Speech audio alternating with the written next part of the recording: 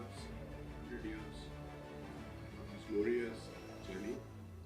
I attribute this because of the mainly basically three reasons.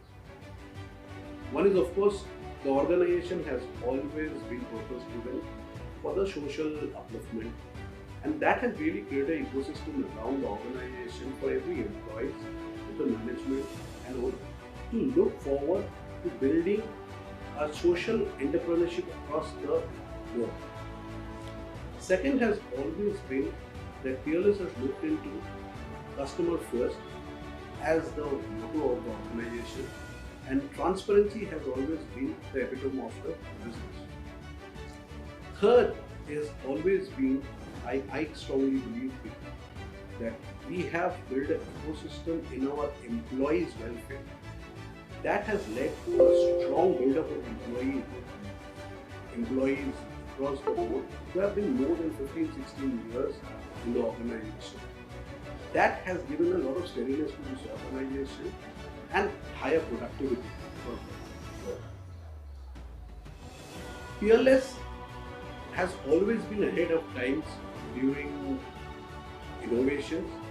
We have seen that every time that Peerless has come up with new products, new systems, new processes, which has led into an impact in the social and economic status across the board. Peerless as now an incubation center in the next 10 years, and we believe that the kind of innovation that is currently taking place along with the technology will lead us to give better products in the market, and which will create a huge impact in the Indian market, starting from the east, of course, because it will be powered from the eastern market of India and rule India across the board, across all different industries. For this, our MD and CEO is attending the 11th MSME and Manufacturing Conclave to be held in Calcutta on 10th and 11th of March. So Mr. Joyanto Rai will be talking about the legacy of this business, what has been built across the period of 15 years. So I request all of you to participate in that and learn that how can a sustainable business be built across such a long period of time. Thank you.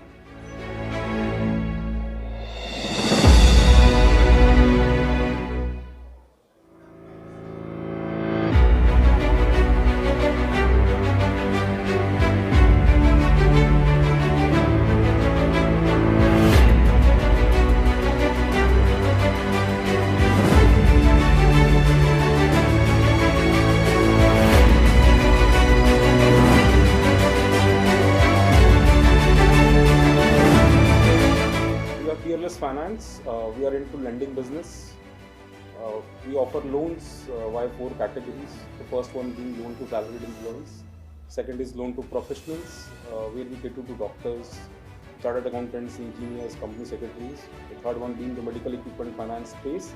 And the last and the most exciting one is loans to MSMEs, and with a special focus on micro SMEs, where we are quite active, and this is the area where we are taking our products to entire West Bengal in more than 20 locations across various districts.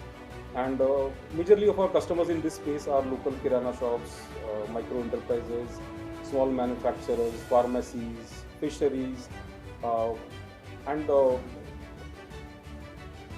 Bengal Chamber is organizing a very 11th MSME Conclave on 10th and 11th of March, and we are very excited to talk to you on this particular days. Even our DMD, Mr. Joyanto Rai, will be there talking about the journey of Peerless of 90 years and way forward, which is very exciting, and we look forward to talking to everyone there on that topic.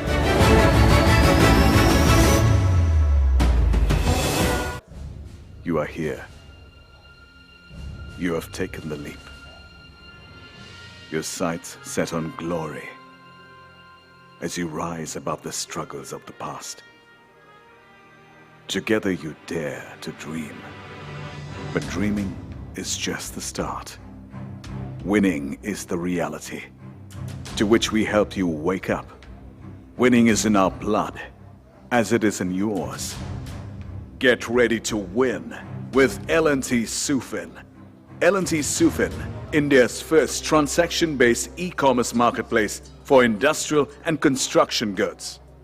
L&T Sufin is now live with more than 1 lakh SKUs and over 15,000 users enjoying advantages such as request for quotation for better price realization, logistics options that cater to over 20,000 pin codes pan-India, finance options such as overdrafts, working capital, and other business loans from our vetted partners. And most importantly, trust and verification seals for buyers and sellers vetted by Larsen & Toubro. So what are you waiting for? Sign up today and get ready to win with L&T Sufin.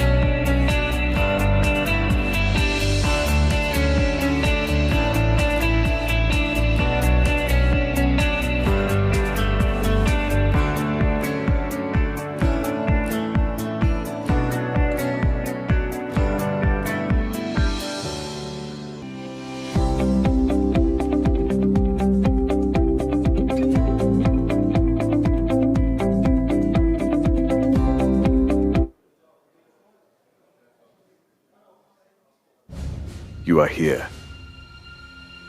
You have taken the leap. Your sights set on glory as you rise above the struggles of the past. Together you dare to dream. But dreaming is just the start. Winning is the reality to which we help you wake up. Winning is in our blood, as it is in yours. Get ready to win with L&T Sufin. L&T Sufin, India's first transaction-based e-commerce marketplace for industrial and construction goods. L&T Sufin is now live with more than 1 lakh SKUs and over 15,000 users enjoying advantages such as request for quotation for better price realization, logistics options that cater to over 20,000 pin codes pan-India, finance options such as overdrafts, working capital, and other business loans from our vetted partners. And most importantly, trust and verification seals for buyers and sellers vetted by Larsen & Toubro. So what are you waiting for? Sign up today and get ready to win with L&T Sufin.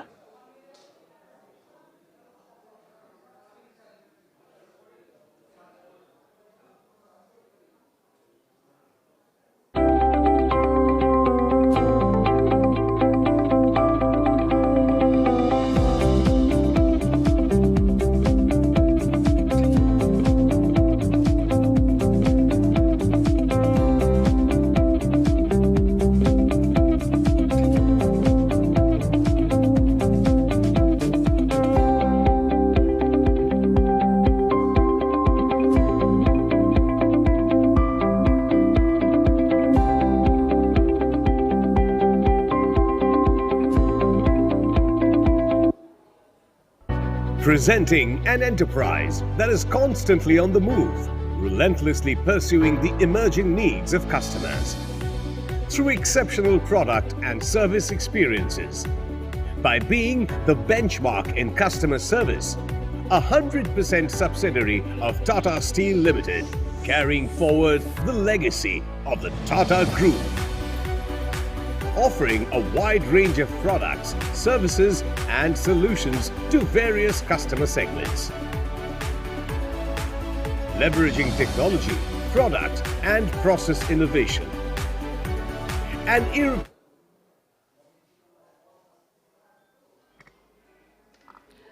Good morning. Requesting all distinguished guests to kindly take your seat. We will begin in the next 5 minutes sharp. Kindly take your seats. Thank you.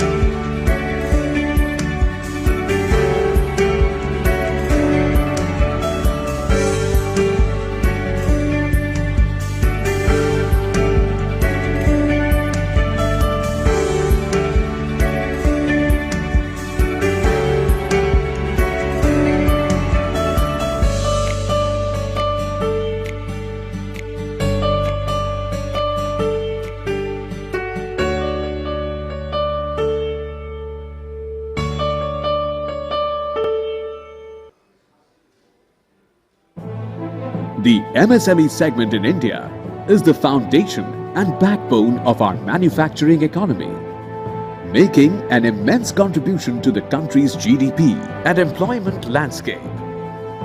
Tata Steel meets the diverse needs of MSMEs with its ever-widening product and service offerings. With a channel strength of over 80 channel partners, Tata Steel caters to a loyal customer base of over 10,000 MSMEs. Maximizing customer opportunity is a focus right through the relationship life cycle. The world of Tata Steel's ECA brands spans hot rolled, cold rolled and coated products. Each product offering is customized for its specific market segments with advantages to boost customer competitiveness. Tata Astrum has redefined the market with best-in-class hot-rolled coils and sheets. Tata Astrum Solar supports India's flagship solar mission. Tata Steelium has set a benchmark in cold-rolled steel to help shape dreams. Tata Steelium Neo meets the need for higher quality stringency in specific segments. Galvano is India's first zero-sprangled galvanized offering for unparalleled sophistication.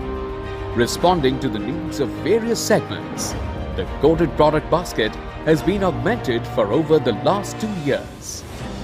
Galvaros is hot-dipped galvanized steel that fulfills the need for economic sustainability. Galvanova is a double-coated offering that respects environmental concerns. Color Nova is a premium color-coated offering that meets the need of social sustainability, coloring the future with opportunities, empowering customers, enhancing capability, and partnering customer on a journey of growth is a priority. eCafe's Qualathon is a first-of-its-kind program to partner customers on a quality awareness journey. Engagement activities are regularly conducted in partnership with the most reputed and experienced experts from industry. eCreate is a platform for deriving greater value in use through cross-functional teams created from customers' organization and Tata Steel. A digital platform, www.ecafes.com, offers online resources that customers can access with an Ask Expert help desk to Presenting an enterprise that is constantly on the move, relentlessly pursuing the emerging needs of customers. Through exceptional product and service experiences. By being the benchmark in customer service, 100% subsidiary of Tata Steel Limited, carrying forward the legacy of the Tata Group. Offering a wide range of products, services and solutions to various customer segments. Leveraging technology, product and process innovation. An irreplaceable bridge between steel mills and customers. Empowering communities and people. Tata Steel Downstream Products Limited. More than just a steel service center organization.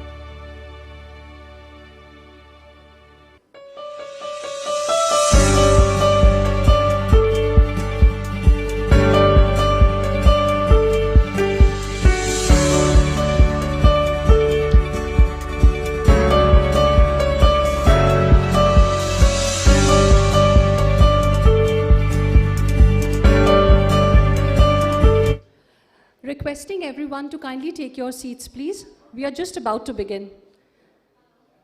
Guests who are outside, kindly come and take your seats. We are just about to begin. Thank you.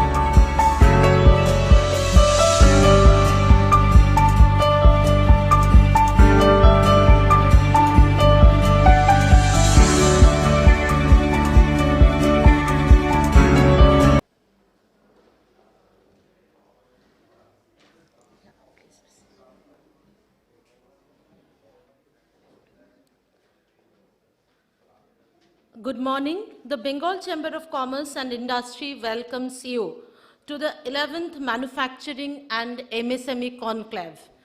The theme of this year's conclave is Unlocking Innovation Capabilities. Now to commence the inaugural session of the conclave, we request the President of the Chamber, Mr. Abraham Stephanus, Managing Director, Tata Steel Downstream Products Limited, to kindly come to the dais. Please, sir.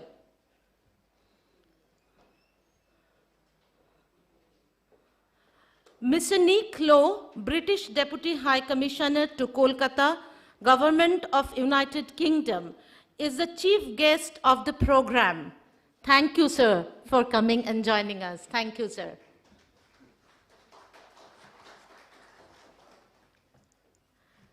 We have Dr. Krishna Gupta, IS Principal Secretary, Department of Technical Education, Training and Skill Development, who is also the co-chairperson of the Manufacturing and MSME Committee.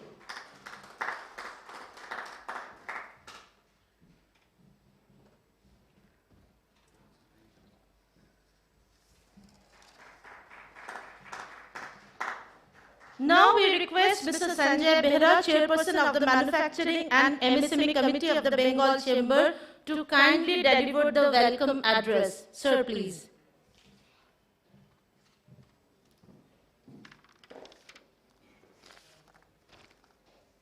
Thank you, Madam. Ladies and gentlemen, a very good morning to all of you present here. It is the first program post-COVID, but we are quite encouraged by seeing the number of participants physically. I think less will be digitally. And thank you, Bengal Chamber of Commerce and Industry, for become more efficient, gain more customer trust, and stand apart from the competition. But MSME, on the other hand, are generally viewed as slow to adoption of technology, preferring to do business in the traditional and conventional method. The point is that innovation at a professional grade is a culture that must be learned. Those MSME who do this, they take their organization to the next level, and also they create blue ocean strategy for their own organization in the competitive space. Take, for example, Fluid Robotics Pune. The company operates in industrial engineering services, it is MSME. The company's robots are used to inspect water and wastewater pipelines as small as 200 mm diameter to as large as 4000 mm by 4000 mm tunnels. Very innovative approach by them. Another organization, Intech Harness, which is also MSME, an agri-tech startup based in Pune, has developed a farmer-obedient motor controller for the electric pumps used for irrigation on agricultural farms. This can be used by individual farmers and saves a lot of water and power and eliminates the need for manual intervention to operate the pumps. These are some of the innovative examples the MSME are doing across the country. But why our Indian MSME are unable to unlock the massive innovative ability in this space? Maybe some cases the attitude to innovate, other also maybe financial, because for innovation also requires a lot of investment. The MSME sectors are struggling to that because of the small scale of enterprise. And then there is Jugaad mindset. MSME consider every Jugaad as innovation. They are creative, but every creativity is not innovation. Any creativity or jugaad needs to be refined for standardization, scalability and commercialization to treat this as innovation. The important questions around innovation are, how do we bridge the gaps to create comprehensive and empowered MSME ecosystem? How do we invest it with robustness, with data, digitization, skill and capital injection to help to innovate and become a partner at par with the best of Indian manufacturing? How do we integrate them with the top-notch supply chain? What is the infrastructural environment that can help MSME to take the big leap similar to big manufacturing setup? And how to make them competitive in the marketplace? What science and technology drive can we inject into the system? Today's discussion will hopefully throw up innovative ideas that will help drive the winds of change. Thank you.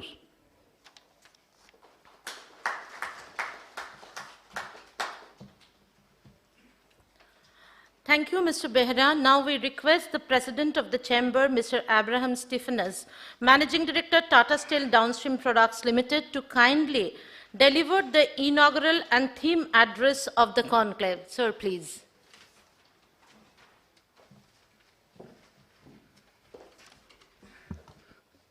Good morning, and thank you, distinguished members on the dais, for joining us at this conclave, and thank you to all the guests for attending this. This subject is indeed very important, the question of innovation and the question of how we can develop our MSMEs to scale up to become significant players on the world scale. As you know, India is at the cusp of a period of very rapid growth. We have just recovered from a 2 years plateau. Instead of really going down, the country has continued to grow with this pandemic interruption. But we are again poised for a period of very high growth. And in the next couple of decades, India is expected to do what China did between 1980 and 2000. That kind of quantum leap in infrastructure, manufacturing technology, service technology, etc. And there are some areas in which we are already ahead. If you look at IT-enabled services, India is providing services to the rest of the world. If you look at sectors like pharmaceuticals, India is the pharma supplier to a significant part of the world. So, why don't those companies service the domestic market? Why is India itself considered a laggard as far as innovation is concerned? I think it has something to do with what Michael Porter called sophistication of demand. As the economy develops, then you have demand for products and services that are not there today. But if you have products and services that are ahead of its time, supply always necessarily doesn't create demand. So there are some areas where supply creates demand, and the demand pull has to be there. But that is what is expected to happen in the next couple of decades. And when we look at the theme of innovation,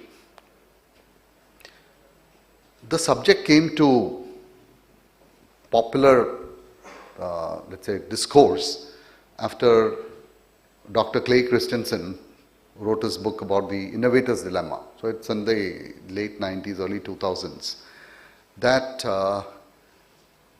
Christensen, an American economist, he pointed out that many of the new businesses, many of the traditional businesses were no longer relevant, and many of the new businesses that have come up. And 1997 was when that book came out, the same year that Amazon was founded. And many of those new businesses, those business models or those products and services did not exist before.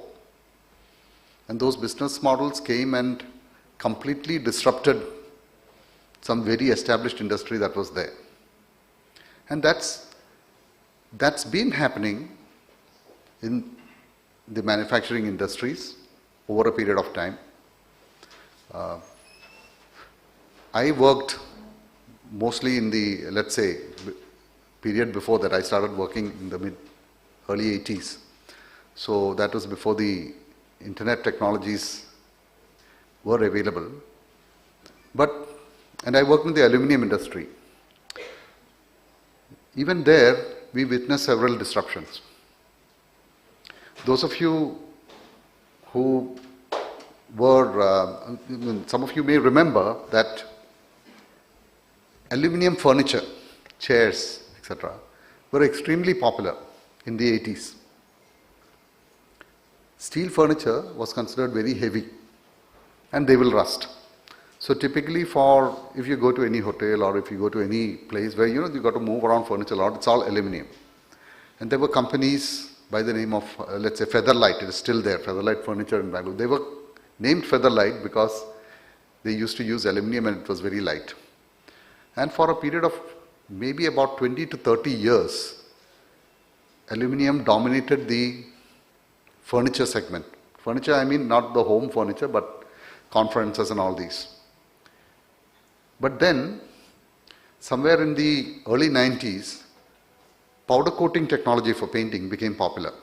And suddenly, that was one part. And the other part was that much thinner tubes could be produced in steel. People started rolling much thinner tubes. And the combination of these things resulted in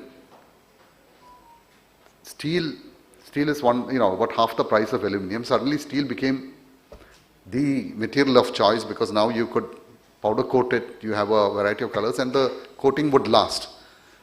That entire market just disappeared in the space of about 5 to 6 years. Between, let's say, 95 and 2000, the entire aluminum market disappeared for furniture. Or if you look at, this thing has happened in several products. If you look at how vinyl discs, records got replaced by tapes, by digital audio tape, by CDs, and now you don't require a medium anymore. You just stream the music or whatever you want. So these are major disruptions that have been happening, and the pace of disruption has gone up tremendously. So therefore, with this opportunity that India is looking at, the opportunity of huge growth and the opportunity of reaching new products and services to a vast underserved market, then one can think about the opportunities that are there in front of MSMEs. Now, a lot of the innovation that's happening today is very visible in the areas of education, healthcare, etc. The traditional form of education itself has, is being booted out after the pandemic. People realize that you don't really need to go to a classroom. You can attend classes from the best teachers in the world sitting anywhere in the world. So you need to go to the classroom, if at all, for something else, for the social interaction that it provides. In healthcare, the advance of technologies has helped deliver digital, remote telemedicine, and it has managed to change the lives of people in rural areas. The company I work for, Tata Steel Downstream Products, we are working with the Ramakrishna Mission in supporting some of their telemedicine projects. And this is taking medicine to places where people had no access to any, professional medical system. So you have specialists in cities who are able to diagnose, advise. You can also do preliminary care in many areas.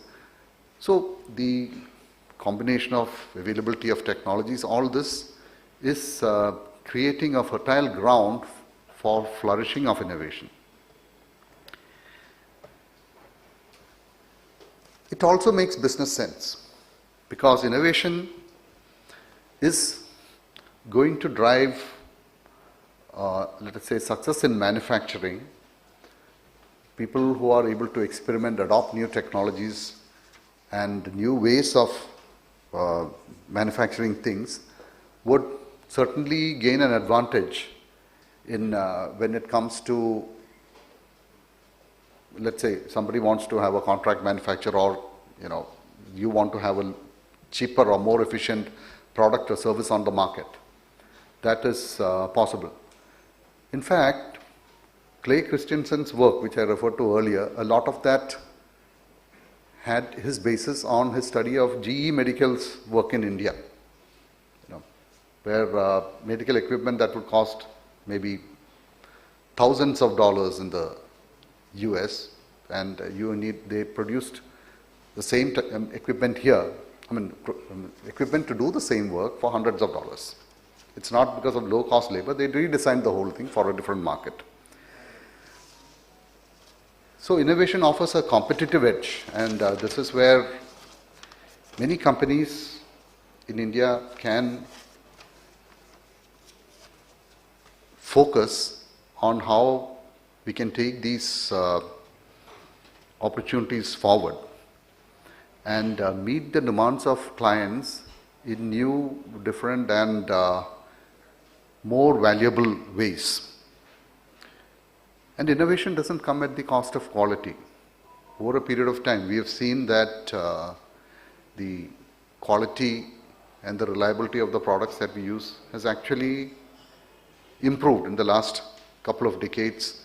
Its quality made to the customer's requirement. So today nobody manufactures products that last a lifetime if you don't want the product to last a lifetime. But it will certainly last the time that you are expected to use it. What can we do to accelerate this journey? Okay. So, these observations that I'm going to make is from what I observed about 5 years back when I had an opportunity to spend some time at the Berkeley Innovation Center. It's the University of Berkeley in the US, and it's one of the leading centers of innovation. And what I realized, they had started creating this innovation infrastructure in the US, especially in Silicon Valley and the surrounding area, for maybe more than a decade before that. There was a strong connect between industry and academia. In exploring technologies and piloting activities and funding small companies to pilot technologies or activities, and then quickly grabbing the ones that can be scaled up and taking it forward. And contrary to what we think here, because Silicon Valley is extremely successful, the rate of success is probably less than 1%. So they have thousands and thousands of projects, and maybe in a year, 10 of them would see the light of day. But the ecosystem is there because what I saw there was several industries. They come to this innovation fund, they're looking for people who are working in any related area or areas that they are interested in. So I saw there were a couple of companies from India. Wipro was one of them. May not be for services in India, but for their global activity. There was AirAsia, there was Coca-Cola. They're all looking for people. One is they're looking for technologies that might help them become more competitive. The other is they're looking for people who might be interested in working on some idea that they have. And this rich exchange between academics, industry, and entrepreneurs, and many of the entrepreneurs are from their own student community. Okay. So it's happening parallelly, and this rich exchange is yielding, when I was there itself about, in the space of a week, maybe about 100 new companies were created. Because, ideas connected, and then they decided, okay, let's start a company, we'll work on this. Initially, we will fund so much. So this ecosystem has very well evolved there, and this is something that we have to evolve here also. So in the Bengal Chamber's Entrepreneurship Committee, one of the things we have decided is that we will provide a platform. There are many MSMEs, many small entrepreneurs who are working on ideas, technology, product, service delivery, etc. But they need some place where they can experiment. So in the Tata Group, within the group, we have something called an innovation forum. So because Tata Group has several companies, one company may be doing something that's of interest to somebody else. A few years back, they opened it out to the outside world. So ideas are, or challenges are posted on the forum, and ideas are invited from the outside world. And the amount of ideas that are coming in, probably it is 10 or 50x times the ideas that could be generated internally. But these forums also threw up the fact that my company is also working on some of that, but we found that there are many people who have an idea, who they've tried it out on the lab, but now they need a place to actually try it out in the industry, or maybe on a small scale, do pilots. And they don't have the opportunity, and they're like struggling. There's somebody with an idea, it's proven in the lab, and now we want somebody to do it. So, providing that opportunity, that is something that the Bengal Chamber has also identified as something that we will do to encourage entrepreneurs to come forward, and if the members of our chamber are able to provide platform in their specific area, if somebody is working on an idea, to provide a platform to experiment. So, I would like to conclude by saying that the subject is, of course, very important, very critical for the type of growth and the needs that India has in the next couple of decades. We have a vast underserved market. In catering to that underserved market, we have the scale to cater to the world, just like China did in the 80s. And so therefore I believe that the deliberations here will go a long way in helping us formulate right strategies and action plans to take this very important subject forward. Thank you.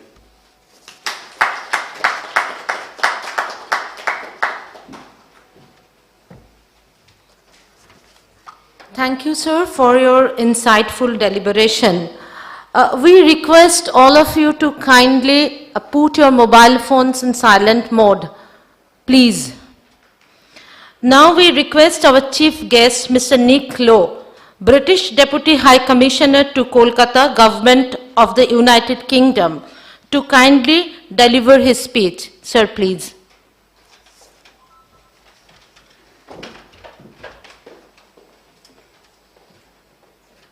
I'm afraid the days when I could gracefully slip through small gaps like that have long gone.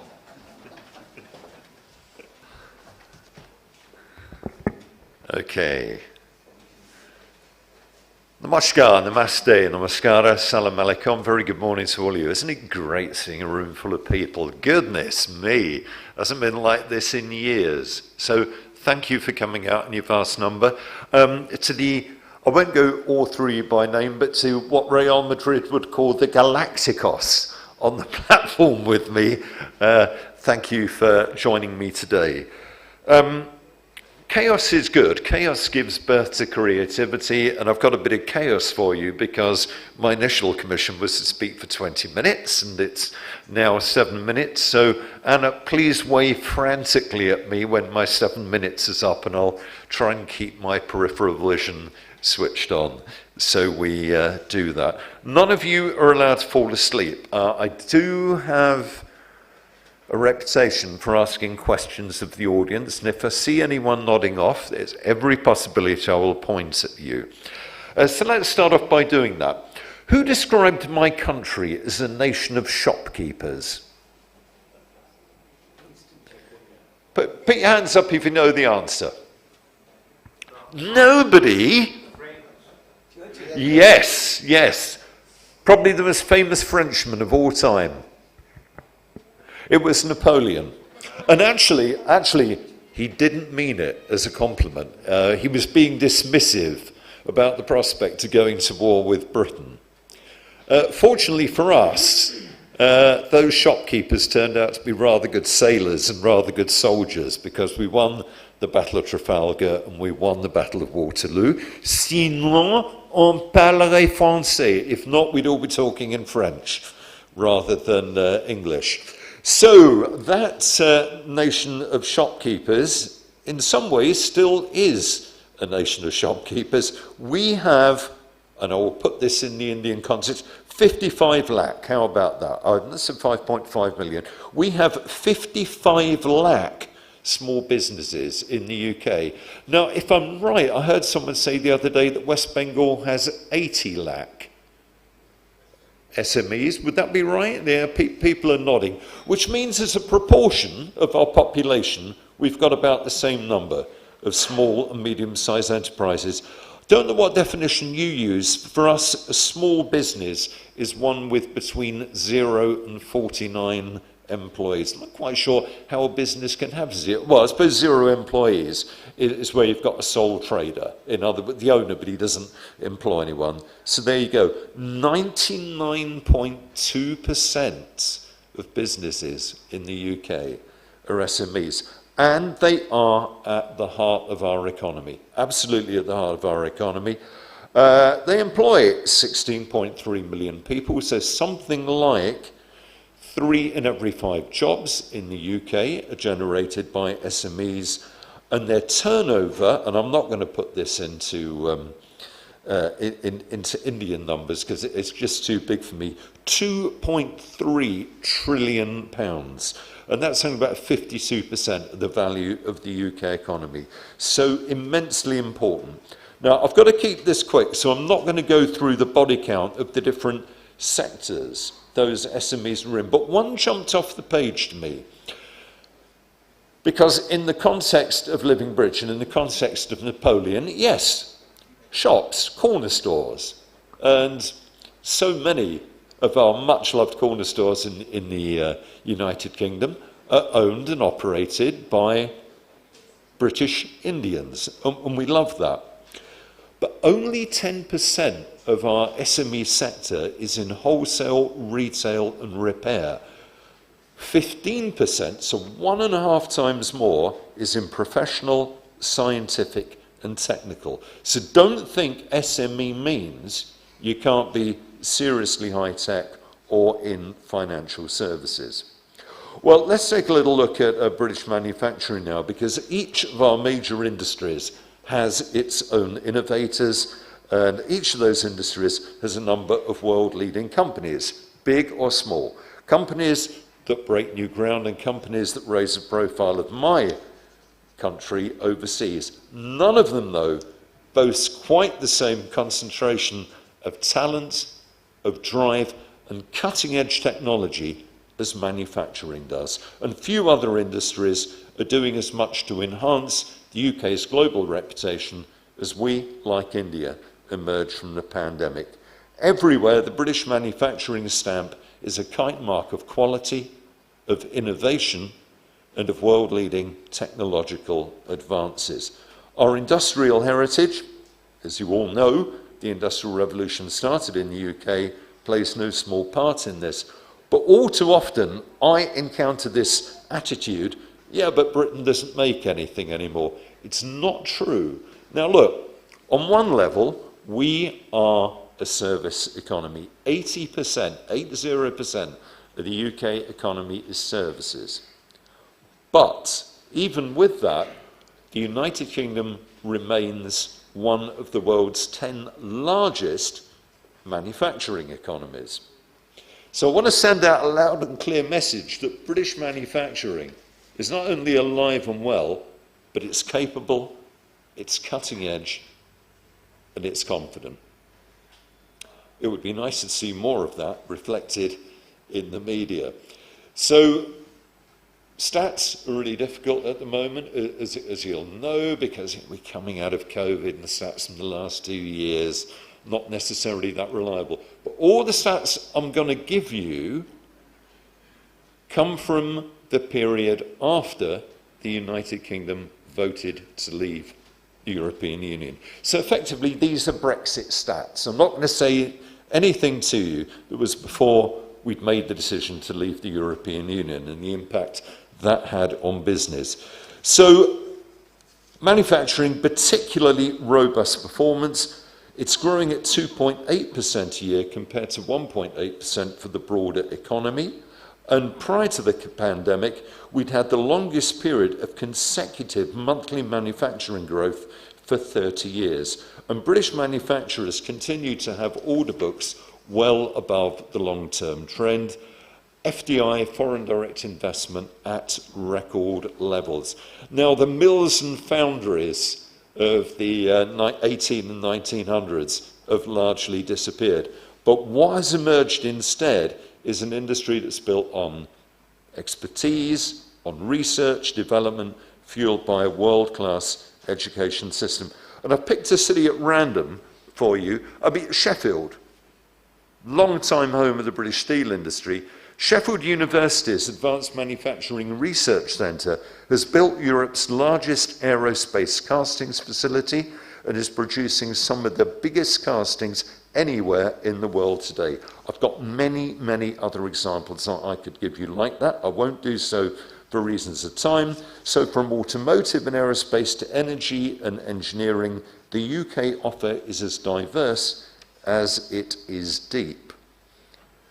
The advent of digitisation, the adoption of automation and an increasing pressure on companies to create more energy efficient products is driving a revolution in global manufacturing. It was a point that Abraham picked up in India, and those same global forces that are impacting on India are impacting on us. In aerospace, the government has worked with UK primes and tier ones to identify new supply chain opportunities for fuel systems and cockpit accessories.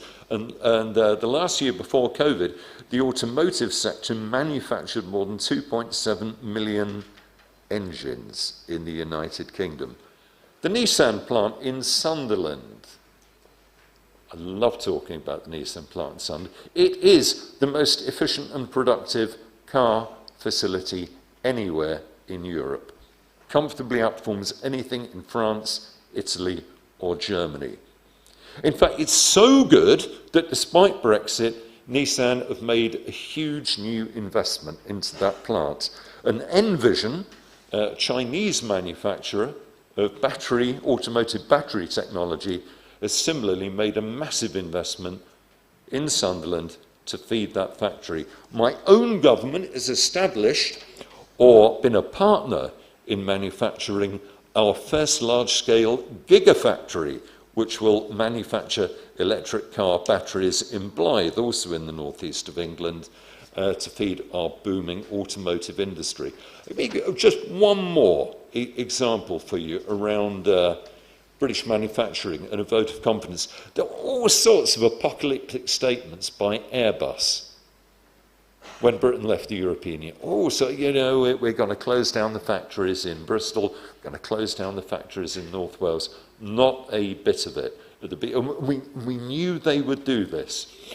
At the beginning of this year, a very robust reaffirmation by Airbus of its long-term presence in UK, which it wants to expand.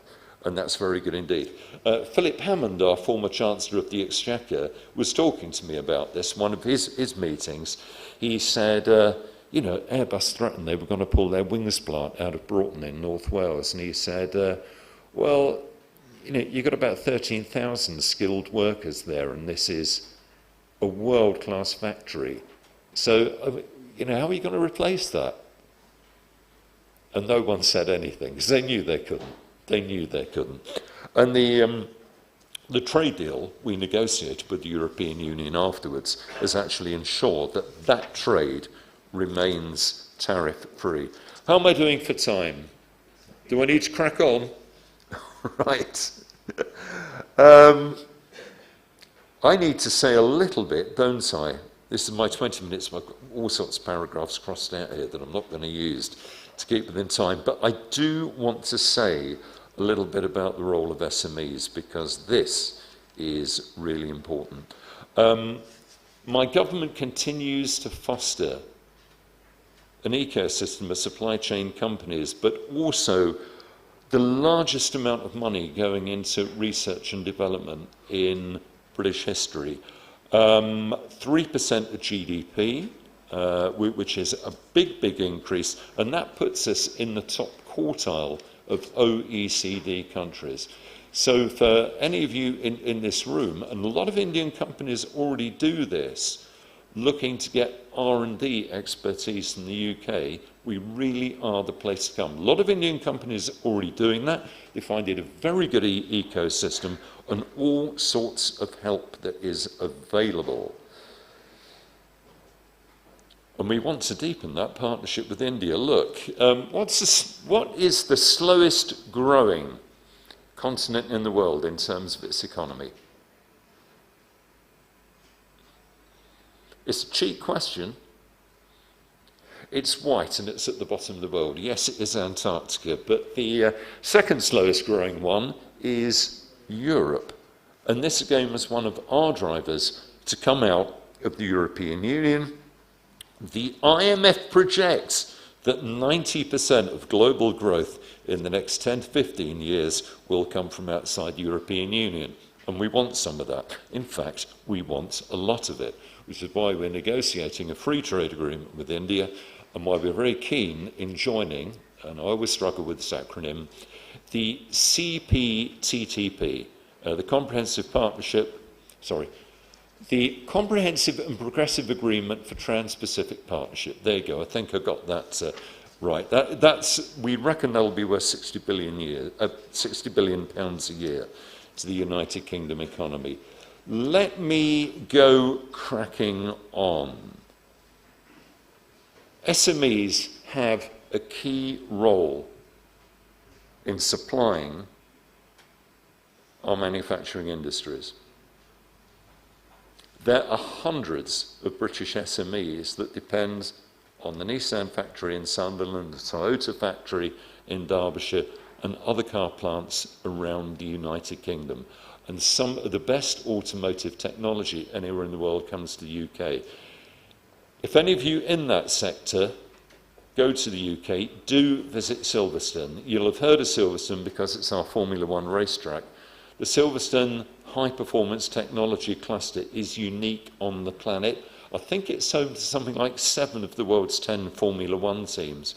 Formula One, now American-owned, but essentially a British sport. You know, even Mercedes, you can't get more German than Mercedes, even the Mercedes Formula One cars come from Northamptonshire, the powertrains plant that they've got there. So the link between British manufacturing and the health of the British SME sector is absolutely nailed on. It's wired in, it's hardwired. It's incredibly important to us.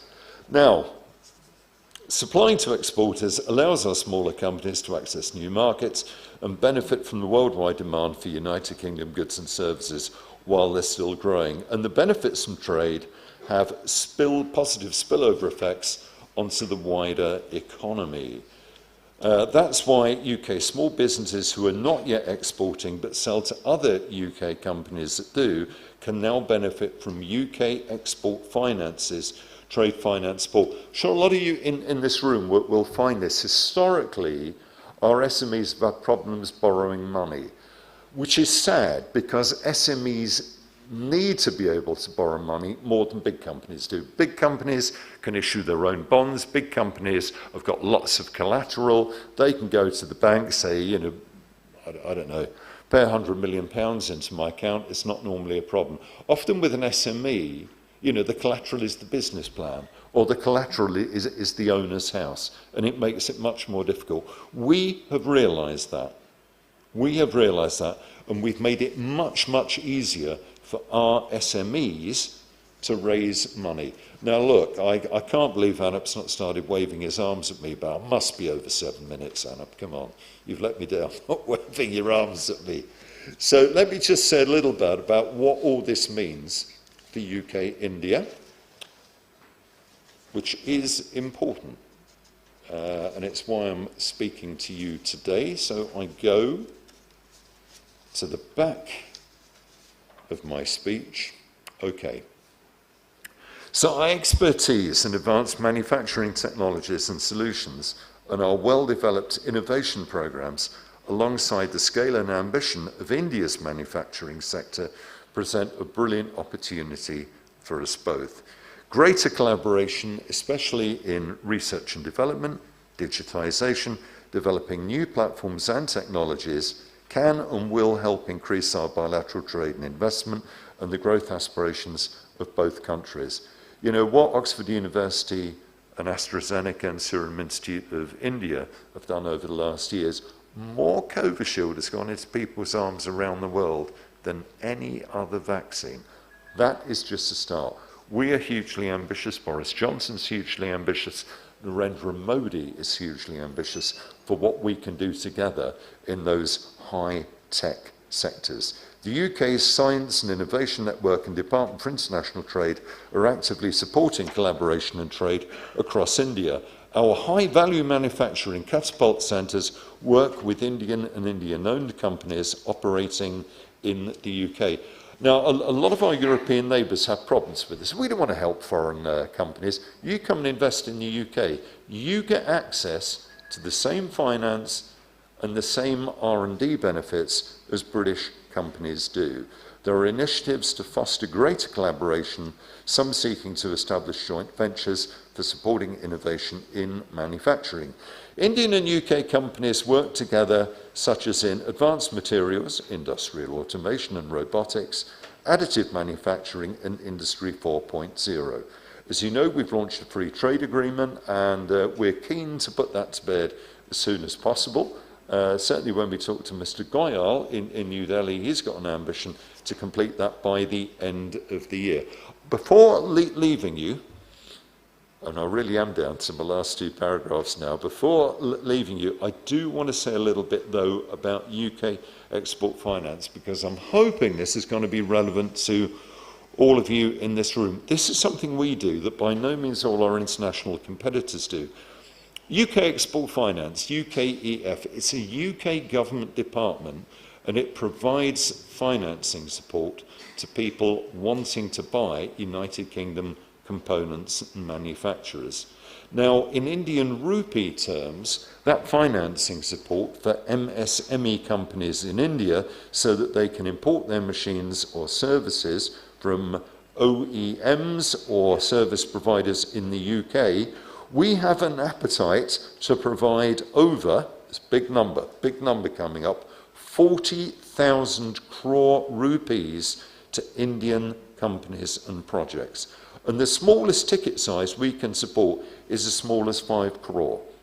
So it doesn't have to be an absolutely enormous number. If you're looking to import kit from the United Kingdom as part of a joint venture or otherwise, we can help with the financing of that.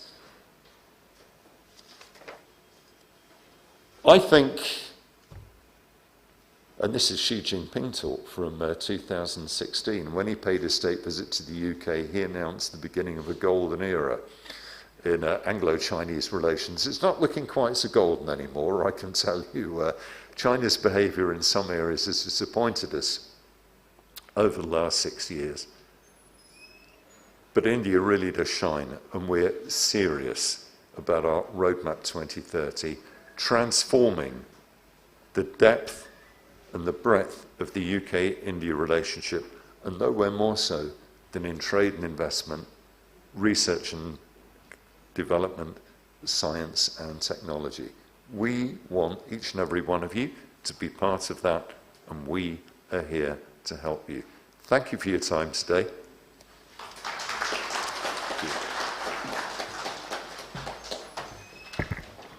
Thank you, sir. And sir will definitely explore the opportunities that you mentioned.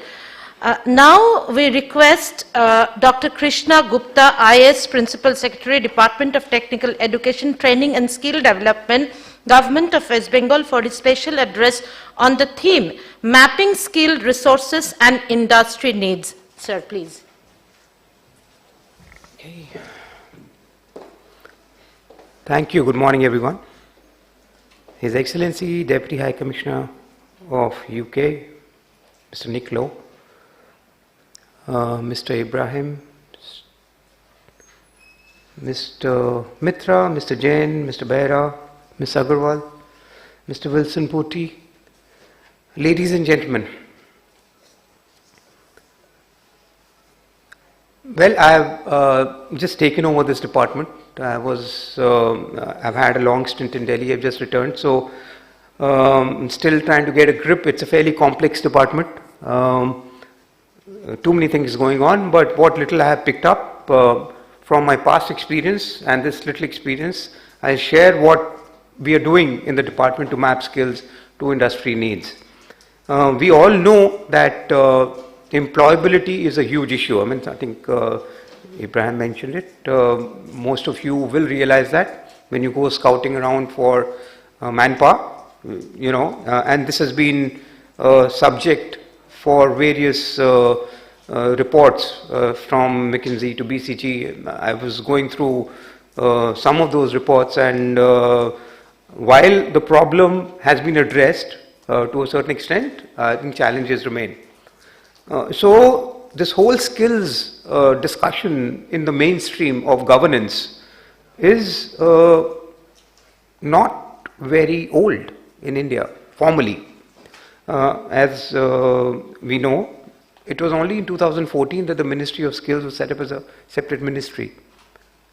The old department that I had was the Technical Education Department. So training and skills were added on only in the last 5-7 years. So there was a felt need. Well, there was always a felt need, but institutionally, formally, the government set up these ministries, and the states, various states followed suit. And here we are, and we've been at it for a while now. We know that India is a young nation, right? About 60-70% of the population is below 35 years of age. We hear often about the demographic dividend, and that's a huge challenge for departments like mine, of course, the MSME and industry department, but the skills sector has to rise up to the challenge if our demographic dividend is not to turn sour. Because we have about 278 ITIs, about 80 odd polytechnics in the state, and the graduates that are coming out of these places are employed by a number of industries, as you all know. ITIs have a placement record of about 50%, polytechnics is slightly better. The rest of the people have to be trained, have to be skilled again.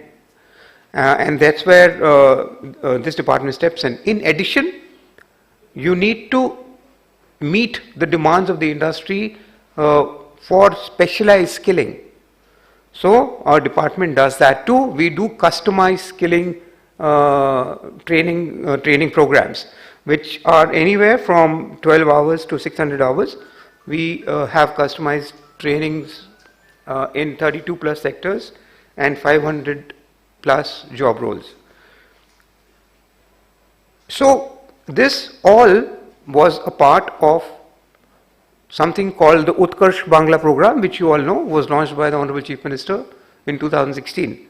Since then, the program has grown from strength to strength. We've been able to handle challenges. Right now, what the main challenge is, converging the various streams, so there is training going on in ITI, there is training going on in polytechnics, there is some training going on in vocational schools, vocational training centers, or VTCs as they're called, and bring it all together under Utkarsh Bangla. So we managed to do that to a large extent, but obviously there are a lot of challenges in certain districts where there are no industries. What are you going to do? So the other focus of Utkarsh Bangla is placements. So you skill someone, you train someone, and then that young boy or girl is left around looking for a job. That's not exactly what we intend to do. So that is why we have gotten into a lot of industry partnerships, and that's where your role comes in. So we customize trainings, as I said earlier, for various industries. It could be either through our formal ITIs and polytechnics. Polytechnics is not such a big problem because most of them get placed, many of them go on to engineering colleges. But in ITIs where the placement is only 50%, so we customize trainings either through the ITI route or through another route, where the industry partner can provide the trainers, identify a certain batch of people, and we will fund it. So the other way to do it is you go to an ITI, we've done both. So an industry adopts an ITI, tailors the curriculum according to its own needs, and hires those students who have fulfilled the training successfully. This has been done by a number of industries. L&T has done it, Tatas have done it, Royal Enfield Bikes, they have done it. So these are some examples, but there are many more. So the Utkarsh Bangla program has had a fair amount of success. It is rated as one of the top 5 programs in capacity building in the world. There was a World Summit of the International Society a few years ago in 2020 actually, where it's a UN body by the way, where it was rated as one of the top 5 programs. This is a measure of some success that we've seen, but the challenges that, as I said earlier, was to converge. The other challenge is that we've decentralized a lot of these skilling programs. So training partners from the district, so we have a district skills committee. The district magistrate is involved. There is a district project manager. There is a district skills plan. So the district then tells us these are our needs. It could be either wage employment or self-employment. We prefer wage employment because, that's not to say that we don't cater to self-employment training needs, but wage employment is what is more in demand as well. So the district tells us, and we've seen a lot of challenges. Some districts, as I said earlier, like Dinajpur, Dakshin Dinajpur has no industry worth recalling, or no big or medium industry. So the challenge there is what to do. So we got to either look to other districts or we got to do self-employment training programs.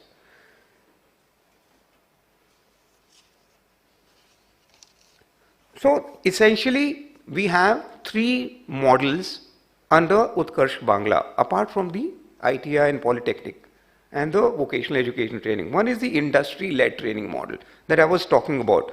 So it is a demand-driven model. It is in convergence with respective line departments, and these people trained are placed directly with industry. The second is an assured placement program, which is the most popular because even before the training begins, there is a job offer conditional on the candidate completing the training program. And the third is a letter of intent based training, where the prerequisite is that placement tie-ups and assurance of employment for the trainees by the training providers. So the focus and the emphasis by Honorable Chief Minister as well as the department is placement, placement, placement. And that is where you come in. And I've already spoken to some of the BCCI office bearers. We would reach out to the members. If you want, we'll do another session. If you can tell us your training needs, what model do you want to do, and what sector. If there is a customized thing, we can customize the training program. There are a number of experts that we work with. So we work with all chambers of commerce, including the Bengal chamber, and we have worked with them in the past as well. See what is best for the industry where there is a skill gap or where there is a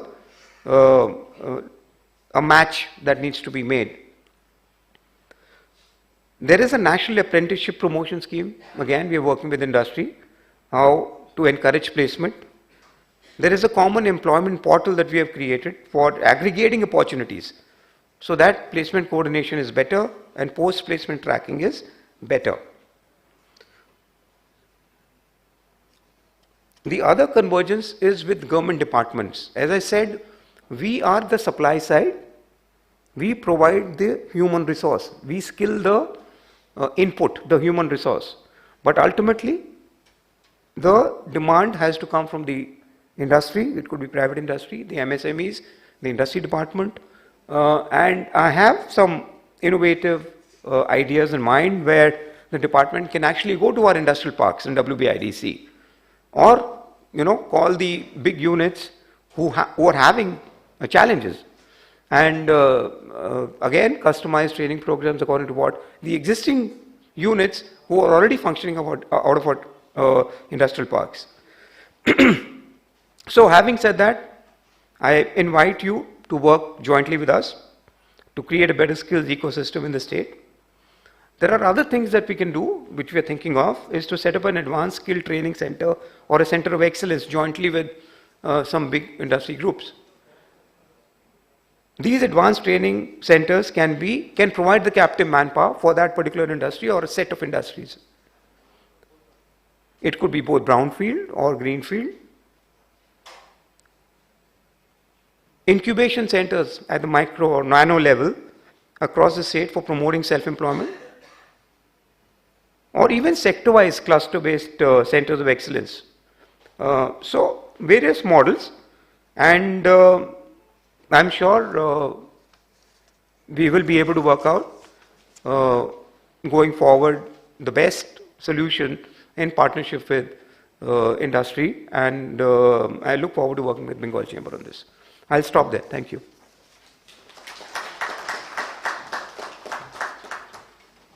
Thank you, sir. Thank you very much. And the Bengal Chamber of Commerce, like one of our focus areas is indeed mitigating the gap that exists between the skilled force manpower and the industry requirement. So we will definitely explore this.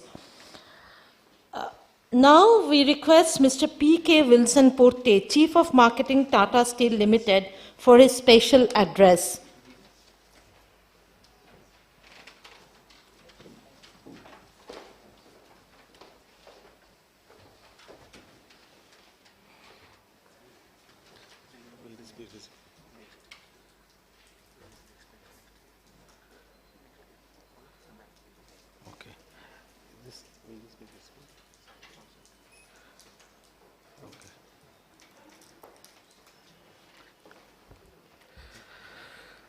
Good afternoon, and welcome once again to all of you. I hope and wish that all of us are doing well, including our families.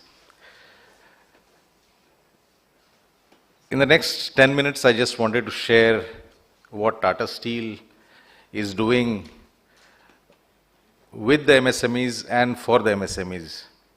And very importantly, when we say with the MSMEs, because anything at a company which dreams of doing, I think it is virtually impossible to do it alone. And that is why our approach always has been be customer-centric, but work collaboratively. So, if you look at our address to the MSMEs, we are today serving almost 10,000 MSME customers across the country. We are primarily a steel producer. 20% of our steel is at any point of time, we ensure that it goes to these 10,000 customers of ours. The steel that we produce is not the steel that the MSME uses. It uses in a very different form, shape. And that is why it is very important as we address a very diverse and a very fragmented and a large customer set.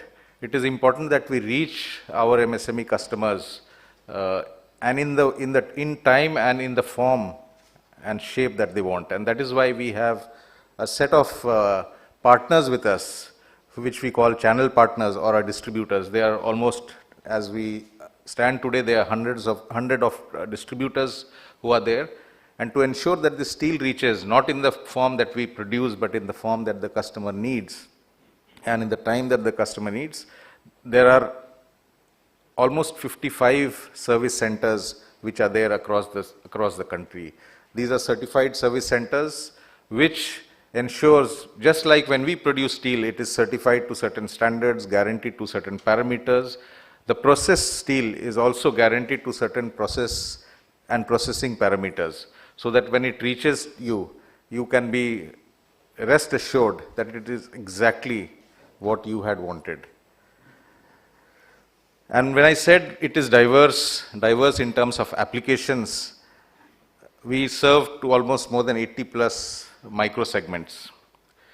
Now, somewhere around, say 15 years back, Tata Steel decided that the MSME sector is the sector of focus, and we should do business and address the needs in a very structured way which suits the MSME's requirements. And that is where a separate division was carved out.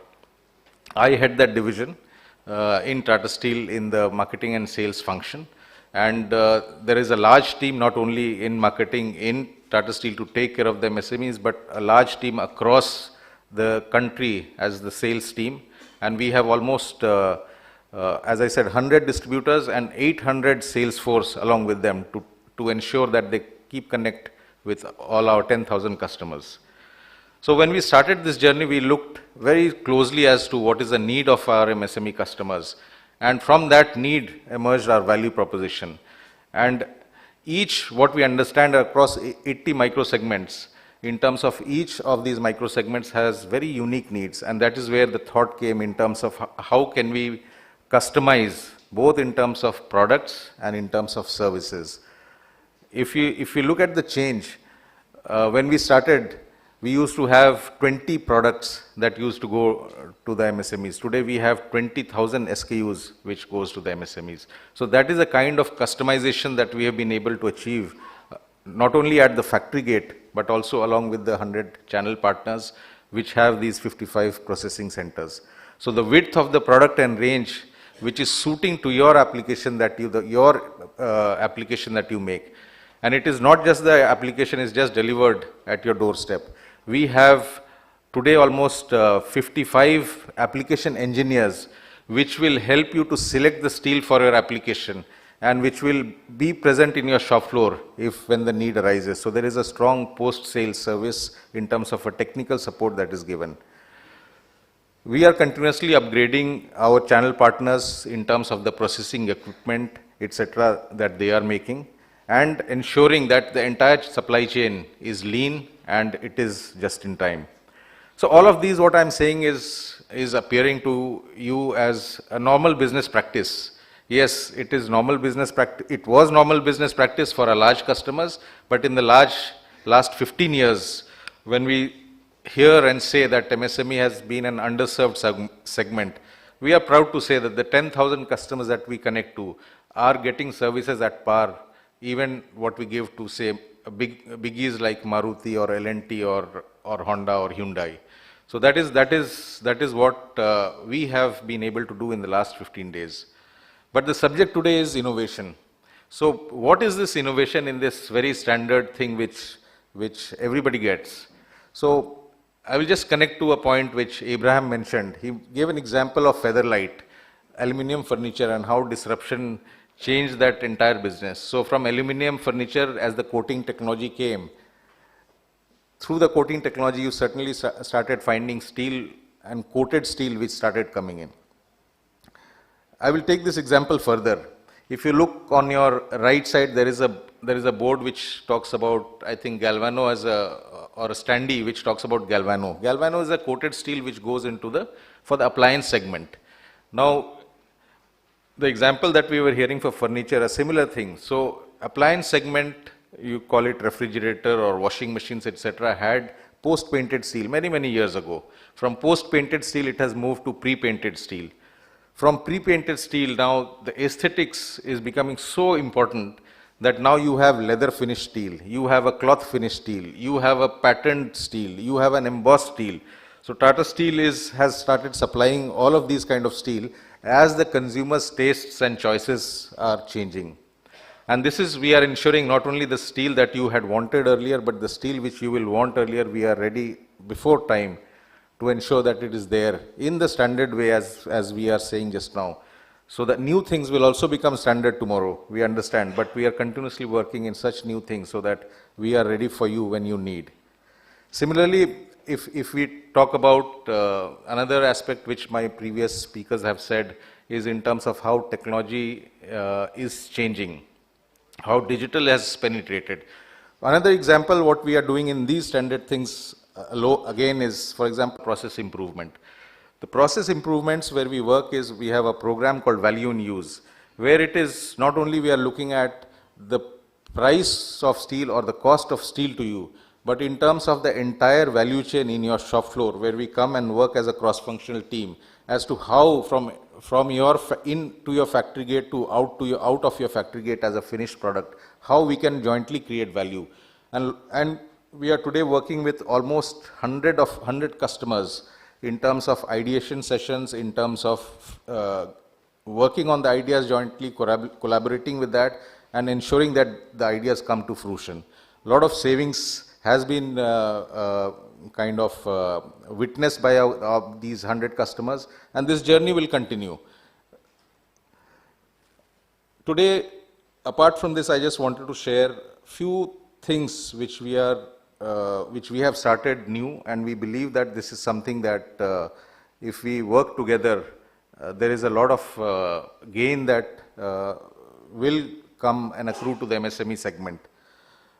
As I had mentioned about the diverse set of needs that are there in the MSME segment, and I said that there are distributors which are there to address these needs. One of the things that we had done with the distributors is we had introduced channel finance, so that it becomes steel the flow should not be disrupted because of a need of a working capital. So the first level of channel finance, which has all the banks which were put in place, and the last 10 years it has been running smoothly. What we have been doing in the last 2 years, we have started a program where the financing of the MSMEs from our distributors, the second leg, is also kind of funded through various financing solutions. So along with Metal Junction, we have collaborated and we have created a platform and a program called Urja, and this program gives a crore of a working capital to any of the MSMEs who are connected with the channel partners, and it is kind of collateral free. So this is the second thing that we have now started, and there is a lot of traction that we are seeing in this segment. Today it is just 2 years old program. I think there is a lot of scope to it. There are banks involved in the program. We have our own Tata Capital as a lender, and there are a lot of NBFCs which are there, and the rates are very attractive. Few other things that we are doing. So one of the most important thing we feel is how to engage, and this is eCafes 2.0 is our engagement platform. This is something where first of all, because now, as I said, there are 20,000 SKUs, what is the best SKU or product for you, suitable for you? This is something which is lent out as an information into this portal. There are experts which are empaneled into this portal, so that if there is any advice or guidance that is required, there are industry experts there to provide for your needs. There are two types of skill development. We heard about skill development now. We recognize that this is one area where our MSME customers will be benefited, because they will continuously need the people's skill to be upgraded. And we have two forms, both the technical skill development as well as managerial skill development. Today we have, for example, development programs of welding, electroplating, metal stamping, powder and liquid coating, and so on. And as I said, there are 80 micro segments. We are hardly able to cover. The need is huge. Cover 20 micro segments with this kind of a skill development program just now. But this is going to increase as our customers interact and engage with us on this platform. We gather in terms of what is the next kind of a need which can address a large, because we cannot design a program for one customer, but if a large set of customers has a certain need or have a certain need, there we kind of roll out another program for technical skill building. Similarly, for managerial skills, there are a lot of programs which are customized and suited to the MSME requirements. And there is also a feature in this which is a real-time online interaction, and also we have come out with a mobile app where it becomes very friendly for you in terms of getting onboarded and engaging with the company directly to run your business better. This is another academy that we have. Apart from the e-cafes which I showed, we have opened 2 academies, one for the MSME as an academy, and this to everyone. Another thing which we have started just now, as we all hear and we are seeing and experiencing for ourselves in terms of digital, what we are doing is what we have mentioned till now. What we had done as a standard way, we have created a platform, and in this platform all our 10,000 customers are getting enrolled. Today we have 2,500 customers and our 100 channel partners or distributors, and there is an online engagement on a platform to ensure that business is done digitally. There is a lot of advantages to that. The business is getting streamlined, the service levels are improving, the visibility and the transparency, that is one of the biggest value, that is what is coming to our customers directly. So there are a lot of interesting features. It's called www.digica.tatasteel.com. You can visit this place at any point of time and see for yourself. And similarly, the previous one was ecafes.com. In your leisure time, you can take a look at that and get more of what I was sharing about. Now, I have been continuously harping and speaking about 10,000 MSMEs. There is a limit to which one company individually can reach out and do. And this is what we realized. And when we talk about MSMEs, there are more than 50, I would say 50 lakh MSMEs that we would like to address. Now, if that is a kind of reach that should be there, then I think it is virtually impossible for one company to do that. And realizing this 2 to 3 years back, the Tata Group has decided to focus on this segment in a big way. 12 Tata Group companies, and leading amongst these 12 is Tata Steel, has decided to come, and a separate company has been formed. While this whole thing started as an initiative 3 years back to focus on the MSME segment, because there are almost 100 Tata Group companies, and if you look at the customer base of each of these Tata Group companies, there are enough number of MSMEs, and then you look at the vendor base of these 100 companies, there are enough number of vendors who are there. So if you look at just this small population, and I am still using the word small because the universe is big when we talk about MSMEs, and we look at this, just this small population, there is enough opportunity for people, both the customers as well as the vendors, to come together and look for opportunities which are existing for doing business across this 100 Tata Group companies. And this is where this started as a small initiative, but a new company has been formed called Tata Business Hub. And the platform that the Tata Business Hub has floated is called nexark.in. The tenets are very simple. It aims to help the MSMEs to grow their business and to solve the challenges that they are currently going through, and help them to optimize the processes. So it is almost similar to what I said in the beginning, what we are doing with the 10,000. But today, Tata Business Hub through Tata Nexark has connected to 75,000 MSMEs. In this 75,000, only 20,000 are from this ecosystem which I said of the 100 Tata Group companies. 55,000 MSMEs are outside from the Tata Group companies. So this is the kind of ecosystem connect we are trying to build, and our objective is that we will ensure all the 75,000 MSMEs who have onboarded now, that regularly they are being given in terms of business opportunities that are there in the group as well as outside the group.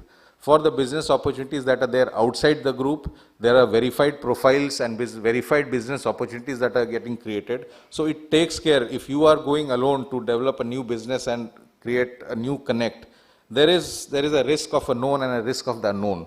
Some part of the risk through this verification process, this platform takes care of you.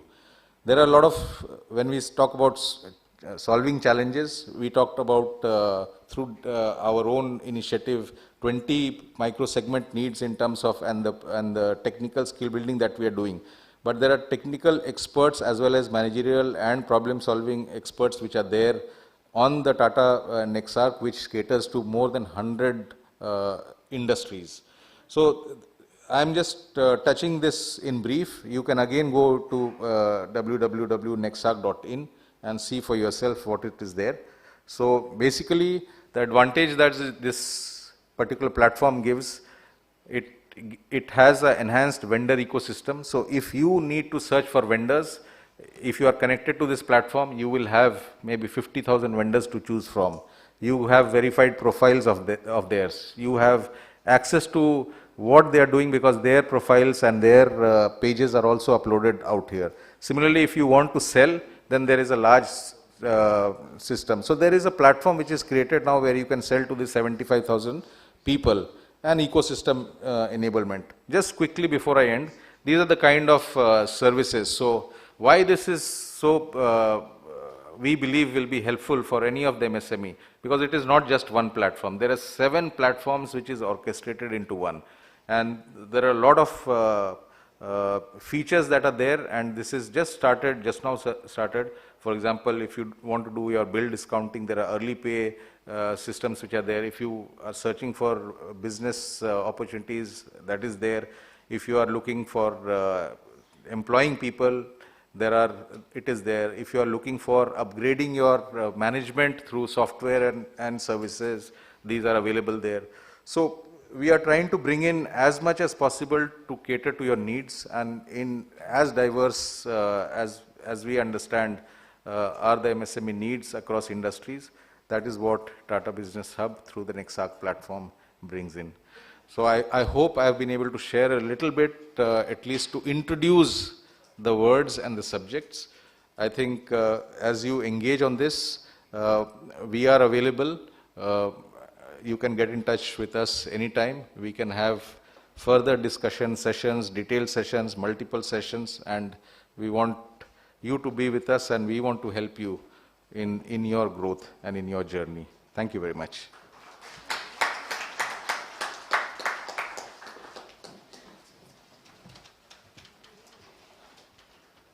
Thank you, sir. Thank you so much. Thank you, Mr. Potte. And sir, we do, the Bengal Chamber of Commerce and Industry, we do this MSME Connect program half-yearly. So we'll be connecting you for that. Now I request Ms. Neha Agrawal, Whole-Time Director, Vikram Solar Limited, for a special address on evolution of energy sector, industry in India and its impact on manufacturing sector. Please, ma'am. Thank you so much, Soma, for this podium. Thanks for this opportunity. Good afternoon, distinguished panel members and all the invitees here. Today I'm here to talk about the evolution of energy industry in India and how it is impacting the manufacturing sector, the MSME sector in proper. So I believe 2022 has great potential to bring positive changes in the energy industry with the onset of favorable announcements during this year's financial year budget. I think energy plays a very important role. Meaningful discussions like this in these forums will help us not just navigate challenges, but also bring newer opportunities and path forward to make India energy rich and bring in countrywide socio-economic and transformational changes. It's my honor to be a part of this endeavor with BCCI, and which I believe will turn out to be an in-depth and meaningful discussion. India's energy consumption has grown by 5.5% per annum since 1980, which is at par with all the developing and developed countries, particularly in Asia, and it's expected to further go up by 6.5% in the next 2 years. India is home to 18% of the world population, while it consumes only 6% of the world's primary energy.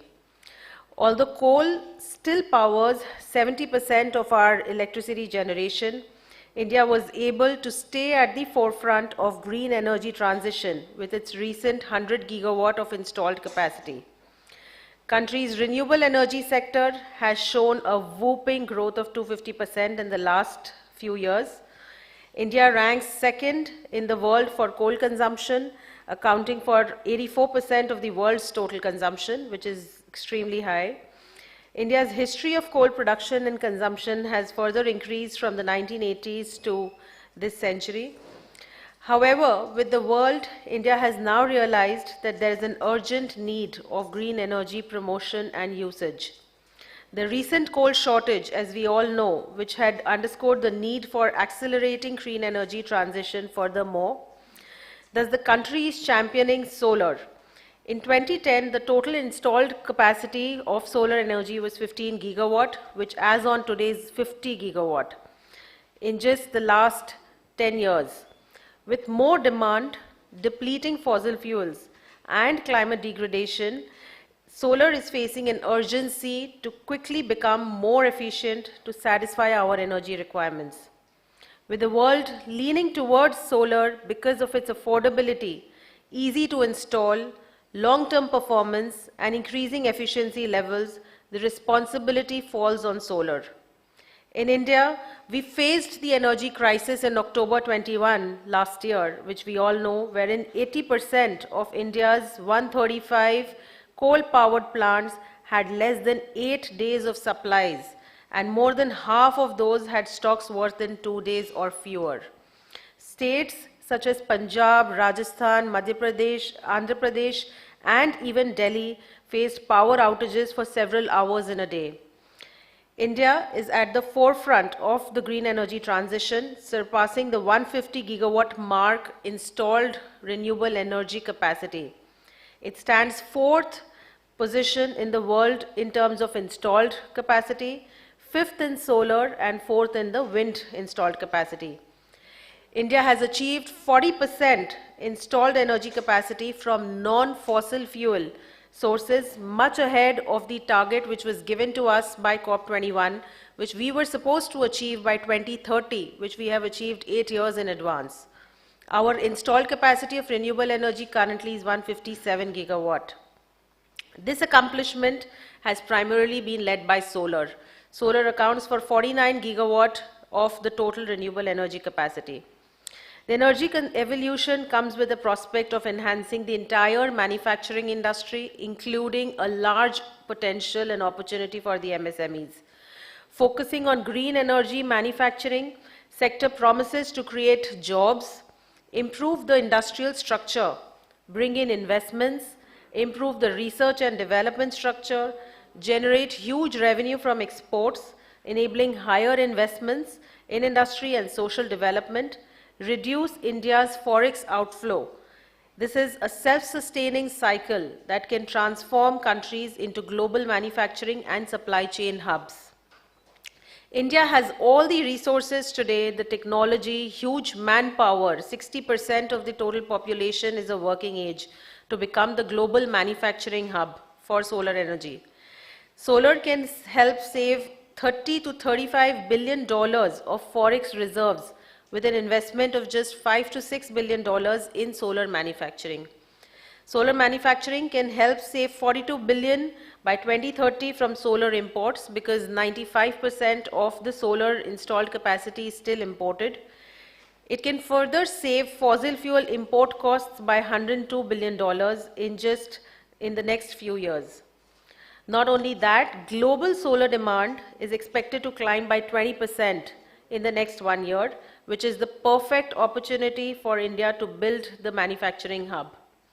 The Government of India's policy impetus to enable Atmanirbhar Bharat and domestic solar manufacturing is evidenced in the expected increase in the production-linked scheme outlay for solar, which has now become from 4,500 crores to 24,000 crores in this year's budget.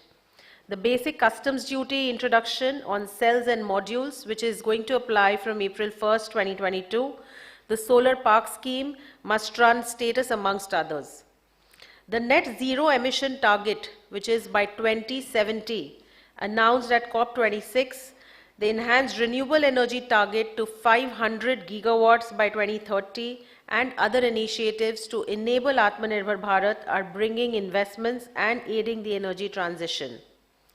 Hence, I here also call out certain policy recommendations which my fellow colleagues and fellow members here should support and focus on. To support and speed up India's new age energy transition, a larger policy framework is needed. We have to make sure that new policies not only address further manufacturing but also transport, infrastructure, taxation, labor laws, and power outage challenges, offering interest subsidies in line with technology upgradation for the industry, super deductions of 200% of R&D expenditure, exempting solar manufacturing units based in special economic zone from the basic customs duty, thereby treating them as any domestic tariff area, offering pass-through for DCR modules when BCD is implemented, offering 6 to 8% road tax incentives to increase solar exports, creation of random inspection schemes are few of the measures that the government can help foster this manufacturing much more and achieve the mission of our Honorable Prime Minister of Make in India and Atmanirbhar Bharat. There are further smaller compliances which the states can really help, in addition to the center bringing about so many policy reforms already. There needs a strict RPO compliance by all the states and union territories. Rooftop solar installations, which are booming of late, need to be increased further.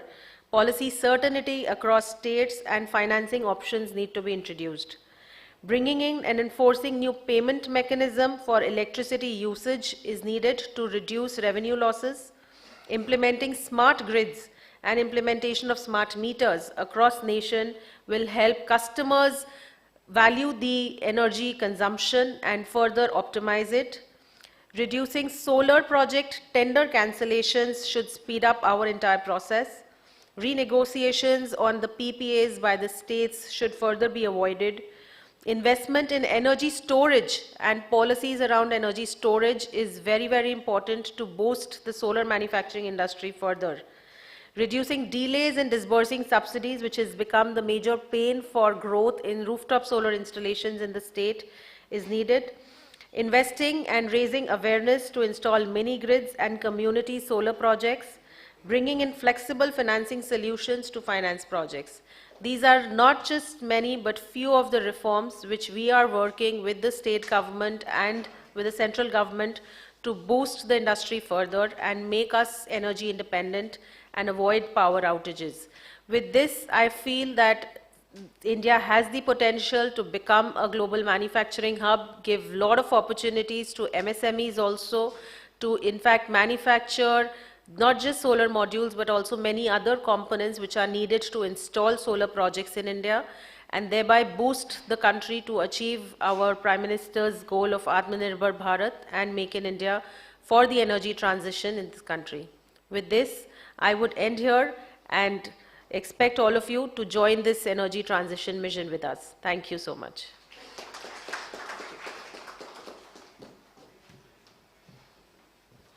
Thank you, Ms. Agrawal. Now I request Mr. Debobruto Mitro, Director, MSME Development Institute, Kolkata, Government of India, for a special address on MSMEs and way forward their self-reliance.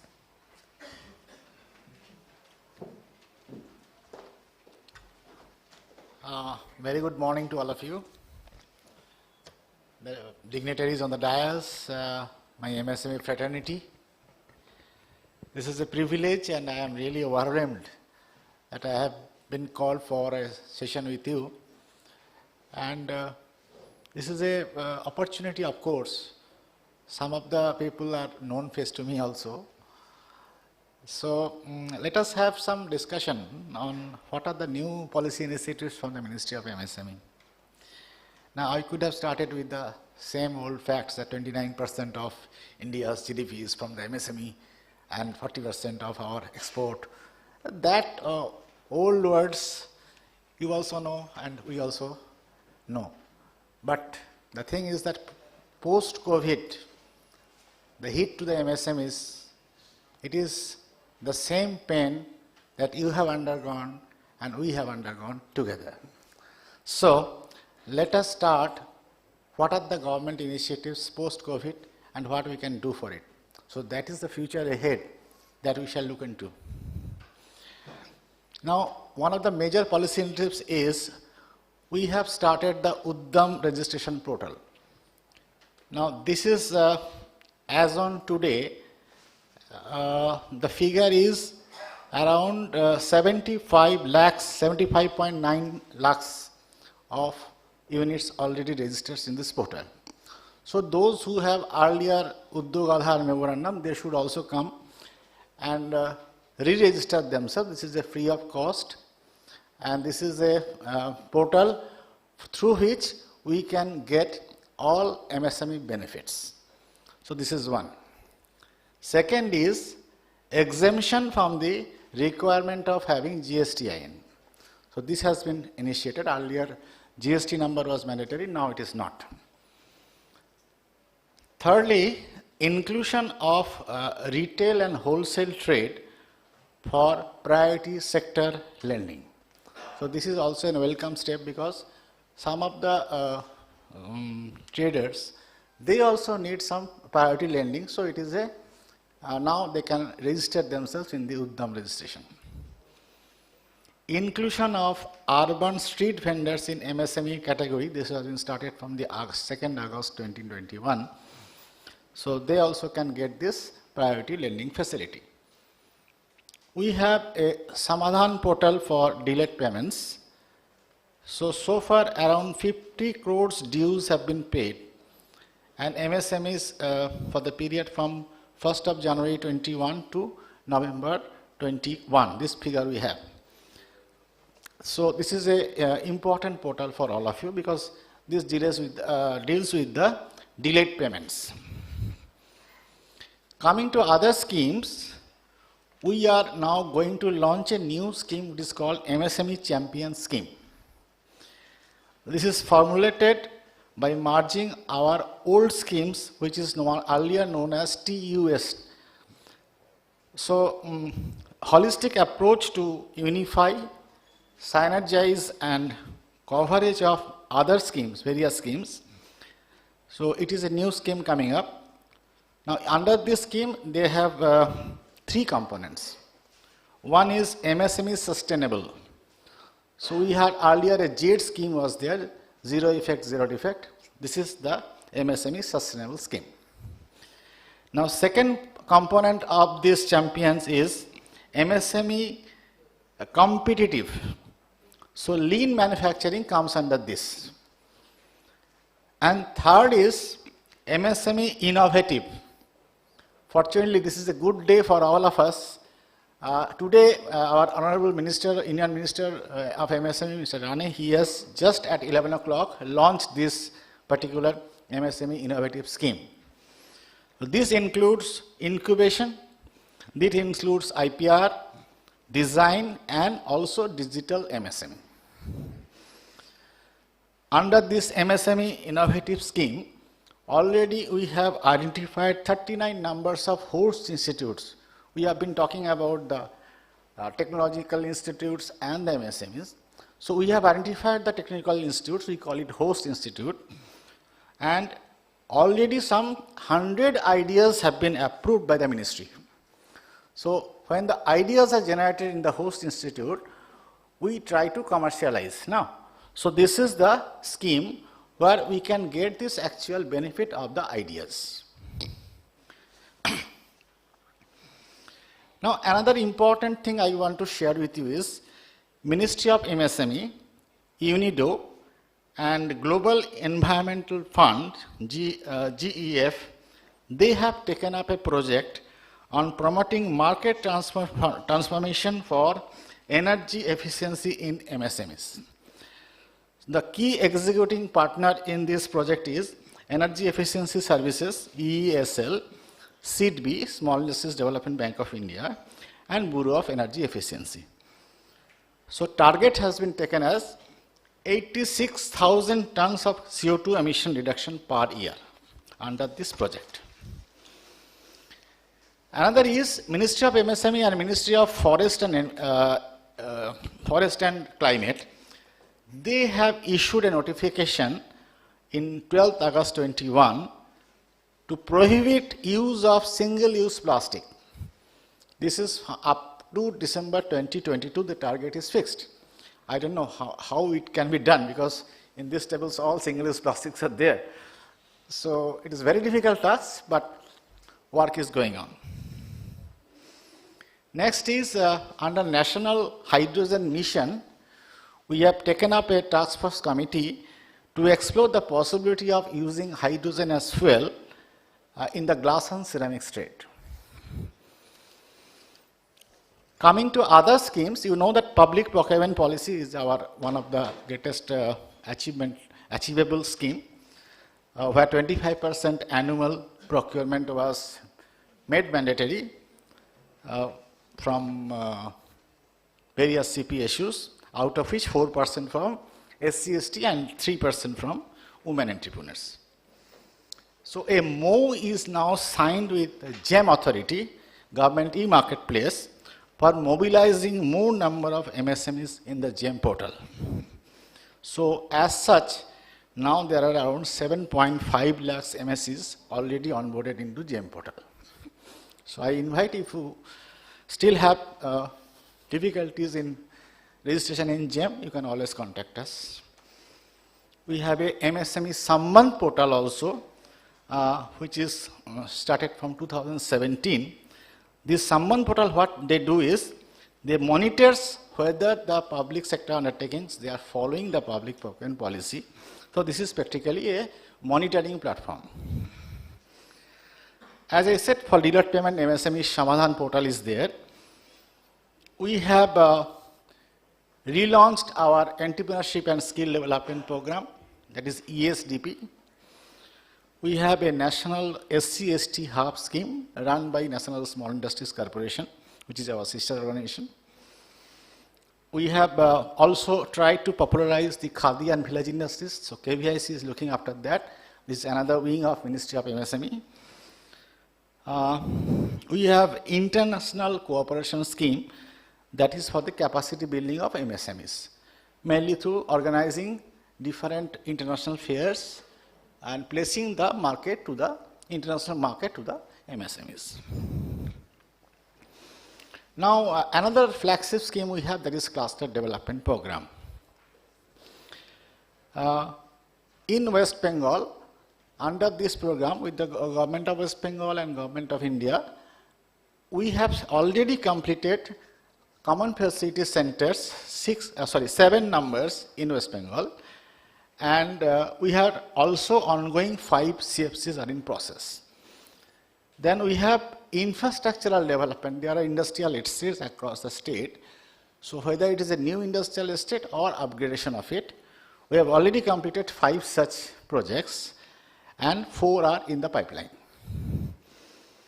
And 2 more CFC proposals was placed before the technical committee. I think they have approved. Another important thing I want to share is, we have technology centers across the India. There are 18 technology centers, earlier known as tool rooms, now they are known as technology centers. So apart from that, there are 7 numbers of new tool rooms are upcoming.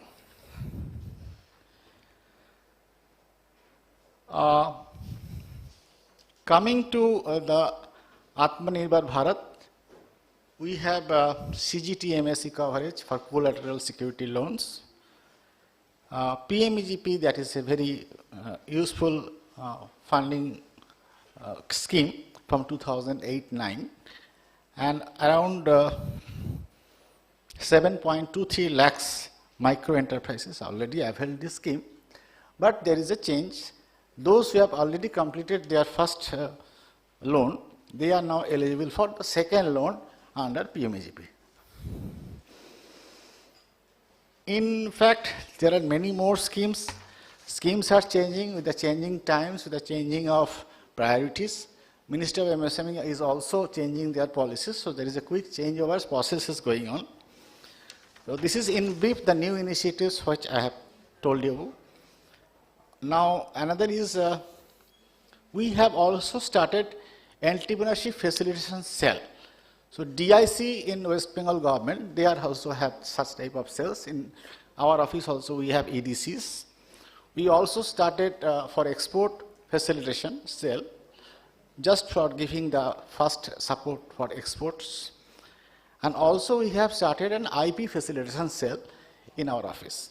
So you are also welcome to, if you have any issues, preliminary issues, we can try to solve that. So these are the 3 important centers we have there. Perhaps this EDC concept is now going to be more expanded. So there will be more EDCs in the district level also. Finally, because the time constraint, I cannot go deep into the schemes, but I have a request to all of you that we are organizing one program that is called Azadi Ka Amrit Mahotsav Festival in our office complex on 16th and 17th. 16th, there is inauguration at 4 p.m. I shall be happy if some of you come, please come in our celebration. There also we will discuss more about the schemes. Thank you very much.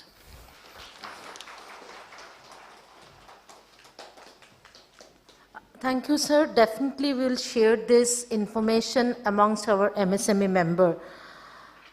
Now we request Mr. Nitin Jain, Managing Director, India, Vice President, India and Southeast Asia, Vesuvius India Limited, and the co-chairperson of the Manufacturing and MSME Committee to kindly deliver the concluding remarks. Sir.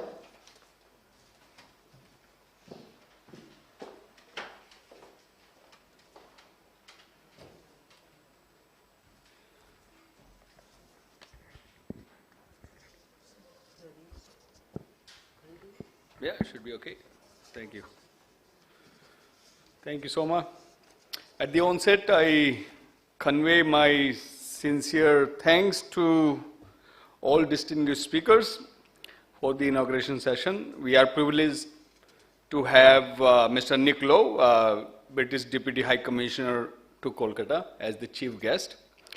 It's a great pleasure for us to have listened to Dr. Krishna Gupta, IS Officer, Principal Secretary, Department of Technical Education, Training, Skill Development, Government of West Bengal.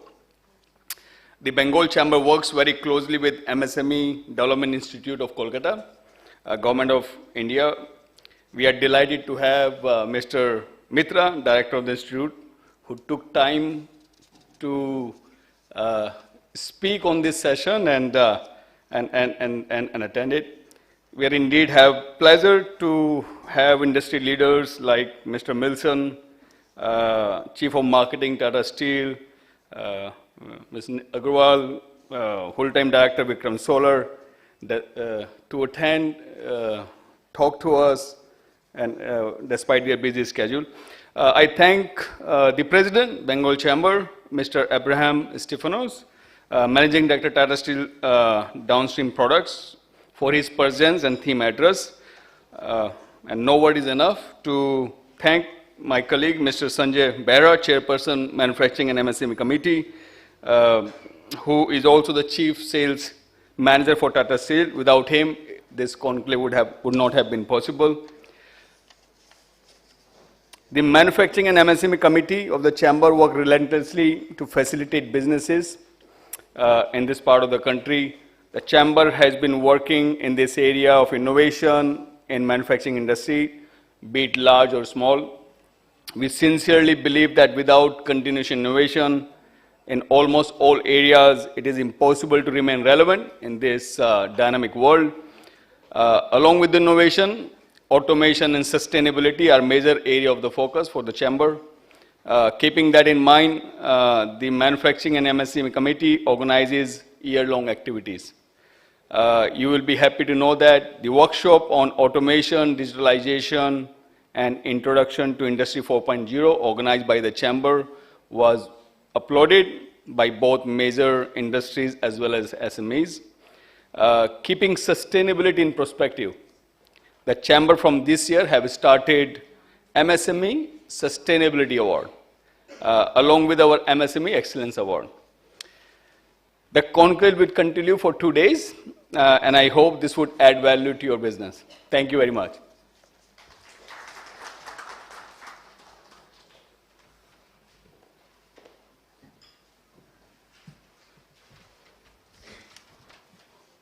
Thanks to all of you for being with us for the inaugural session.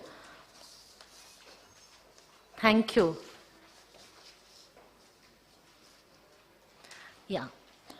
Now we shall move to the second session of the conclave,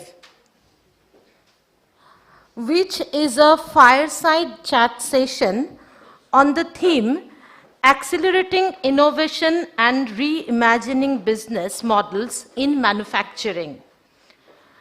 In this session, we have two industry leaders with us on the topic Accelerating Innovation and Reimagining Business Models in Manufacturing.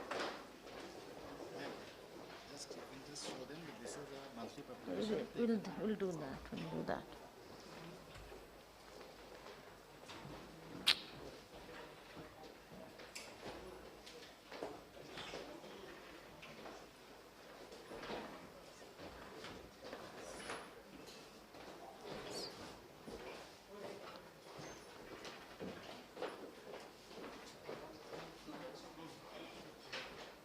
Yeah.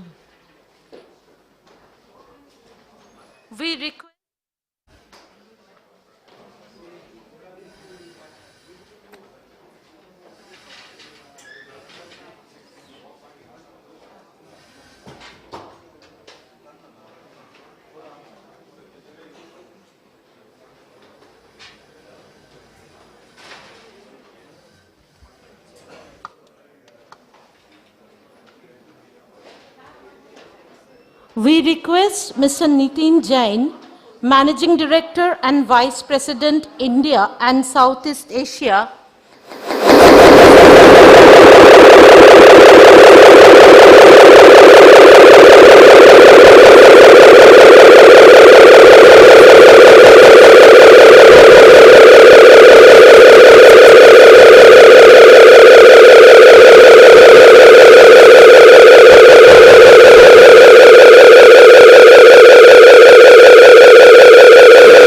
We request Mr. Nitin Jain kindly come to the desk to commence the fireside chat session.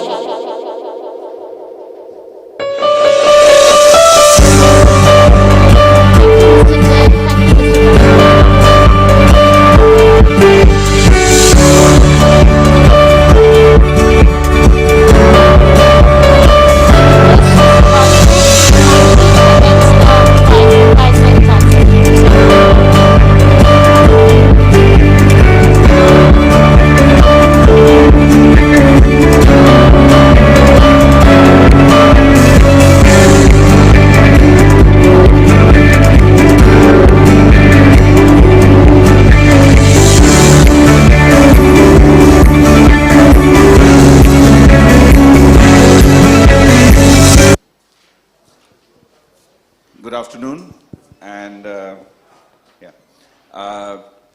it's my pleasure today to host this fireside chat with Mr. Nitin Jain from Vesuvius, and I think we are discussing something today which is very core to our manufacturing aspirations, not just as West Bengal but also as India, as a country, and we are discussing about how do we accelerate innovation? How do we accelerate innovation and reimagine the newer business models in manufacturing as part of an outcome of those innovations? And all of you know that as a country we have tremendous aspirations to be one of the leaders in manufacturing. Our entire promise of Make in India is something which we are all committed to as a nation. So when we look at innovation, I think there are certain things which probably come in immediately in our minds when we think of it, that what does innovation do in manufacturing? And I think it allows manufacturing to be far more optimized. It allows for newer business models. It allows for bringing in more scale. It allows for bringing in new ways to better our quality. So while we're doing all of that, we have seen over the last few years new technology coming in, new innovations being brought in within manufacturing, whether it is around robotics, whether it is around additive manufacturing or 3D printing, whether it is around analytics, whether it is around artificial intelligence, around smart sensors, around smart MES systems, the list goes on. So I think it would be very pertinent to hear today, from somebody who has seen it work out in their organization, and also to hear from them some of the learnings which we have. So it's my pleasure and privilege to have this conversation with Nitin. So Nitin, as we jump into this, maybe I will start with a bit of the journey of Vesuvius. As a company, it has been a company which is more than 200 years old. So when you looked at, driving your company on the path of excellence, what are some of those innovations which have probably not only ensured that you survive and, thrive for these 200 years, but also, become a global player, become a leading player? Any thoughts around that? Thanks, Arnav, and thanks for this opportunity to be here speaking to so many of my colleagues. So Vasu's journey, when we talk about innovation, when we talk about 200 years of journey, when we talk about how the business has evolved and has become a leading global player, I think first and foremost it starts with, let's say, customer intimacy. Vesuvius has always, if you look at our business model, has always been very close to customer.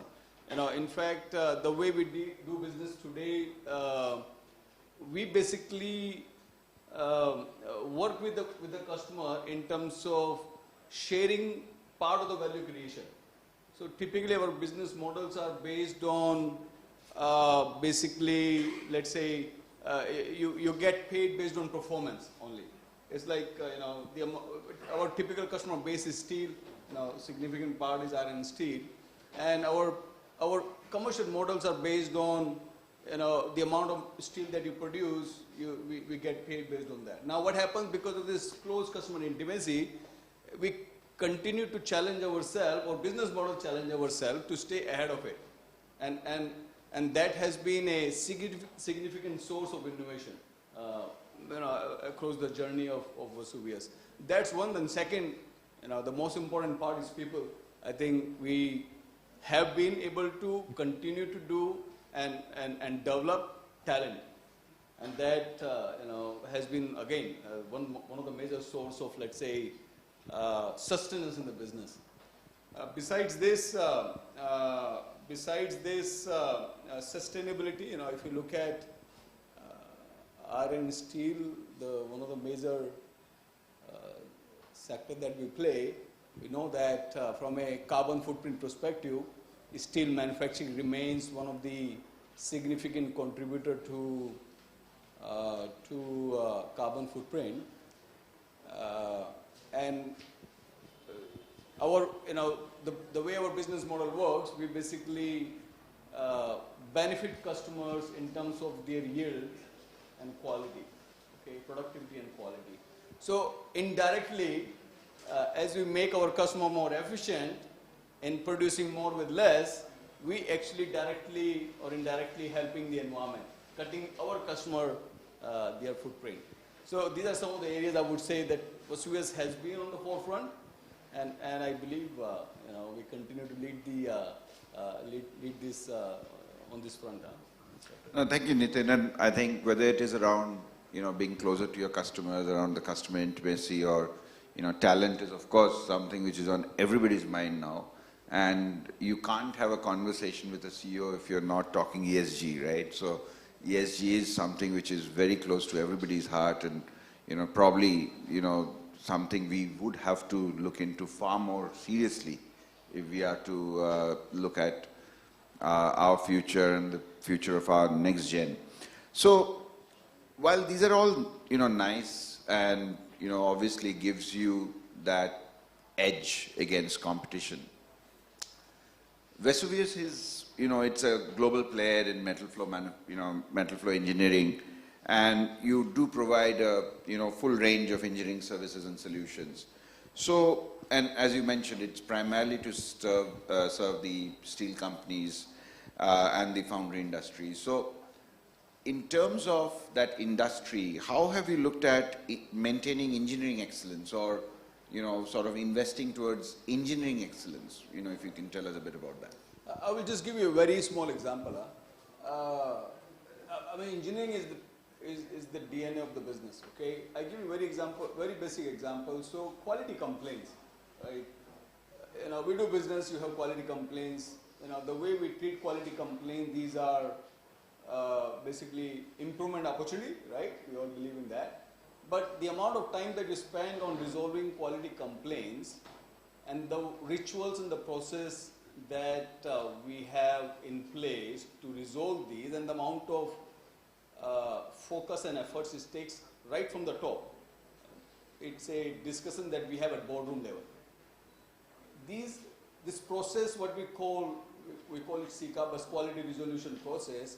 Every single quality complaint that we receive, based on the severity of the impact, it goes through the analysis and learnings. And I think quality complaints have been single most important source of continuous improvement and innovation for us. Okay, it helps us to make our products better. It helps us to make our innovation pipeline strong. That's number one. Now, in terms of looking at macro level, in terms of innovation, I think we are a company of engineers. Okay, we are more engineers than typical joke around in the company that we are more engineers than anything else. We lack marketing than, we are less marketers than engineers. But if you look at over the last 5 years, and if I just take the example of India, we have invested heavily in a state-of-the-art R&D center in Vizag, which focused not only India, but it's a global R&D center. And over the last 5 years, now this center is home to many experts. It's home to the best cutting technology, analyticals, and talent pool. It starts to contribute not only for us in India, but creating solutions which are important for the globe. Okay, so so that's from the investment side. And the third element, when we talk about again engineering, how do we stay relevant? So automation, robotics continue to be an area which we all believe, making difference and will continue to make bigger difference. And Vesuvius as a company has a global vertical which purely focuses on automation robotics. So, I mean, we are in refractory business. So we are not really a robotic company, technically. But we realize that, and not now, even if you look at last few decades, our solutions have not been limited to refractories. So we have not only able to provide customers refractory solution, but the solution which are combined refractory and mechatronics. So that customers are not only benefiting from, let's say, productivity and yield, but safety, the sustainability of the solution. So these are some of the areas where we do well, and this is the area where we believe we will continue to have to do well. Okay. Okay. No, great points, and I think these are some things which we can all learn from. So if you think of broadly innovation, and you probably touched upon it when you were answering, innovation is in some ways a process of converting ideas into value creating technologies, right? And as you said that you need to have these micro innovations happening across the company for you to be continuously on this path. So, and that's very critical to staying ahead of the curve and being ahead of competition in the. So how do you sort of practice that? How do you encourage that kind of micro innovation where ideation or idea creation to the actual technology value creation is being planned? So a number of elements here. Number one, starts with the focus. So like quality, what we call NPS, which is new product systems, solutions, is a metrics that we track at board level. That's number one. That's part of, let's say, sustainability metrics for the business. So there is a top-down driven agenda around new products and solutions. Okay, that's number one. Number two, idea generation, of course, very important, right? And as I said, part of some of the processes that we have, such as even quality control, which I'm very proud about, generates ideas. But then meticulous execution of these ideas, alpha trial, beta trials, then take them to market, and convincing customer that it's not only fit for one but for many. I think this execution piece, which I think we do very well. And, right. And again, it's also a question of prioritizing how many things you want to take at one time. But we typically focus on less. But the focus has been meticulous details on execution. And I think if you think that we pick up on the innovation side, we try to deliver well.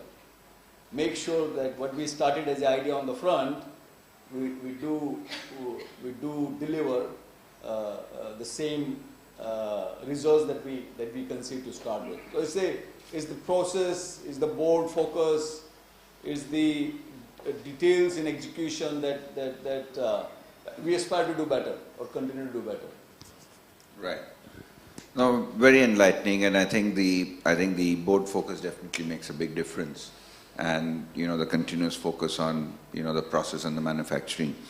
Coming back to something which you touched in your first answer, obviously contributing to the UN SDGs is one of the fundamentals for industries now, and obviously, as you said, that you are in an industry which is quite high in its carbon footprint. So what are the areas which Vesuvius has identified as, from its operations that would probably directly or indirectly contribute to these SDGs?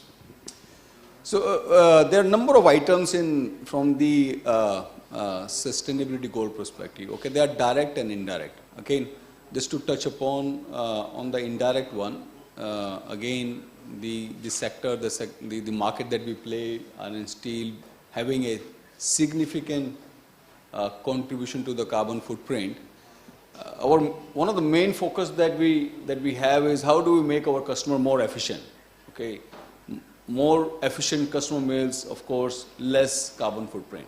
So that means focus in our innovation. So when we look at our innovation direction, okay, what are the 2-3 things that we need to do right? How we measure how do we qualify, let's say, capital allocations to different projects, innovation projects.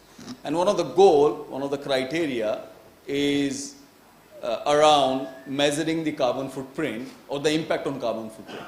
So that's one. That's basically then on the front end of capital allocation on projects, we basically qualifying the projects on the carbon footprint and trying to help our customer to become more efficient. So that's indirect, okay, and I think that's very significant one, okay. Now in terms of direct energy, right, energy consumption in our all on operations. So in last couple of years, the investment that we have made in sustainable energy, and I'm happy to say by end of this year, 25% of our electricity will come from sustainable sources. And I believe there is a lot of room to do further, okay. That's second, and then the third element, which I will talk about safety, okay. When we talk about sustainability, right, at the end of the day, it comes down to the people that you work with and people that are around are safe, and I think that's a significant source of strength for us.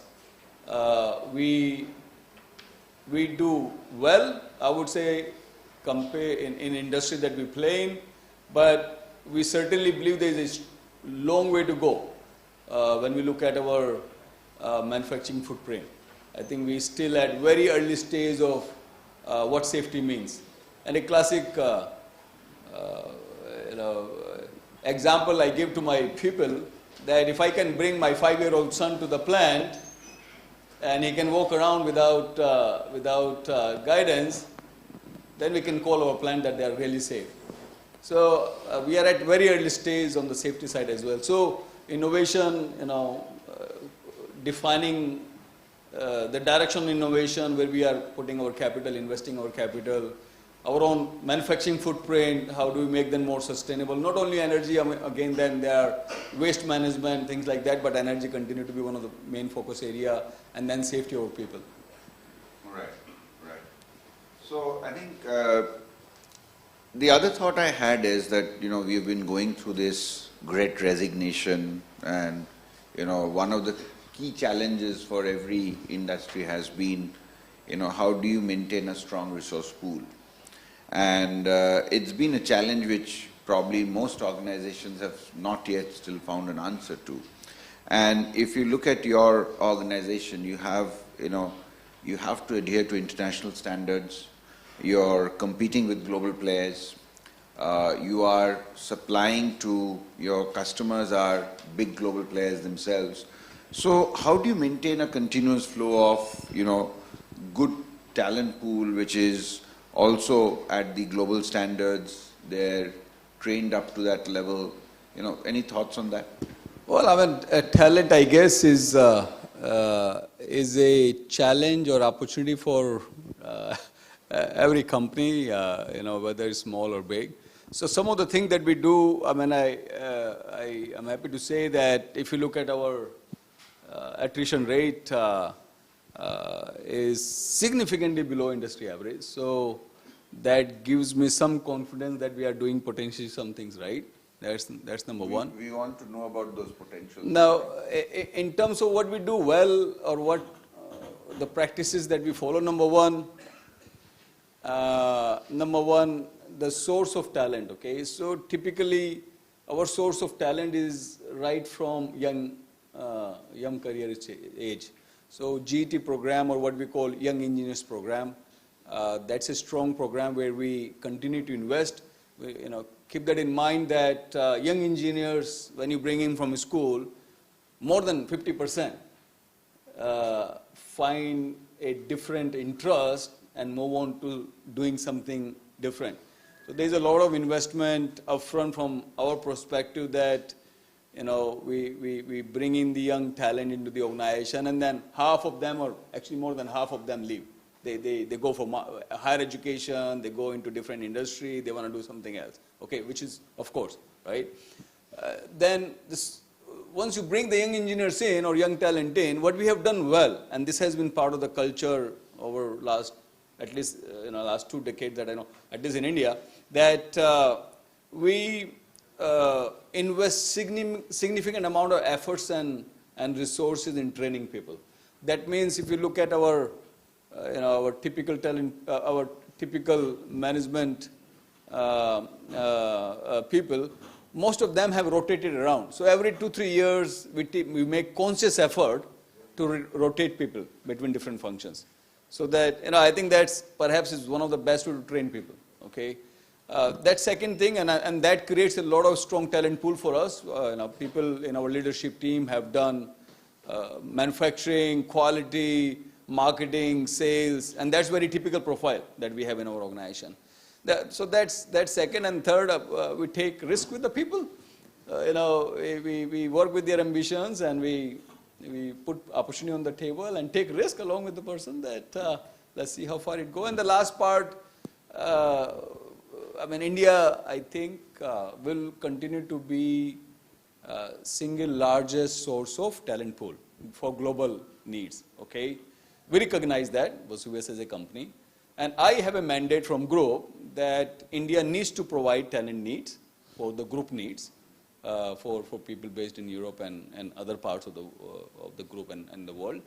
And we continue to export, and it's a continuous process. Every year there are a certain number of people who go from India into global roles, and these are not necessarily senior roles.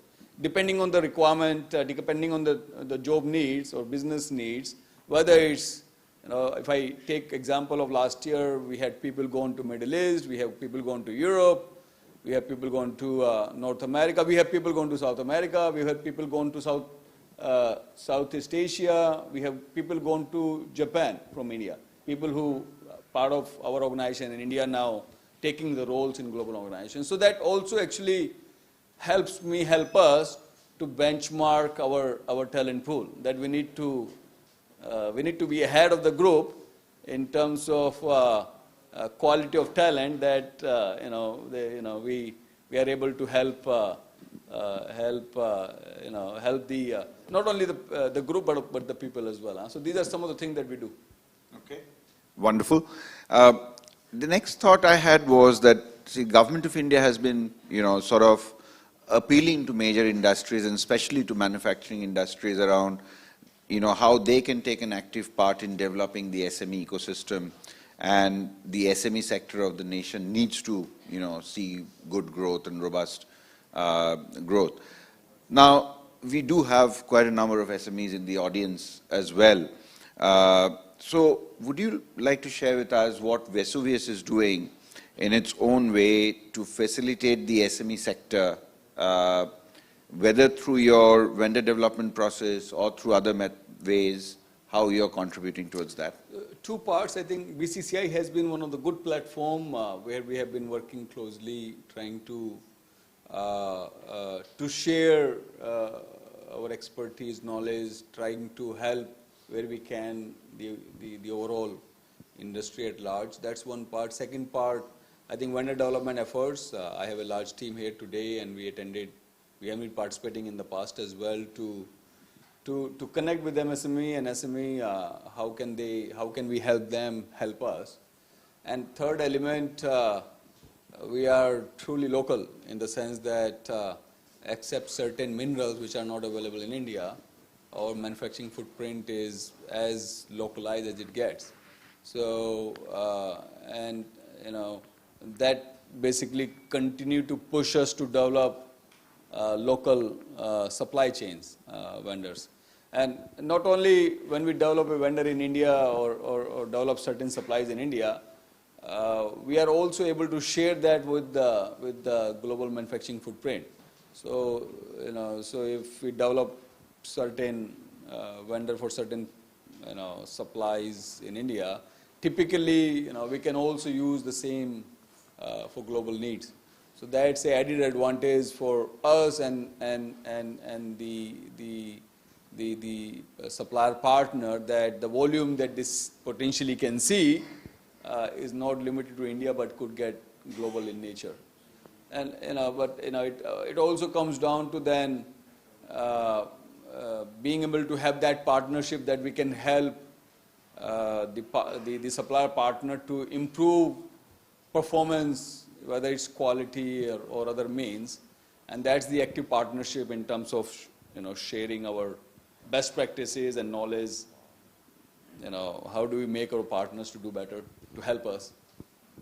Right. So, what are some of the new achievements which you are targeting for in the next 5 years? Next 5 years. Okay, so if you look at Indian metal industry, we are going through a massive cycle of growth. I think what we have seen last couple of years, industry hasn't seen for last 10 years. So, so we are as excited as the industry is that India is now start to make a big, at least there are big ambitions and big expectation that the metal sector will take a play a bigger role not only for India but for global needs. Now that being said, there are 2-3 things. Number one, I think our focus will continue to be on sustainability, and that means how do we help our customer, which I mentioned before, and that I think we need to do our fair share of contribution. So that's the efficiency for our customer. That's one. Second, I think there is still a large pool of cutting-edge technology that we have in Vesuvius, which we have not championed in India yet. So we do well in the applications that we play, but there are applications where we don't play, where we believe we do very well and we can add value. So that would be second element where how do we bring those technologies to India to help our customers. And the last part would be how does Vesuvius India, Southeast Asia becomes or take bigger share of global innovations. Ultimately, I think our customers and if you look at steel industry is truly global in nature and is becoming truly global in nature. So how do we become more innovative and become and create more innovations not only for us, for the group, but for industry at large. That means products, that means people, that means best practices. Thank you, and thanks for this amazing discourse, Nitin. I think we really learned a lot about how you're focused towards customer intimacy, your focus on your people. It came across quite a few times in terms of not only your investments, giving them a global stage to perform, but also how you're sort of accelerating micro innovation and then also keeping the board engaged on that, and of course your focus towards ESG, how you're looking at probably optimizing the overall efficiency levels to a place where, you do it, you do more for less, which then makes the carbon footprint become far more nimble.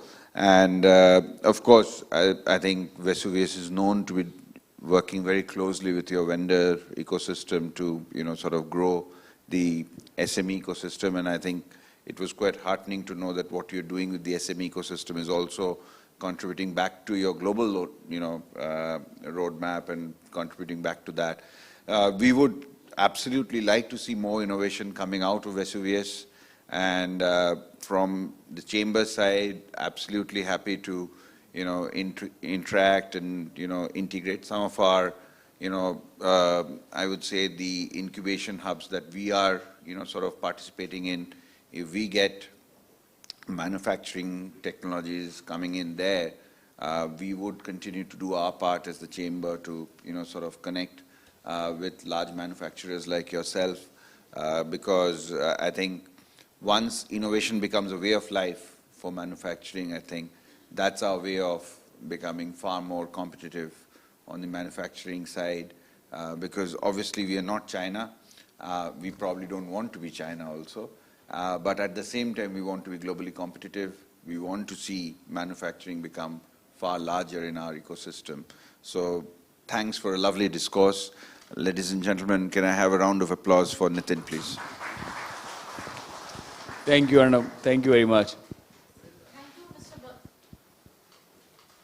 Mr. Basu, and thank you, Mr. Jain, for truly a very enriching, discussion. Thank you once again, sirs. Now we request all of you to kindly join us for lunch at the Bengal Lounge in the 3rd floor. We shall start the next session, that is the 3rd session, sharp at 2:30. So request all of you to kindly return to the venue, that is this hall, sharply by 2:30.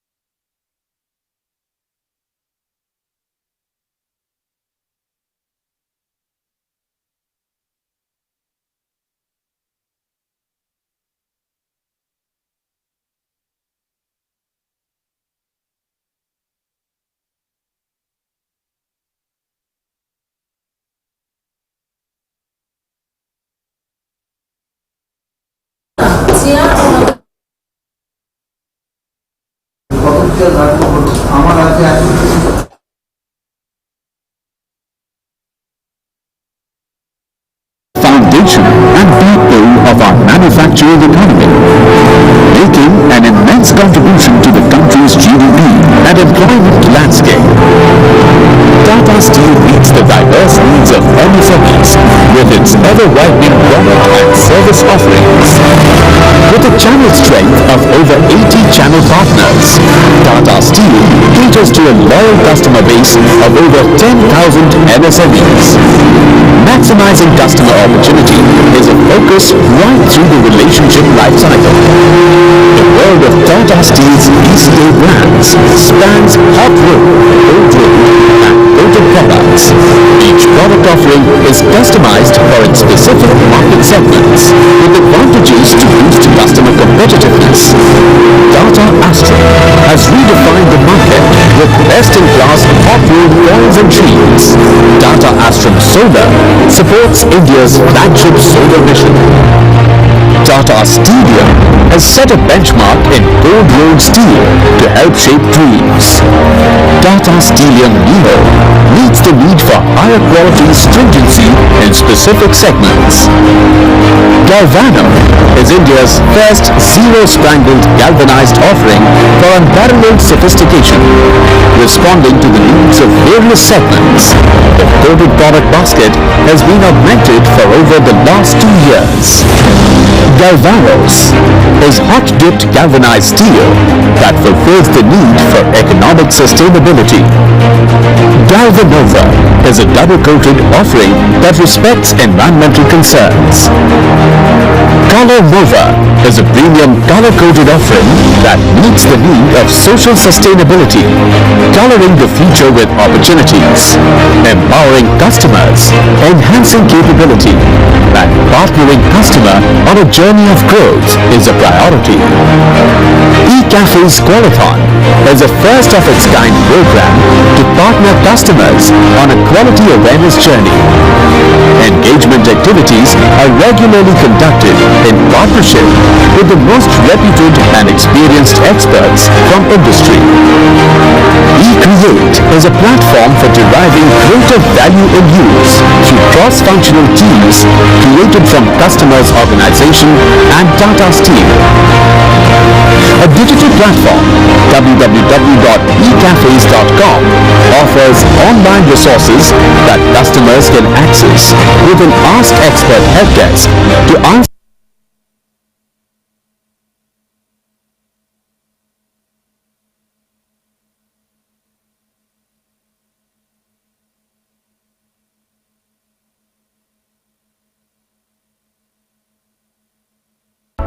presenting an enterprise that is constantly on the move, relentlessly pursuing the emerging needs of customers through exceptional product and service experiences.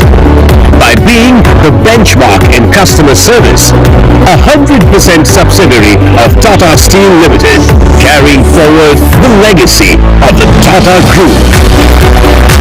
Offering a wide range of products, services and solutions to various customer segments. Leveraging technology, product and process innovation. An irreplaceable bridge between steel mills and customers. Empowering communities and people. Tata Steel Downstream Products Limited. More than just a steel service center organization.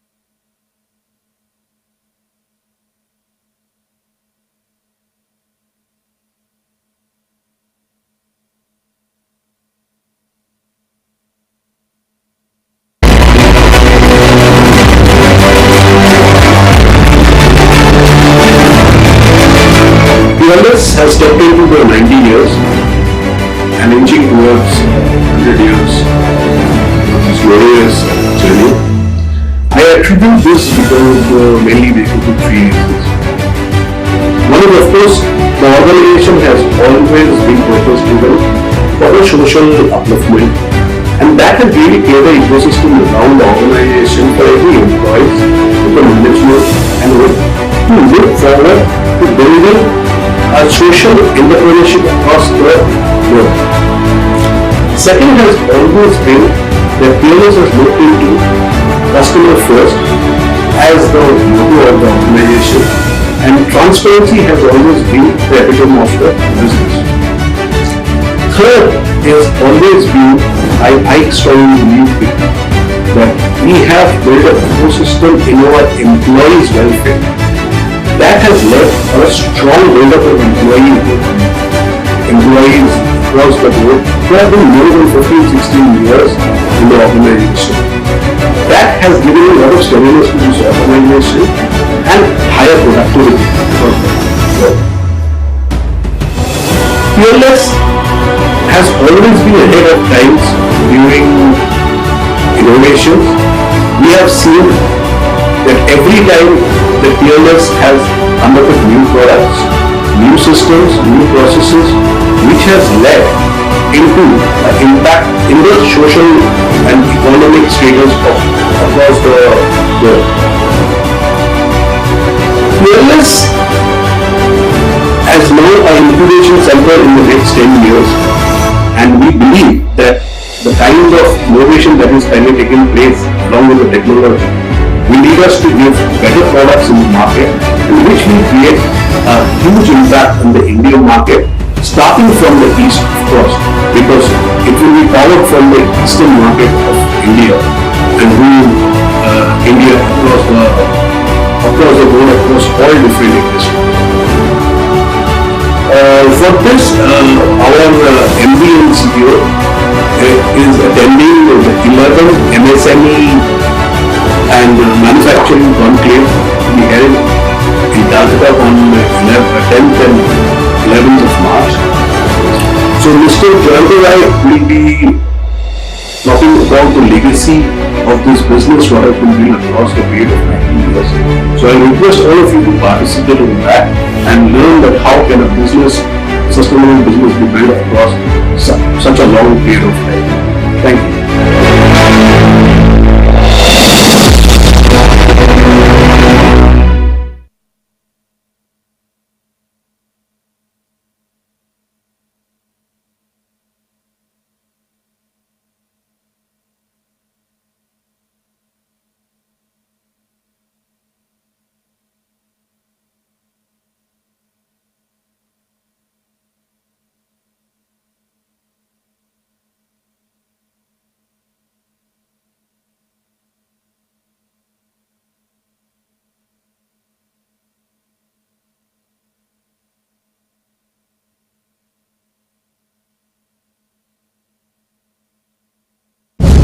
You are here.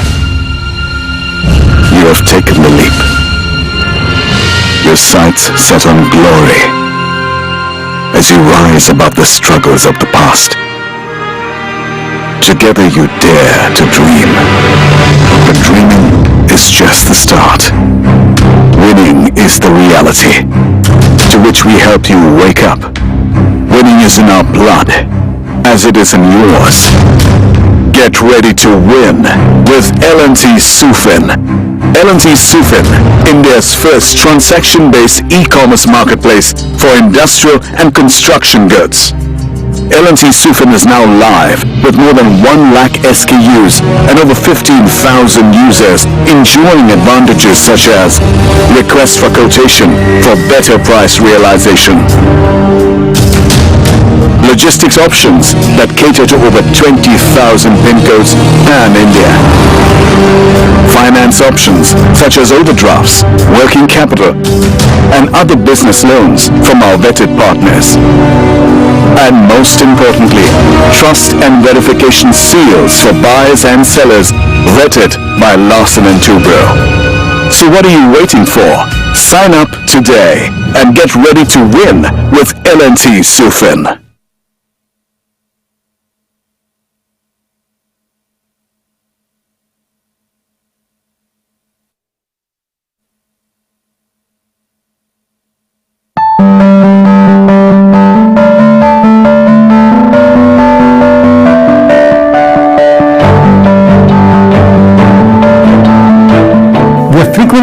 calling ourselves a technology company which sells a product rather than a product company.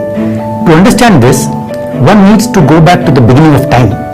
When my father and I were running a small manufacturing unit, we decided to invest in an IBM PC compatible due to my interest in programming. At the same time, we wanted to get some business applications which we could also use for our factory. My father sat through 3 or 4 of the demos, which would last 15 minutes to half an hour, with him staring blankly at the screen, unable to understand anything. The salespeople who had come would tell him, "But this is how computers work." His response still echoes in my mind. When I buy a car, I want to be a driver and not a mechanic. I want to run my business, not run your computer. It was to become my challenge to see if someone like my father could use a business system. After an enthusiastic few months of effort, my first demo was ready for him. It lasted only 2 minutes. The demo started very well, with my starting to create a payment transaction. The date was already filled in. At a field labeled expense account, I typed T001. He asked, "What is T001? I said it was the code for traveling expenses. So he said, "Why don't you enter traveling expenses instead?" My response, "Well, you see, a computer understands codes and does not understand English," ended the demo. "I don't understand you," he said. "All along, you have told me that computers are dumb machines which do not understand anything, and now you tell me that they understand codes but not English. Can you first make me understand?" So I had to choose my words a little carefully now. I said, "Actually, it is much easier to write programs which understand codes than it is to write programs which understand English." His response is easily the backbone of where we are today. Are you writing programs to make life of the programmer easier or life of the user easier? This one insight changed the entire outlook of what problem are we trying to solve. It has led to solving problems of database stability in hostile powered environments, solving for your distributed application never getting virus affected, solving for simplifying entry of dates and amounts without needing to train someone. And the list is really endless. This one statement also set new benchmarks for what the word simplicity stands for, and not to have any excuse for inability to solve for it. One learned that allowing people to run their business meant that the software needs to adapt to their way of working and not the other way around. It led to creation of flexibility which was unheard of in business systems, allowing people to remain disorganized if they so wished, yet increasing their efficiency. From the very early days, one discovered that existing technologies are not constructed to achieve these goals. Thus was laid the foundation of a technology company which sells products. These are the foundations on which Tally was born and continues to build on.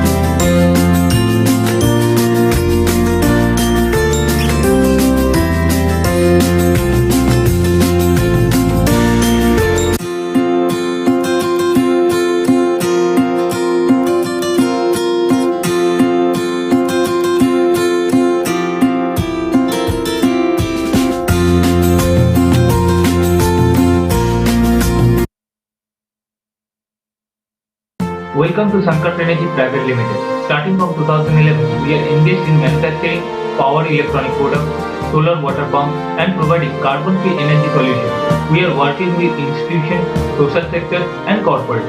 We are supported by IIT Kharagpur and CMRI Durgapur. Currently, we are having a team of 20 persons, and we are channel partners of Infinite. Mrs. Suncraft installed this project, and their commitment and know-how is excellent. I'm happy to be a part of Suncraft. I'm happy to be part of Suncraft is a completely indigenous startup, and we provide technology that is made in India.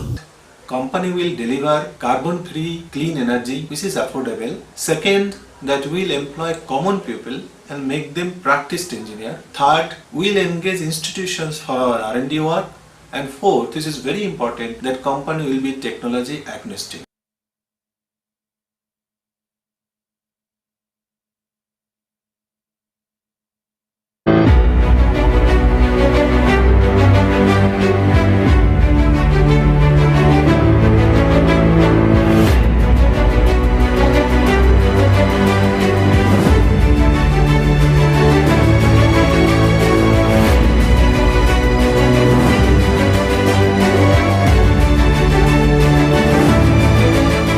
Peerless has stepped into the 90 years and inching towards 100 years of this glorious journey.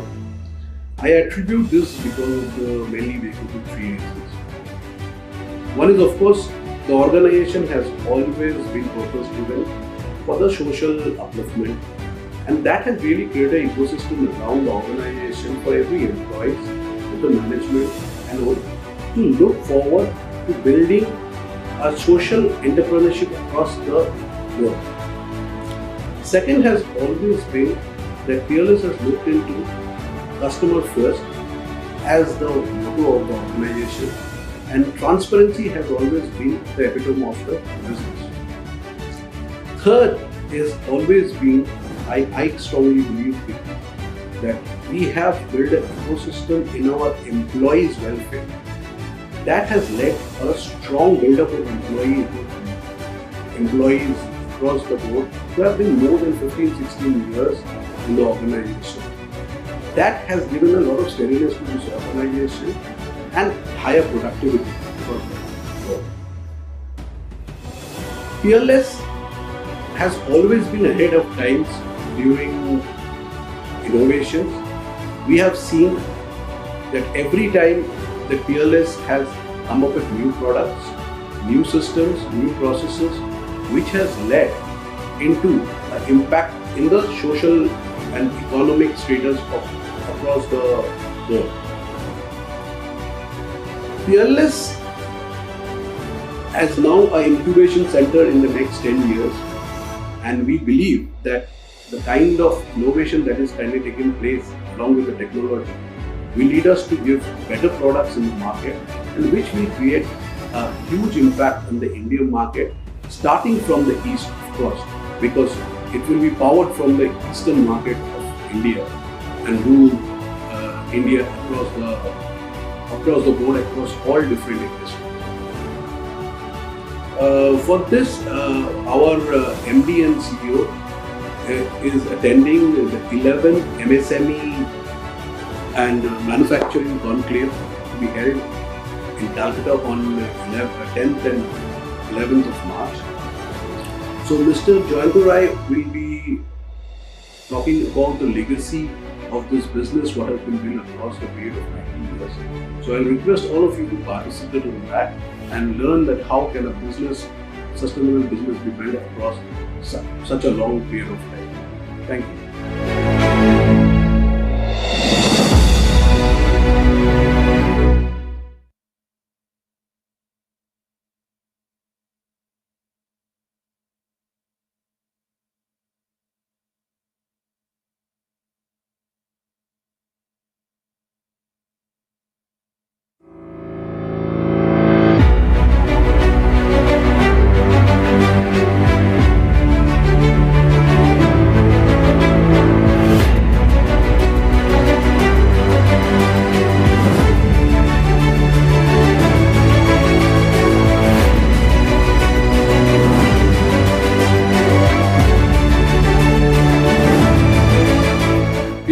has stepped into the 90 years and inching towards 100 years of this glorious journey. I attribute this because of the mainly because of three reasons.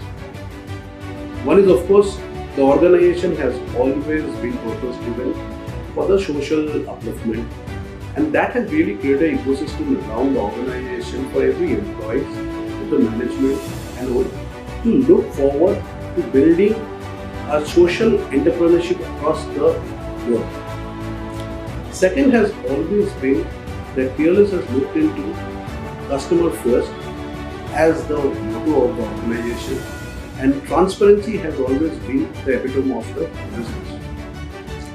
Third has always been, I strongly believe that we have built an ecosystem in our employees' welfare that has led a strong build-up of employees across the board who have been more than 15-16 years in the organization.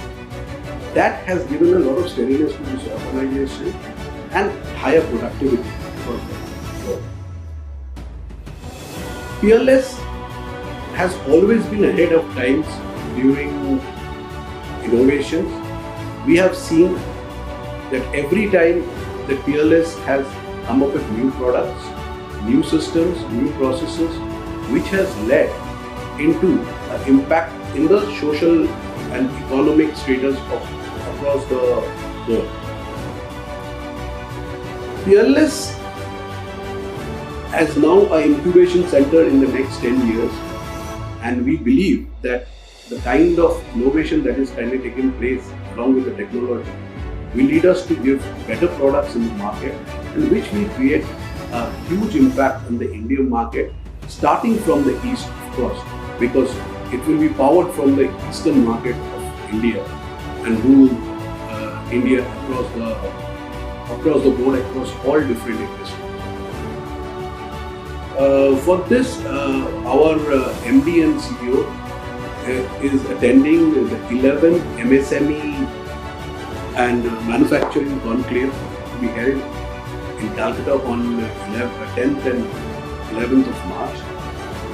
So Mr. Jayanto Rai will be talking about the legacy of this business, what has been built across the period of 19 years. So I'll request all of you to participate in that and learn that how can a business, sustainable business be built across such a long period of time.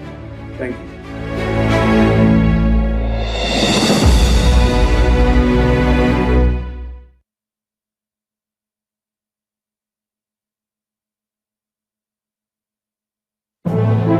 The MSME segment in India is the foundation and backbone of our manufacturing economy, making an immense contribution to the country's GDP and employment landscape.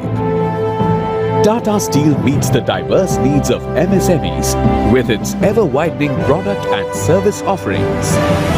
With a channel strength of over 80 channel partners, Tata Steel caters to a loyal customer base of over 10,000 MSMEs. Maximizing customer opportunity is a focus right through the relationship life cycle. The world of Tata Steel's ECA brands spans hot rolled, cold rolled and coated products. Each product offering is customized for its specific market segments with advantages to boost customer competitiveness. Tata Astrum has redefined the market with best-in-class hot-rolled coils and sheets. Tata Astrum Solar supports India's flagship solar mission. Tata Steelium has set a benchmark in cold-rolled steel to help shape dreams. Tata Steelium Neo meets the need for higher quality stringency in specific segments. Galvano is India's first zero-sprangled galvanized offering for unparalleled sophistication. Responding to the needs of various segments, the coated product basket has been augmented for over the last 2 years. Galvaros is hot-dipped galvanized steel that fulfills the need for economic sustainability. Galvanova is a double-coated offering that respects environmental concerns. Color Nova is a premium color-coated offering that meets the need of social sustainability coloring the future with opportunities, empowering customers, enhancing capability, and partnering customer on a journey of growth is a priority. eCafe's Qualathon is a first of its kind program to partner customers on a quality awareness journey. Engagement activities are regularly conducted in partnership with the most reputed and experienced experts from industry. eCreate is a platform for deriving greater value in use through cross-functional teams created from customers' organization and Tata Steel. A digital platform, www.ecafes.com, offers online resources that customers can access with an Ask Expert help desk to answer. Presenting an enterprise that is constantly on the move, relentlessly pursuing the emerging needs of customers through exceptional product and service experiences. By being the benchmark in customer service, 100% subsidiary of Tata Steel Limited, carrying forward the legacy of the Tata Group.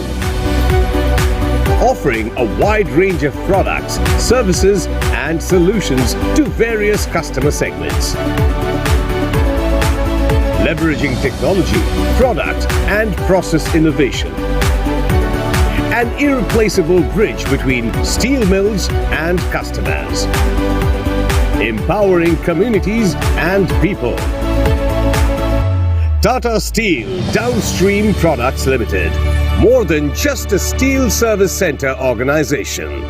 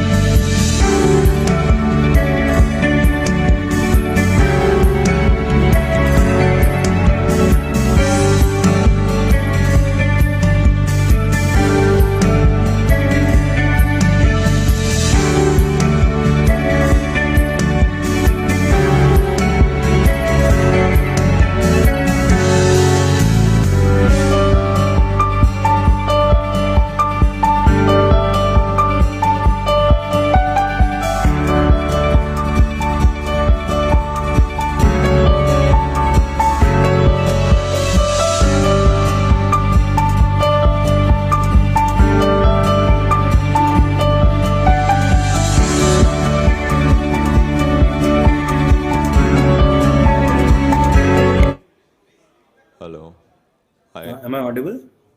Yeah, you're audible. Yeah, done. Yeah, you're audible. Yeah. Okay, I'll then join at that time. Sure. Great. Thank you. Thanks.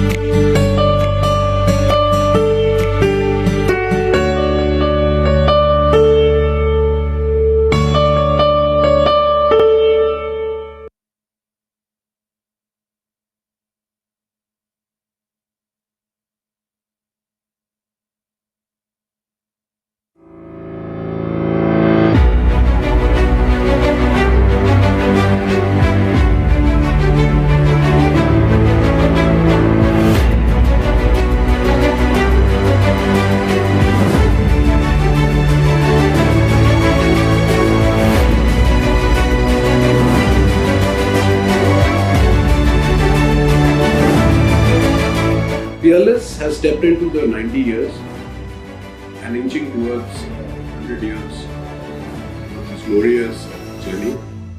I attribute this because of the mainly basically three reasons. One is, of course, the organization has always been purpose-driven for the social upliftment, and that has really created an ecosystem around the organization for every employee, with the management and all, to look forward to building a social entrepreneurship across the world. Second has always been that Peerless has looked into customer first as the motto of the organization, and transparency has always been the epitome of the business. Third is always been, I strongly believe that we have built an ecosystem in our employees' welfare. That has led a strong build-up of employees across the board who have been more than 15-16 years in the organization.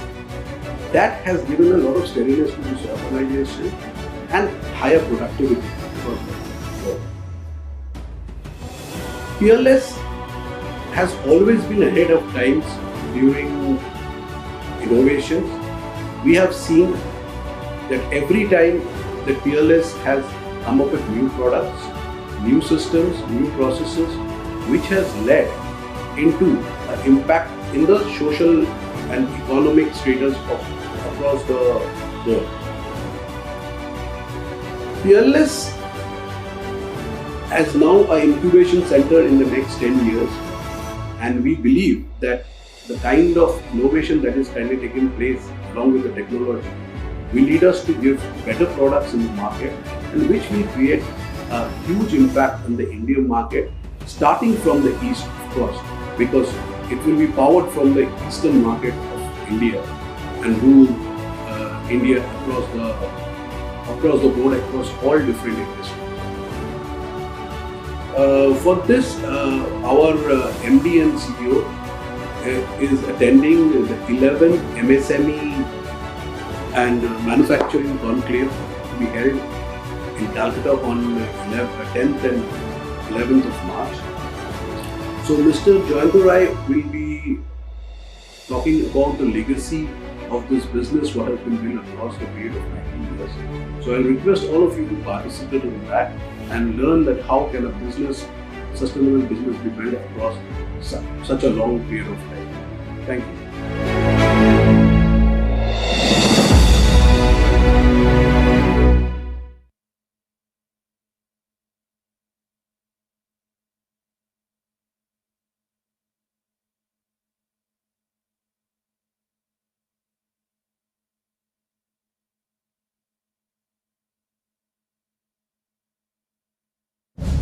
You are here. You have taken the leap. Your sights set on glory as you rise above the struggles of the past. Together you dare to dream. But dreaming is just the start. Winning is the reality, to which we help you wake up. Winning is in our blood, as it is in yours. Get ready to win with L&T Sufin. L&T Sufin, India's first transaction-based e-commerce marketplace for industrial and construction goods. L&T Sufin is now live with more than 1 lakh SKUs and over 15,000 users enjoying advantages such as request for quotation for better price realization, logistics options that cater to over 20,000 PIN codes pan-India, finance options such as overdrafts, working capital, and other business loans from our vetted partners. And most importantly, trust and verification seals for buyers and sellers vetted by Larsen & Toubro. So what are you waiting for? Sign up today and get ready to win with L&T Sufin.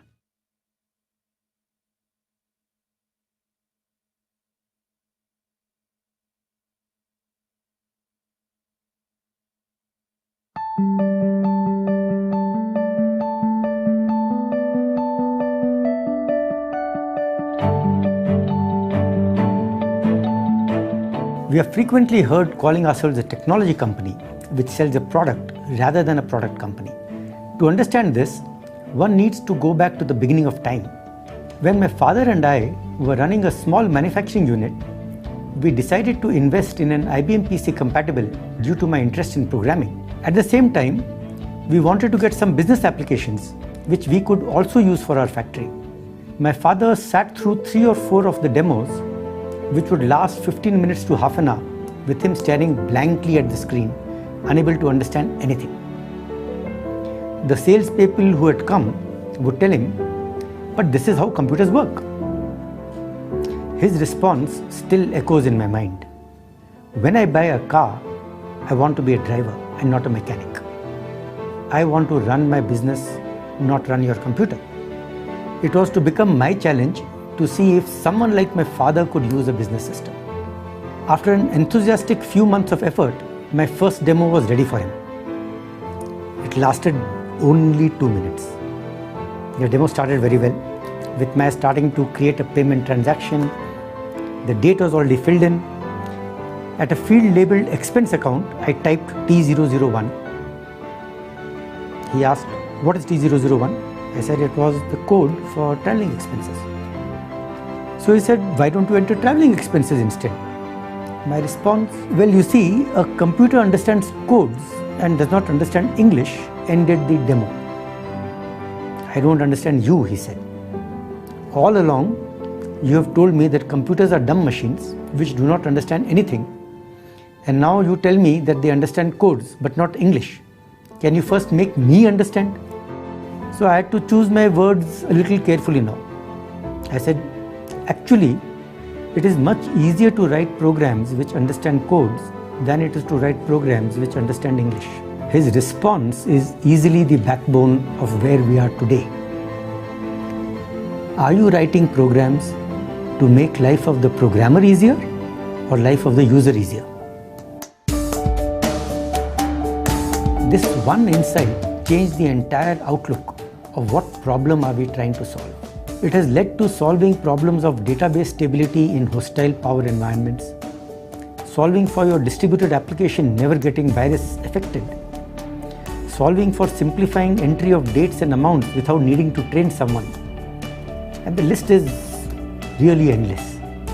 This one statement also set new benchmarks for what the word simplicity stands for, and not to have any excuse for inability to solve for it. One learned that allowing people to run their business meant that the software needs to adapt to their way of working and not the other way around. It led to creation of flexibility which was unheard of in business systems, allowing people to remain disorganized if they so wished, yet increasing their efficiency. From the very early days, one discovered that existing technologies are not constructed to achieve these goals. Thus was laid the foundation of a technology company which sells products. These are the foundations on which Tally was born and continues to build on.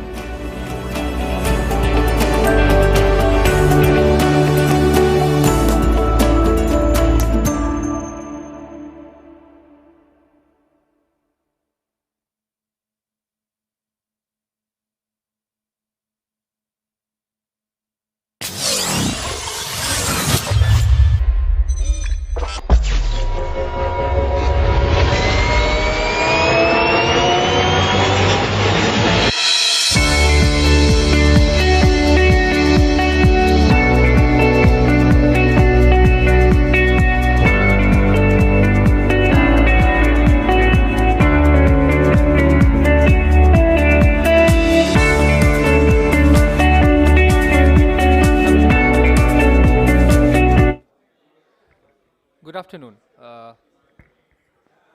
Request all of you to kindly be seated. We are going to start the session soon. Once you all settle down, we'll start the session.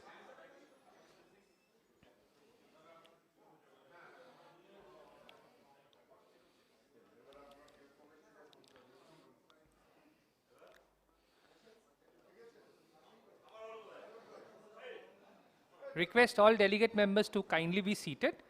We shall start the program once you are all settled down.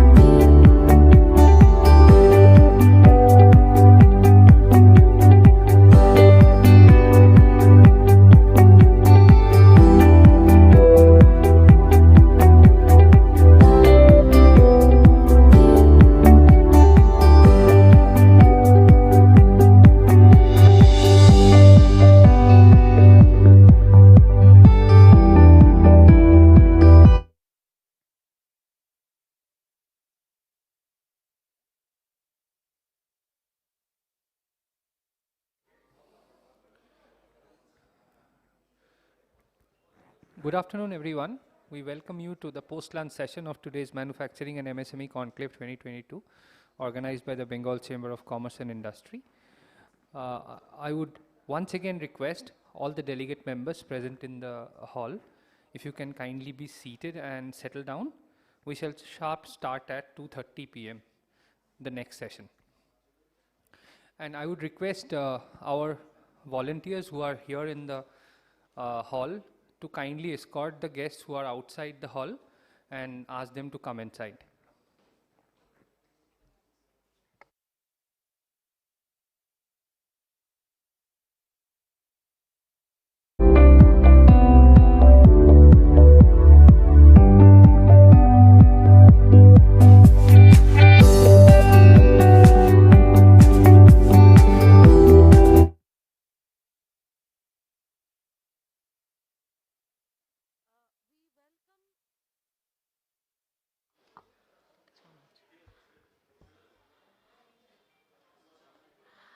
We all welcome all of you to this post-lunch session.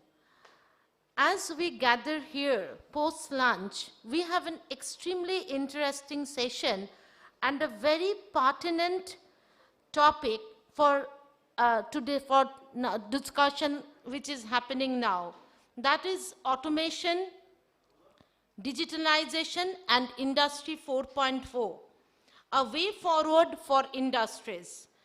The panelists are all experts in their own domains. We have with us today Dr. Surjokanto Pal. Dr. Pal needs no introduction. He is the professor of Department of Mechanical Engineering and also heads the Center of Excellence at IIT Kharagpur. Dr. Pal, I request you to kindly come to the dais, please. We have Dr. Jose Martin Korat, Chief Intelligent Systems and Mathematical Modeling, Automation Division, Tata Steel Limited, who is joining us online. We also have with us Dr. Bharat Bhushan, Chief Digital Officer of Tata Metallics Limited.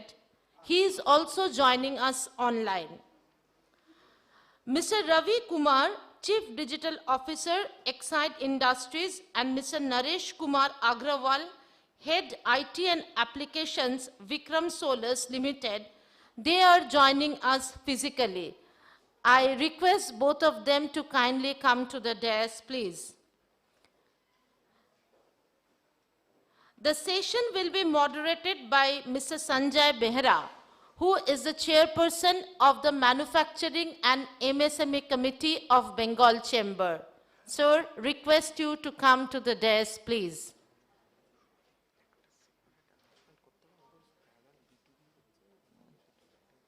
Okay. We also have B2B sessions happening parallelly in the ITC room, just the room beside this hall. So we will be announcing the B2Bs. Those who are interested and want to interact with the industry players for the B2Bs, my colleague is here, Shayantan. He will tell you about the B2B sessions that we have scheduled. Just before starting this program, Shayantan will announce this. Thank you. So the first B2B that we have is with National Stock Exchange from 2:45 to 3:15. From 3:15, we have a B2B with the Peerless Group. So the Managing Directors of Peerless Finance is here. Managing Director of Peerless Finance is here. So he would be conducting the B2B. And followed by B2B with Vesuvius India Limited. Thank you. Over to you, sir.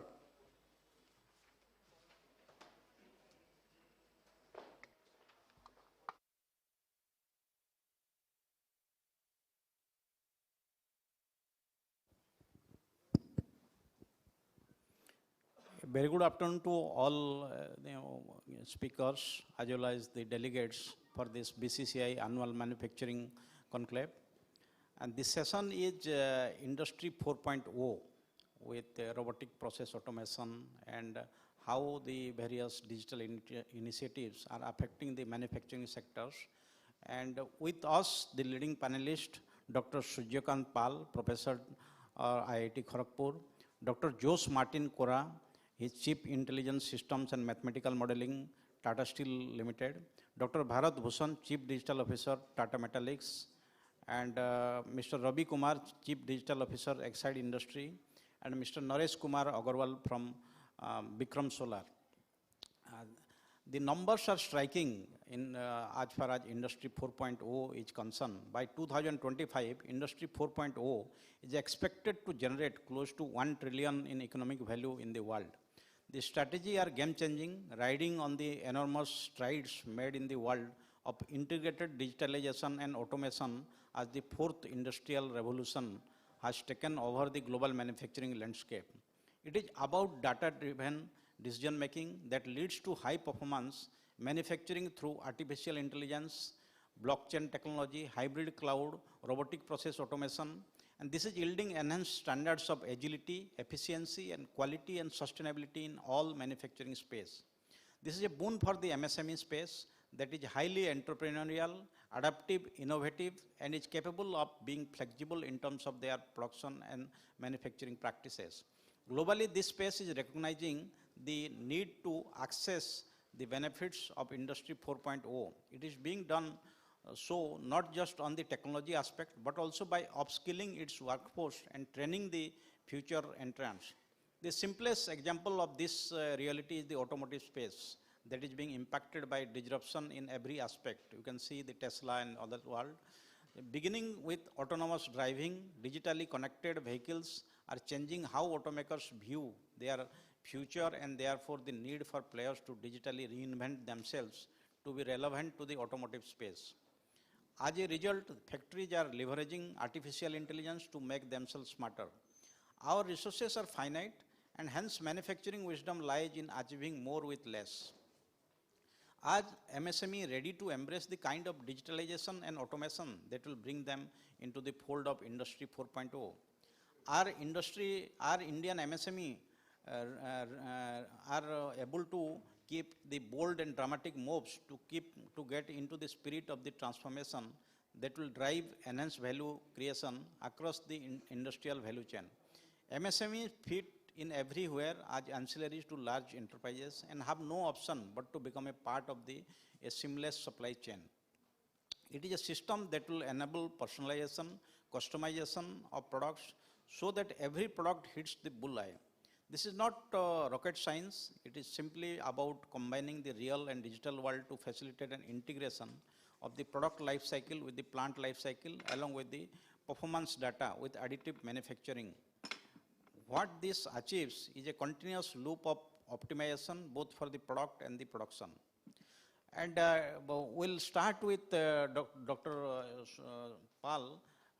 And I request everybody to give 5-10 minutes about this experience of Industry 4.0 in their own space, whether it is how IIT Kharagpur is doing and how it is going to help the MSME sector. Over to you, sir. Yeah.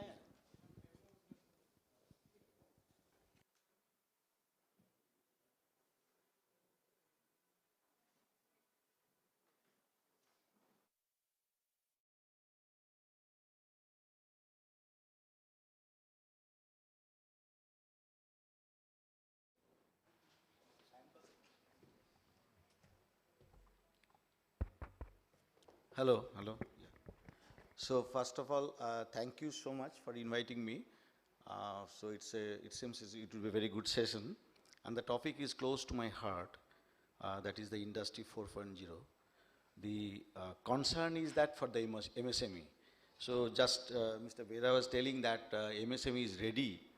I don't agree with Mr. Behra, because Indian MSME is not at all ready to adopt the Industry 4.0 solutions.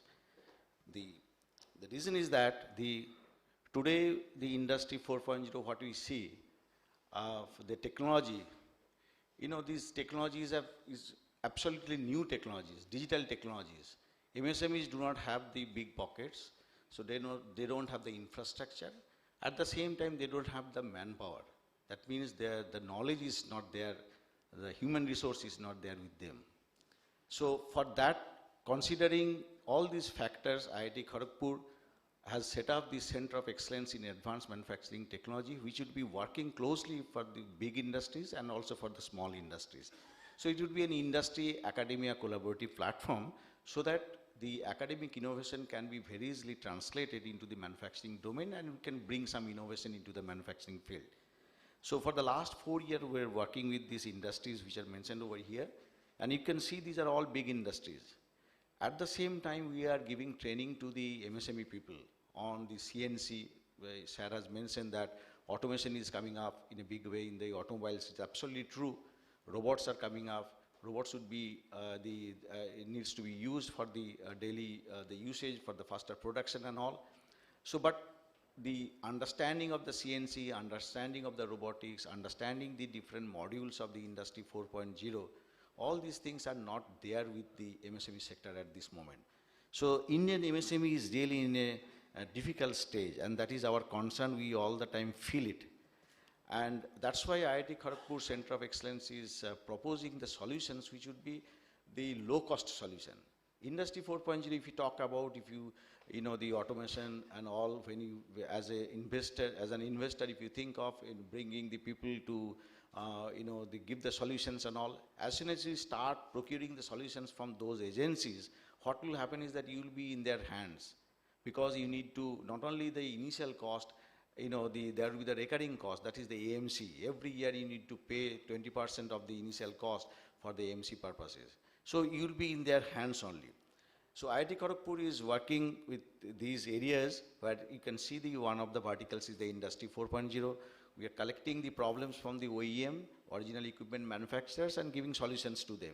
At the same time, we are giving training to the MSME people.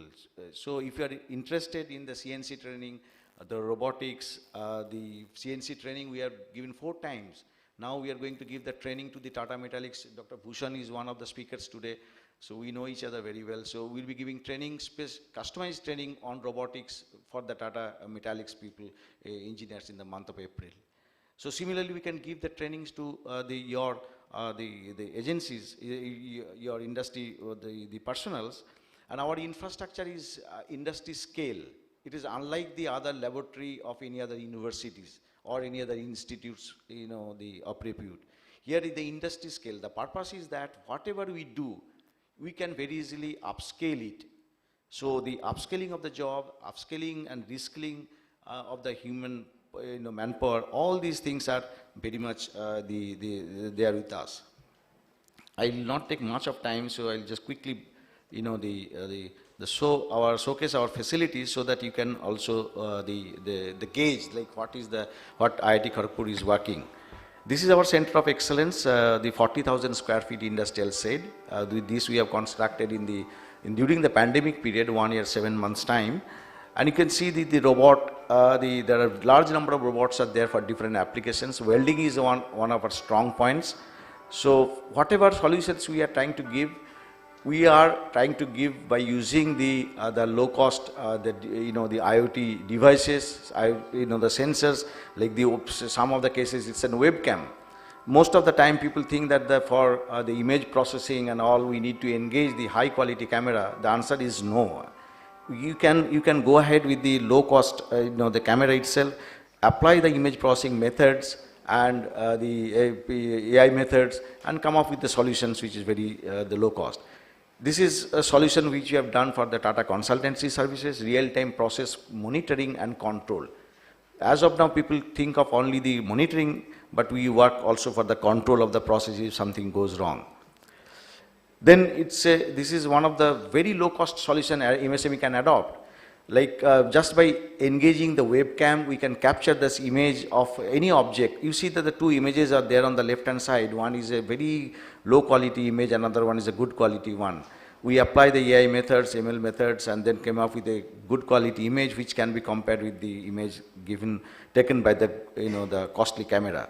And that these sort of the applications for the job analysis, job quality purpose would be very, very useful, not only for the MSMEs, also for the big industries. We participated in all India basis AI competition, and we came up as one of the top 3 innovations in the country, which is ready to go to the market. You see, all these solutions, the robotic movement, identifying the job positions, all these are taken by the webcam. So for a lot of image processing based work we are doing. And then now as you go on, as we start adopting the Industry 4.0, the solutions, and MSME, you have to take it up. Because the days are coming, your product will also be questioned whether it's an Industry 4.0, the compatibility is there or not. That means whether each and every product quality is ensured. Industry 4.0 is nothing but the more insight about the process, more insight about the quality of the product. Whether each and every product is getting checked or not, that is the concern. How can you, when you get to know about the process better, then you can design your process in a smarter way. So that's the Industry 4.0. So keeping only that thing in mind, that is the better product quality, faster production and cheaper product to make your product competitive in the market. So you have to adopt these digital tools so that you can go ahead smartly. So robot to robot coordination, there also you'd be using the low cost solution. You do have a machine, costly machine, and you need to know what is the health of that machine. You engage simple low-cost sensors, get the data, analyze it properly. Low cost means here the infrastructural cost, what I'm telling. Maybe sometime the Arduino-based sensor will work. Somebody was telling about the electric motor. You don't need to procure very costly, the power sensors. Maybe the Fluke make or something like that. But you can just simply engaging the Arduino-based sensor, get the data. And even that the data is not very much accurate, but still you will get a trend. So where accuracy is not very much concerned, the trend itself is a concern, you can go ahead with this sort of solution. So you need to understand your problem very much, and then you can go ahead the Industry 4.0 solution. Another thing is that the assembly operation. In case of the MSME, where some assembly of the jobs are there, whether each and every component is properly assembled or not. So different components, orientation, structure, how many are properly, assembled. So all these things can be very easily gauged. This is an example of the fuse box. Similarly, for the PCB manufacturers, we are working with large number of industries. Some of them have already given a project, some are in the discussion. Just like these are the projects for the Tata Motors, the chassis dimension check, look-alike product check, tag text, the recognition. Some of the MSMEs might be having the text recognition thing to be done. All these things are done by the webcam only. The oil quality inspection from the garden shipbuilders, we are giving a solution which would be AI-based method. Now the well supervisor is not required. If you give me the X-ray images, I'll tell you that what is the well quality. Similarly, these are the problems we are in discussion with Dr. Bhushan of the Tata Metallics. We have already started working on that. Alstom, the entire the digitalizations of the data in the noting problem, that is also we are working. For the ISCO burn-proof, the silicon prediction in the hot metal data analytics, we are working on that. Similarly, for the Larsen & Toubro, Voltas, RDCIS, so different industries, different types of the problem, but we are trying to give them the very low-cost solution. Here is just a small example, and with this I'll finish my thing. Now, different objects are coming up, whether rectangular shape, circular shape, in a production line. Just by webcam fitted onto this, any device. Here we have given it as a robot, but you may not be using the robot thing, just a segregation. So the robot understands that what is this type, the shape of the job. It orients also in that way, and then everything gets done. So nothing is as such programmed. It is purely the AI-based, the method. So if you are interested, you can also go through this book. Thank you so much.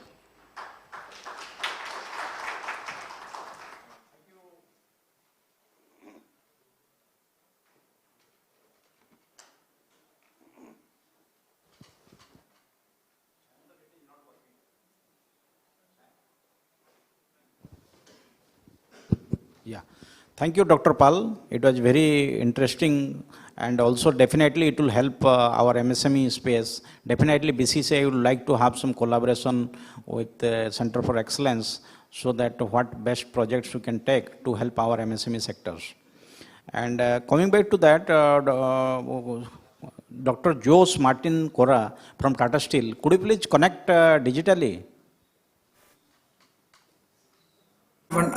Am I audible and visible? Yeah, you are audible. So, Dr. Yeah. Jose, I'd like you to share some, in case any case which Tata Steel has implemented as far as Industry 4.0 and automation is concerned. Then after that, we'll have a question answer session with you.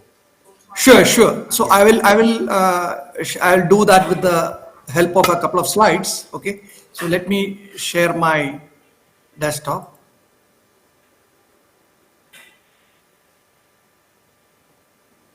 Is my screen visible? Your screen is visible, but PowerPoint is yet to, we are not able to see the PowerPoint presentation. Is it visible now? Can you please put in the slide mode? Yeah, I put it in the slide mode. There could be some lag. Is it okay now? But PPT is yet to come. Sorry, just please let me check the sharing. Maybe I do it with the.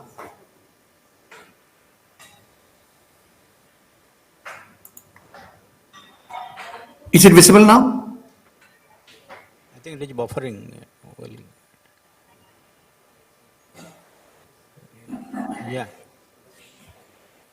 Is it okay? We are not able to see the PPT. Now it is okay.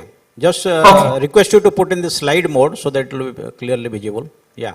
Yeah, I put in the slide mode. There could be a little bit of lag. Yeah, it is okay. You can go ahead, please. Yeah. So since this being, good afternoon, everyone. And first of all, thank you to the organizing committee for inviting me for this panel discussion. This being a panel discussion on automation, digitalization, industry 4.0, I thought of, posing some questions. Putting some ideas for discussion, putting forward some ideas for discussion. Okay. So though I will share some a glimpse of some of the use cases we have in industry 4.0, what we have implemented in Tata Steel, Jamshedpur and other plants. So why there need to be a orientation towards 4.0 is critical. Why it is critical? Because if I speak from the metals industry perspective, the core business processes in many manufacturing areas are quite matured. What I mean to say that the radical changes are few. Though there is a lot of imperative for bringing in a lot of changes, path-breaking changes. For example, if you take the case of metals, steel, for example, still we have the most efficient route is the blast furnace BOF route, basic oxygen furnace route. It has got its own, inadequacies in terms of sustainability challenges, etc. But still, that is the most efficient route for making steel and achieving the quality. Similarly, on the other hand, the pressure on performance is ever increasing, whether it is with respect to productivity, quality, cost, or energy economy, energy efficiency, etc. So in general, I'm against over efficiency and sustainability. So while the process is more or less matured and the performance pressure is more, then the route is to you enable your existing processes with the latest technology. So here comes you digitally enable your existing processes with the 4th IR levers. So 4th IR lever, when I say it's AI, MLDL, and IoT and optimization, enabled solutions. So I don't mean to say that we need not pursue the alternative process routes.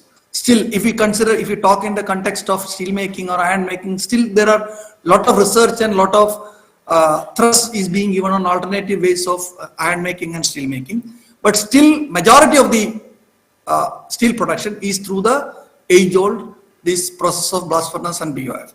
So, there to meet the second point, digital enablement is a very practical and viable route. So if you look at the scope for digitalization, okay, this is applicable to any manufacturing, whether it is small or big or medium. So we have basically 3 broad streams. Manufacturing, the core manufacturing process, and the supply chain, and the commercial aspects of commercial services. I mean, the marketing, sales, services and solutions, etc. So each of these you have different categories amenable for digitalization, amenable for adoption of Industry 4.4 or 4.0 levers. So if it is manufacturing, say it could be process optimization. Professor Paul was talking about, silicon prediction in blast furnace, or say similar process monitoring, asset monitoring. Assets in whether it is small industry or big industry, assets becomes very critical, and the asset monitoring and their maintenance using the advanced technologies is highly imperative. People have started moving from, by leveraging these fourth IR solutions, fourth IR technologies, people have moved from, a time-based maintenance to condition-based maintenance based on continuous monitoring and condition assessment. So similarly, when it comes to the product quality or product characterization, whether it is quality inspection of the surface or the quality inspection of the, or the size characteristics or the surface quality using imaging and other visual technologies. So that is one stream, path for one stream for adopting this Industry 4.0 or digitalization. Similarly, when it comes to supply chain, logistics is always, there's a lot of scope for optimization. You are optimizing your network, your freight movement, the freight loading, etc. Then the procurement. I mean, considering, taking into account different macroeconomic conditions, how you predict the prices of your feedstock and how you time your procurement activities. Especially, it is more applicable to an industry like ours, like Tata Steel, when we talk about coal and other bulk materials, where you have long-term contracts involved. So the timing and price prediction becomes very important. So is the case with the risk mitigation. And market, when it comes to market, again, the AI/ML plays a very important role. Earlier, I mean, till recently, it was limited to consumer industry, but now in core industries like steel or any other process industries also, the market analysis, forecast, etc. These functions are highly leveraging the AI/ML technology. Then and across all the functions, safety and sustainability, whether it is environmental sustainability. So these are, the data analytics in these fronts is becoming, assuming importance more than ever. So that being the background, I wanted to put this, the background for the discussion. Just want to share with you what is the kind of architecture Tata Steel over the past 3-4 years. We have built up an IT architecture which will facilitate, an Industry 4.0 transformation. Okay, so we call it the 7-layer architecture. So we have an infra platform where we have all our network and network connectivity, cloud and on-premise infrastructure with appropriate cybersecurity measures. Then we have our sensors and immediate applications working on top of it, like in the supervisory automation, feedback controls, and manufacturing execution systems, etc. On top of that, we have a data platform. We call it as, these first 3 layers, we call it as infra platform. And top of that, we have got the data platform, which ensures, the single version of the truth of data. Data ensures the concentration, archival, and integrity and quality of the data. We call it as data platform. And top of that, we have got the cream of the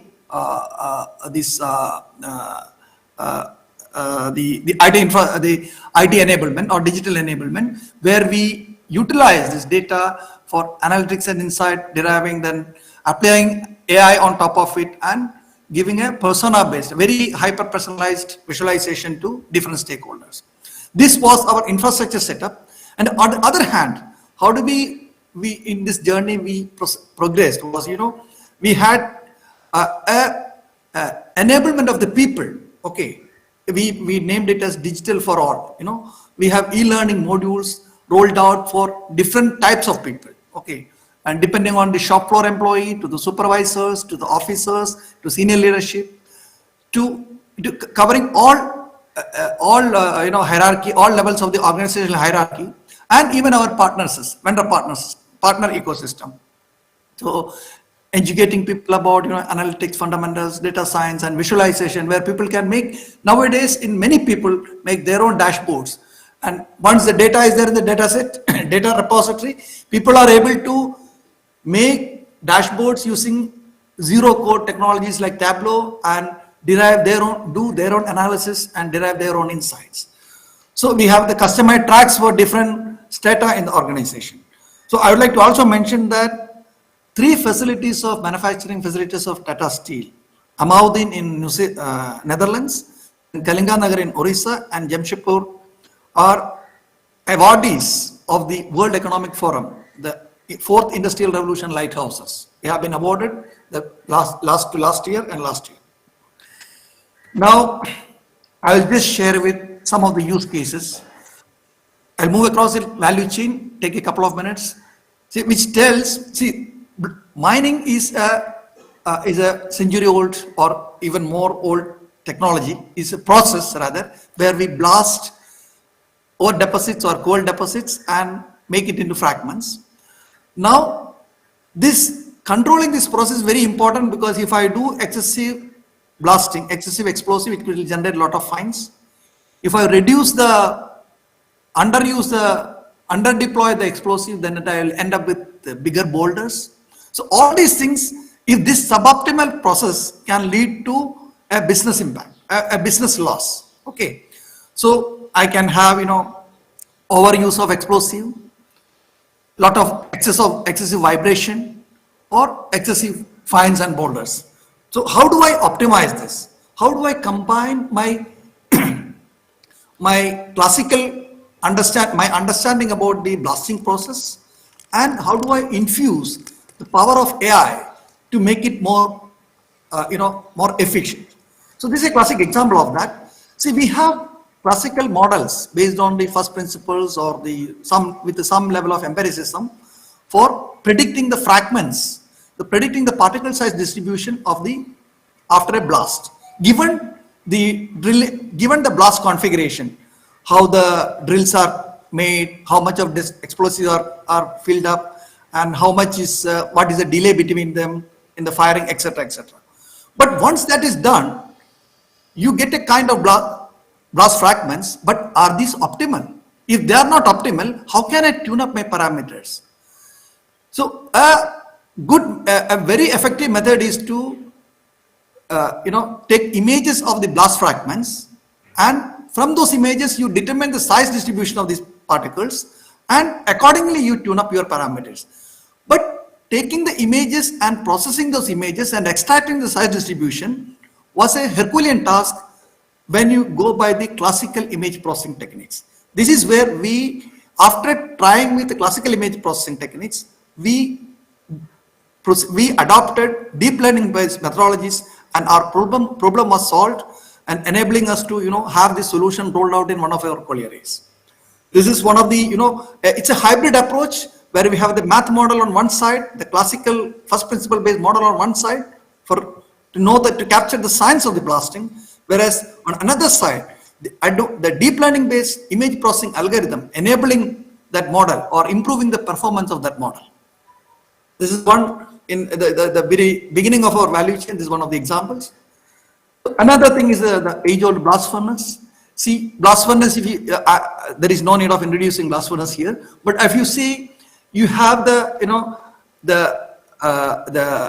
digital solutions across managing different aspects of the blast furnace, from the charging, the monitoring of the descent of the burden, and the casting operation, etc.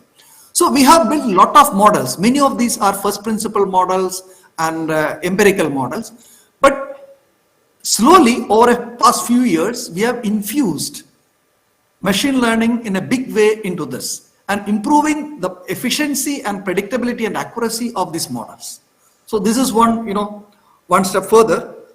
This has taken our blast furnace to one level up, I would say.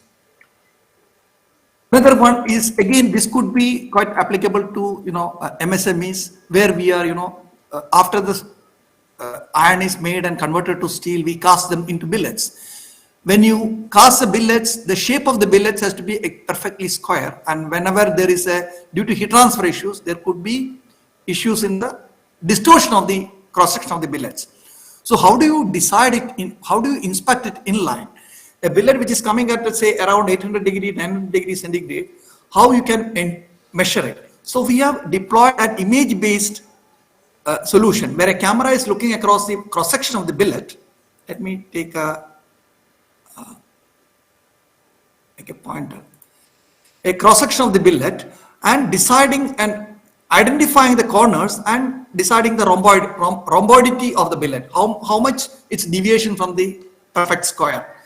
So here the challenge is to identify the corners, the segment out the exact billet cross-section and identify the corners.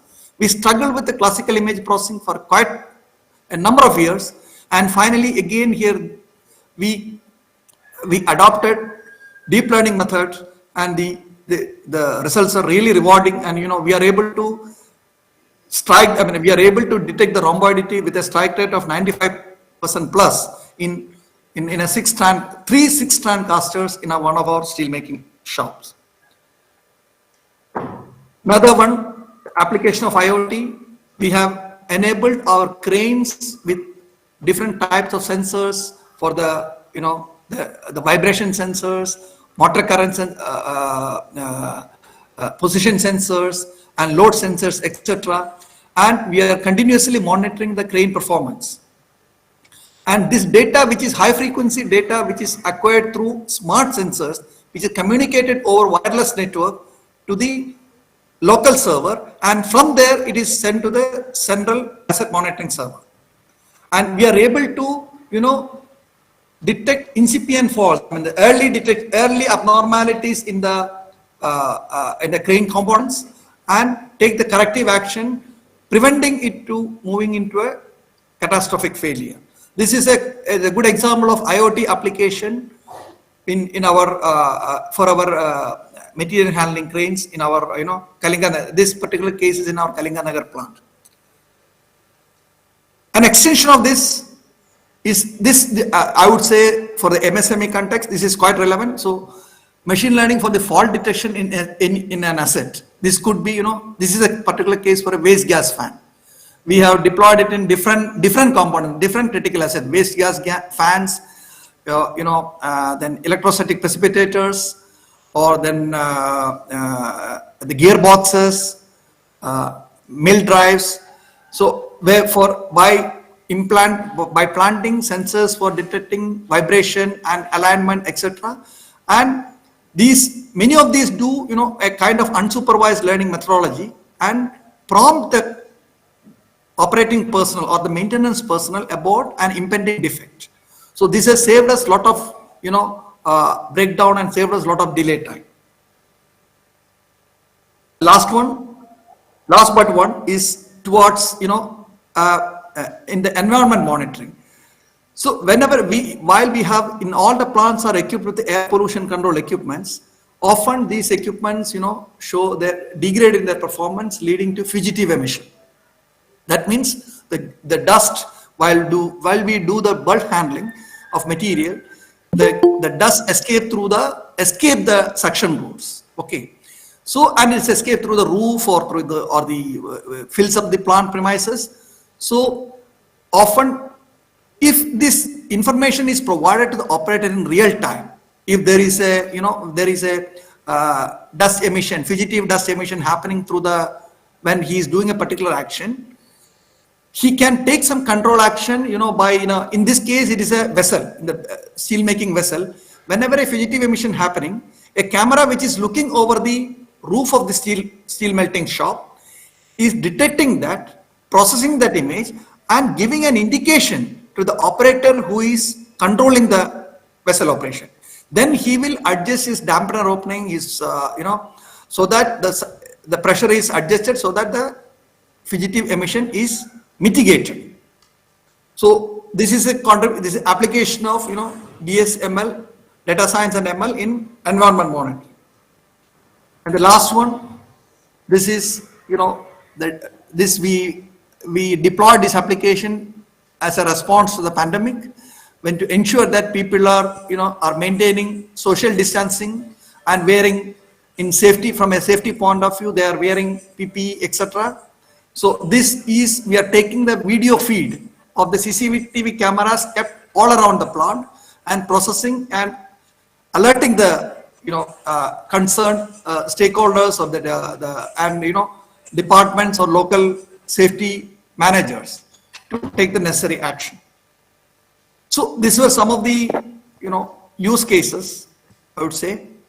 So, thank you, Dr. Jose, for sharing a very informative application of IoT and machine learning. Definitely some of the clues we can take, which can be implemented by our MSME. Definitely we'll get in touch with you to get some more live, especially the crane one is very interesting, and the dust one, so that our MSME can implement those things. Thank you once again. Be there so that we'll have a last round of discussion. Yeah. And Mr. Ravi Kumar, Chief Digital Officer of Exide Industry, thank you for being a panelist, and I request, in case you can share some of your experiences of the Industry 4.0 in implementation at Exide, and throw a light where our MSME or other manufacturing fraternity can implement similar things. That is not working. Yeah, hi, good afternoon. Thank you very much for giving the opportunity. I think two of the panelists have shared very intriguing use cases and practical examples. What I'll focus more is on the business aspect of Industry 4.0, right? As in, why should somebody like an MSME even consider it, right? So, it is a big term, obviously, right? And it's an evolving area, not very easy to even identify where to start. So, the practical approach that we have taken and which we've seen has given results is, start with your P&L statement. So, typically there is an item in the P&L statement which says conversion cost, right? Start with breaking down that conversion cost. So, what we realized is, in our production process, right, say the biggest cost is energy or resources that we consume during production process, right? Then labor cost is the second highest cost. Then also you should start thinking about some of the losses that that are happening. For example, loss because of downtime, loss because of non-availability of inventory, the sale loss which has happened, right? Then there are losses which happen because of quality issues, in terms of sales returns that you get, after sales service or warranty cost that comes in, right? So what we do is list down these cost heads in descending order of impact, and then pick up one or two top big losses that you are having, and then think of the use cases which can help you prevent those losses. So that is your starting point. In the beginning, you need to take it easy. What I mean is, you will get overwhelmed with some of the use cases which are being talked about, right? They are very advanced machine learning use cases and all. So my suggestion is to take proven use cases which have been done multiple places, which are definite to give you results, right? And start with that. For example, asset utilization is a beaten down use case people have done 1,000 times and it gives results. That is a good starting point. Another way to figure out where to start is, there are 4 readiness tests or maturities that typically talk about in Industry 4.0. The first readiness is connectivity readiness, right? Whether I have the data or am I connected to that asset to gather data about that asset. Second test is visibility, right? Whether you have the visibility to what loss is happening because of that particular asset being down or not, right? Third is efficiency and analytics readiness, and fourth is transformation readiness.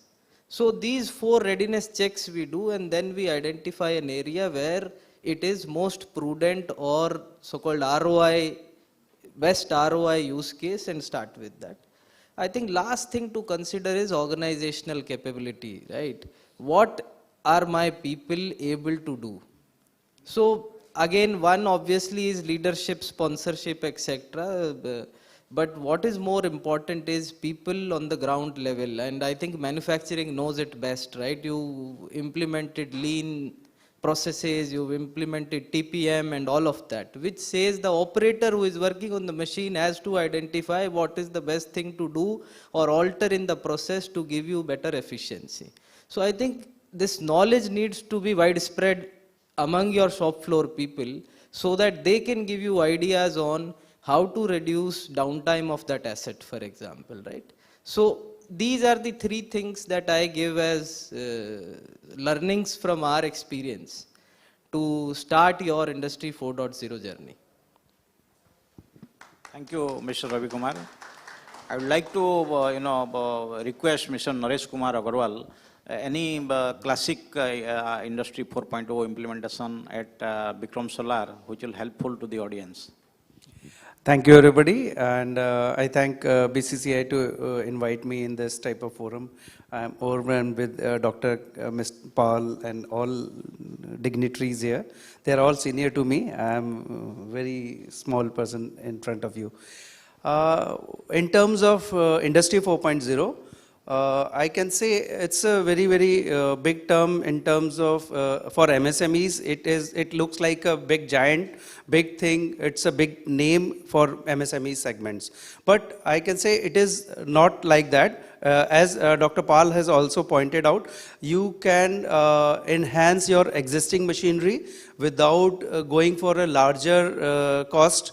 Means there are so many sensors which are coming at a very reasonable cost and it can be implemented. We have used that. I have formed a team called Wiki.ai in Vikram Solar, and Wiki.ai team is working on RPAs, on Industry 4.0 and AIML. We have these three verticals there under Wiki.ai, and we are also helping other industry partners also through Wiki.ai initiatives so that whatever we have done at Vikram Solar can be replicated at your plant or your industry also, so that you can have that use cases which we have used. Suppose I am giving you a simple example of a motor. So, in a motor, what are required? In the motor, you need voltage, current, vibration, temperature. These are the 3-4 sensors you need. They are small, simple sensors which are coming very low cost. And the main thing is what? Capturing of the data. It is not the cost of the sensor. It is the data which is more important, which is very easily can be captured through that sensor, and you need a dashboard. For dashboard, you may be using Power BI or any very simple dashboarding tool, which will give you a trend analysis so that you can take decision on time. Whether the motor is getting heated up, if it is giving the trend, so that it can be taken control before it is going to break down. So it all depends on your historical data of that particular motor. Like similarly, we have so many examples of using this Industry 4.0 solutions.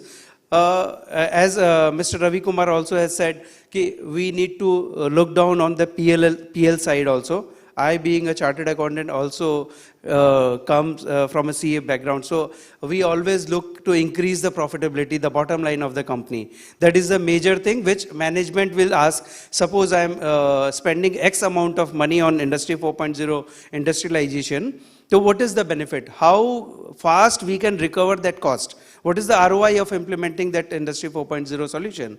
So it is in our experience, the payout period is less than 12 months. If you go with these solutions, very small solutions, small solutions can be taken as a phase by phase. You start with smaller solutions and grow with the time with your experience. And along with this Industry 4.0, you need to implement some of the RPAs. Robotic process automations.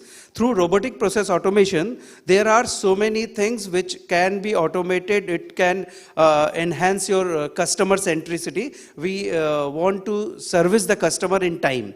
If there is a sales order and that sales order is tagged with production order, and when that production order is fetched to the production floor, and the production delay will hamper my servicing to that sales order to the customer. So that data should flow to the customer when my material is going to be ready, and how fast it can be delivered to the customer. So these all processes are automated at Vikram Solar, and we are working on that. I would like to share my views. If you are all, you can connect me after this meeting also. You can have my number from this forum. I can help you in automating your processes also. Thank you. Thank you, Mr. Agarwal. I would like to go to Dr. Bharat Bhushan from Tata Metallics. Have you connected, sir? Yes, good afternoon. Am I audible? Yeah, you are audible. I request you, in case you can share some of the digital initiative under the Industry 4.0, which you have implemented in Tata Metallics, which will be a matter of interest to our MSME sector. And after that, we'll have a round of question Q&A. Sure, thank you. Thank you so much, Mr. Vera, and thank you, BCCI, for inviting me to be part of this panel. Can I share a few slides very quickly, just to share the thoughts in line with this Industry 4.0? Hello?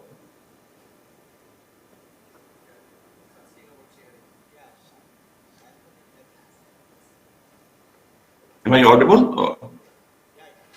Yeah, you are audible. You have sent some slide, I think. Yes. Just trying to share some slides. Please let me know once it's visible.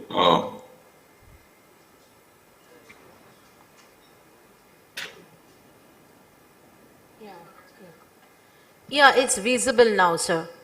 Thank you so much. Thanks. So I think, it's really great to be here, fortunately, and it's a very pleasant surprise that two of the panelists, Professor Paul and Dr. Purath, we work very closely in this space, and a lot of good points have been talked about, so not, I think the direction is already set. I will very quickly touch upon what we are doing at Tata Metallics. So very briefly, Tata Metallics, our parent company is Tata Steel only, founded in 1990, and we are manufacturer of pig iron and ductile iron pipes. If we look from the market share point of view, we are number 2 in PI and number 3 in DI pipes. We are in the process of, expanding our capacity at Kharagpur. That's where our plant is located. We have approximately 4,000 plus employees, including 2,700 contract employees. Now, I think, one of the very important thing is when we are talking of digital or Industry 4.0, this is not a one-day job, right, or a one-year job. This is a journey, and this has to be embedded into the DNA of the company if you really want to get the value out of this. And that is how we drive it at Tata Metallics. So our vision, mission, and values, basically with 6 strategic pillars.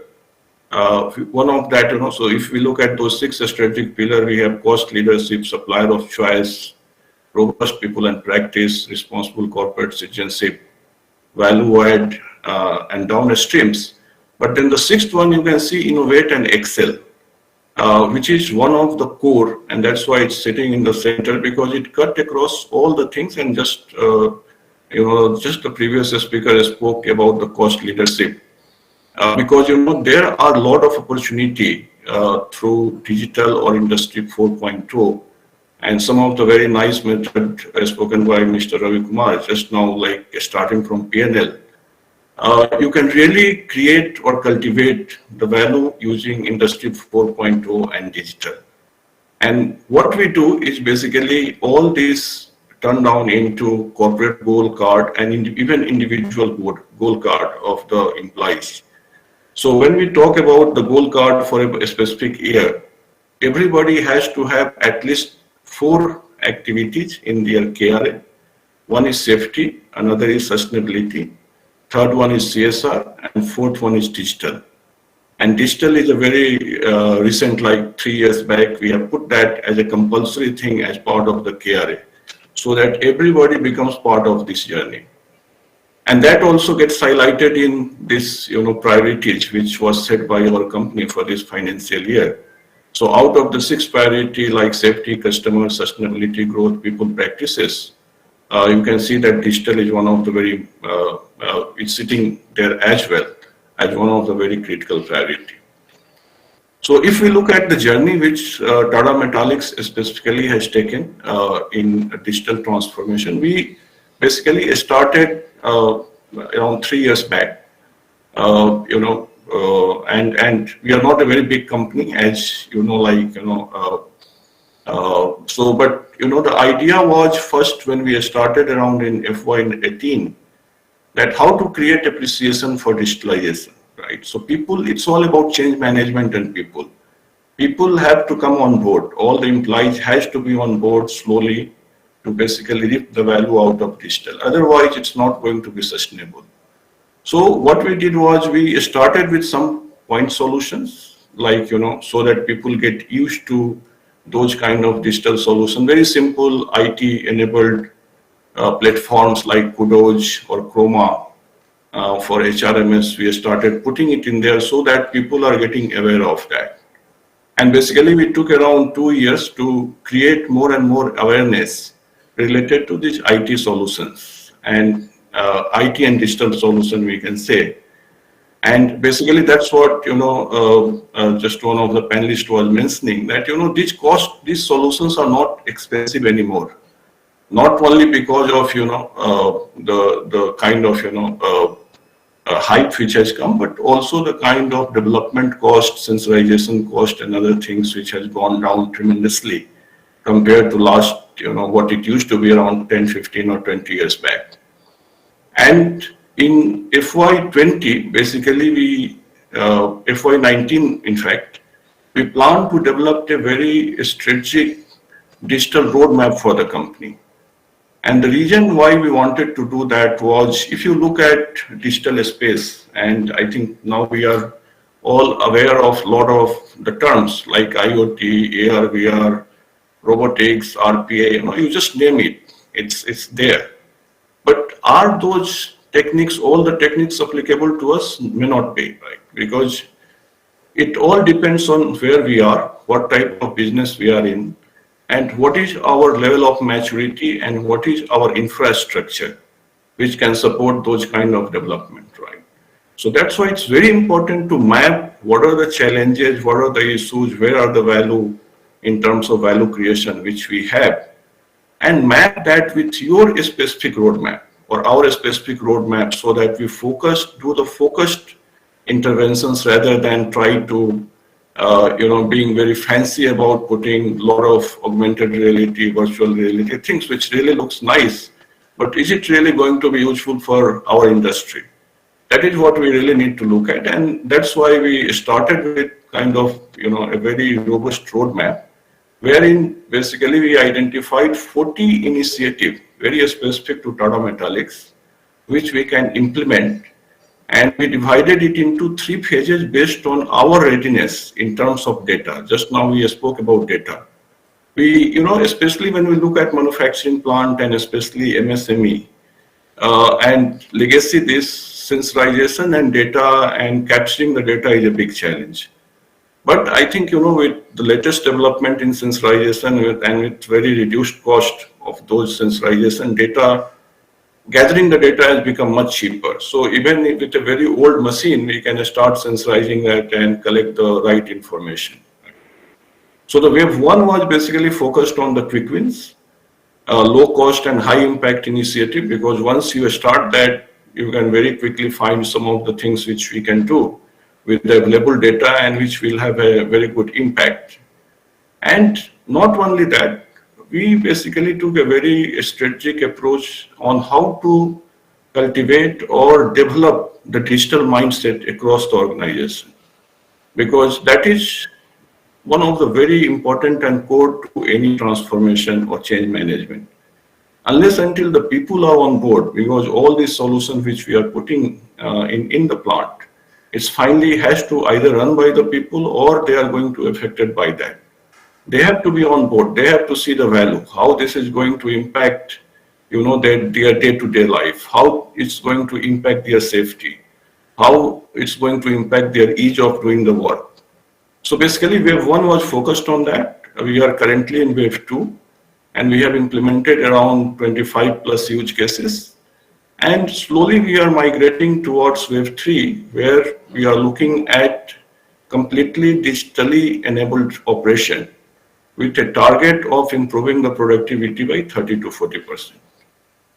And I will very shortly share some of those, like we have been able to do that, not 30 to 40%, but in the tune of 10 to 15% through digital intervention only. So if we look at this, after doing the strategic roadmap, we decided we really don't have to focus on each and every item. We decided that for our business and our readiness, there are 3 major focus areas we will focus on. One is online data and analytics. Second one was a smart machine, which is the industrial robotics. And then the third one was business on mobile. And these use cases should impact either one of the 3, either the safety or the productivity or the EBITDA of our business. And based on that, based on this test, most of the use cases has to go through and pass through the test, and then it will be taken for implementation.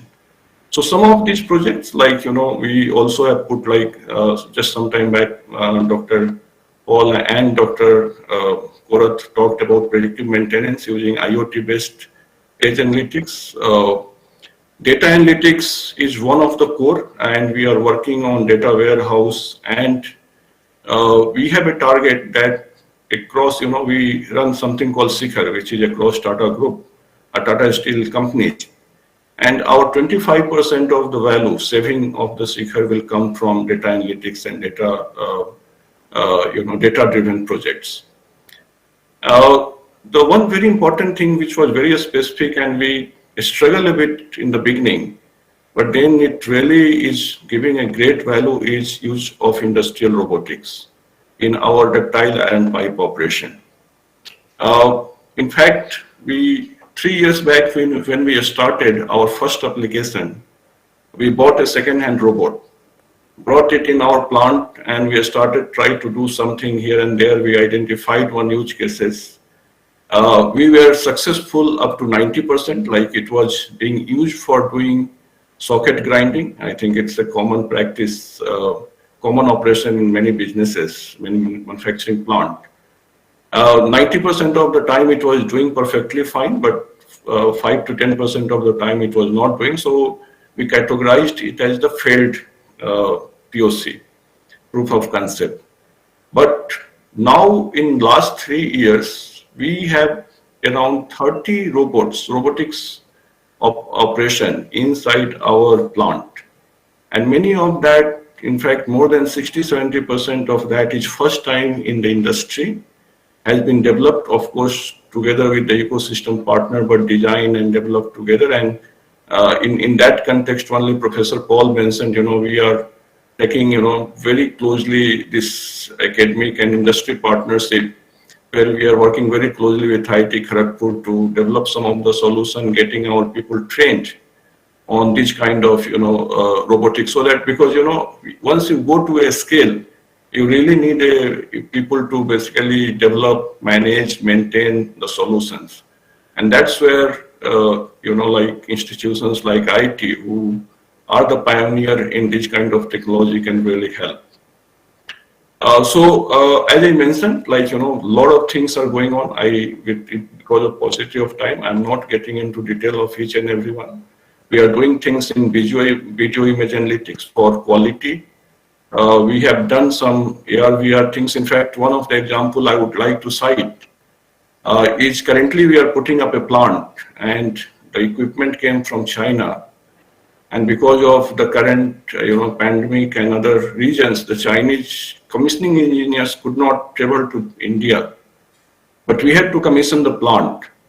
And we are using augmented reality glasses so that they can in real time see the plant sitting in China and guide our commissioning engineers in India, and also connect with our PLC to make the movement and changes in the to commission it virtually. And I am happy to say that we have already commissioned 3 big machines using this, and now we are confident that we will be able to use it for other commissioning, other equipment commissioning as well. And this is where the value came out, because if we had to wait for Chinese commissioning engineers to come, by putting up, like a asset of 400, 500 crore rupees, we would have to wait for maybe a couple of months just to, commission that plant before they could come and commission it. But if there is a very clear use cases, you can really think about, there are solutions available, there are tools and techniques available, there are experts available, you just need to connect with them, think about it, and it's very much possible to solve a lot of those challenges and problems using these kind of systems.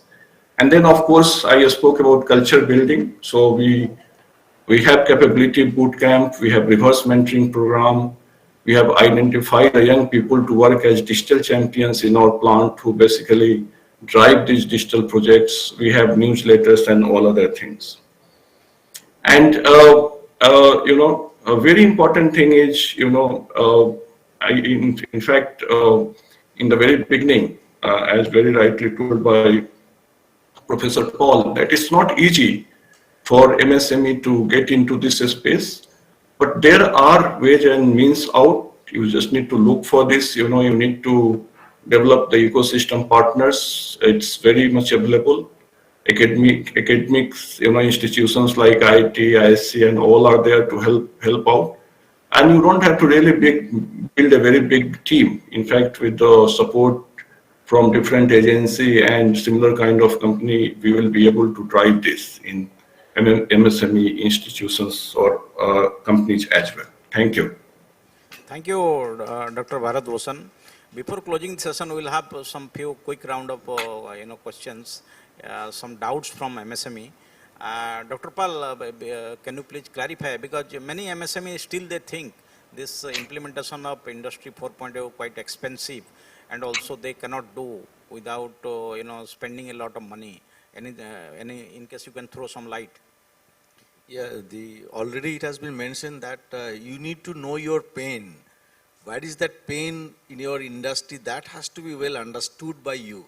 So people are getting scared about the term Industry 4.0. As I've mentioned, and then my co-panelists have also mentioned that you have to understand your problem, and then what is the thing that you need, and then correspondingly what would be the solutions needed.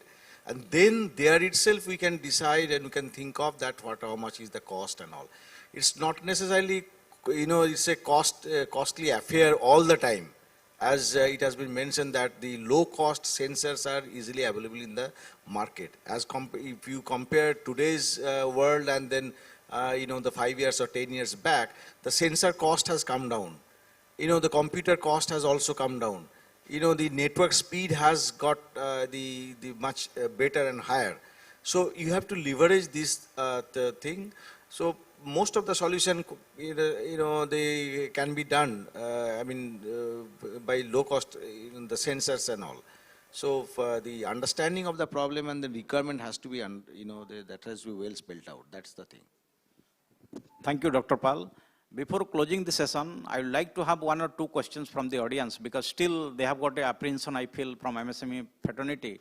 So implementation of Industry 4.0 or robotic process automation, all these things are quite complicated and expensive. Any question from the audience, so that our panelists can take the questions?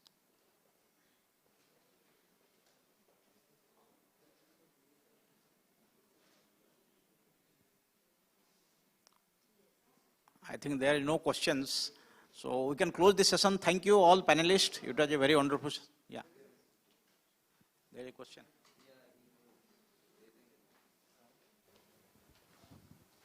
Before this session, I was speaking to Dr. Pal regarding MSME getting into Industry 4.0. Our basic problem is liquidity and getting the finance. But during the course of this entire session, I've realized that there are many ways, and Ravi Kumar, the way he like bullet points. He mentioned 3 points which everyone can implement. Now my question is, we don't know where to start and how to start. And we are also not aware of the cheaper sensors which we can put in motors. So if you very briefly, if you can touch upon these 2 points. I think the first part of your question I tried to answer. So my suggestion is the same. Start listing down your cost. When you say your conversion cost is X rupees, what is the biggest component? Start from that component, and then you start noting down the losses which are happening in that cost element. Right? That will give you the first use case to go after. So that is the starting point. Now as far as cost is concerned to implement, I have 3 suggestions. First thing is, before digital and all of this mumbo jumbo, start with digitization. What that means is, think paperless and touchless for the shop floor. So today, if you see any manufacturing plant, lot of data is already being captured. It is in log sheets. That is the problem. It is in pen and paper. Because if you have to deploy a labor, you will note down how much is his productivity. You will pay him based on how many pieces he has produced. You will note down what time my machine was on, when was it switched off, etc. All of this is in log sheets. How many pieces were defective is again in log sheets. Please start using mobile phones to begin with. Create simple form-based applications where people can start putting the data on a platform so that the data comes into a system. That is your starting point. There are other innovative ways to do this. For example, you can put QR codes on your machines, right? Whenever an operator starts the machine, he first scans the QR code. So it will capture data of time of operation, right? So these are simple ways. Similarly, camera is already installed, right? CCTV camera is already there. That can feed you a lot of data if you want to capture quality data. So that is a starting point according to me, before you get into lot of big system implementations and all. Second tip is, if you have to start investing money into this, again, Industry 4.0, the crux is data. So start putting money into collecting your data into one centralized data lake, data warehouse, whatever you call it, so that on top of that you can build these applications and you own your data. Right? So if I have to put my biggest money, I will put it there. Right? Other 2-3 tips is, think end to end, because after you get the data, what will you do? Honestly, a dashboard and a smart MIS is not going to help you. That MIS is being prepared even today. It is on a paper, it will come on a dashboard, flashy screen, nothing will change. Think what will you do when you start collecting that data? How will you impact that cost head? How will you leverage that data in your process? That is what is going to help you. Right? And I think as far as software is concerned, there are a lot of innovative ways. Again, microservices based architectures are available, which means what? In simple terms, you don't have to pay for the computer 24/7. You pay only for the time you use it. So Kubernetes clusters are available nowadays. You can embed lot of services within that cluster. That cluster fires up only when the operation is on. It automatically shuts down. So if you are using it for 2 hours in a day, you pay only for 2 hours. So there are ways and means to do it. Obviously, you will need to do your homework and research and find out simple ways to implement. Yeah, that is all I would give as a suggestion. Yeah. For identifying the type of sensors that you need to use, that always you can discuss with any academic institute. They would be the best people to tell you that what sort of sensors you should use.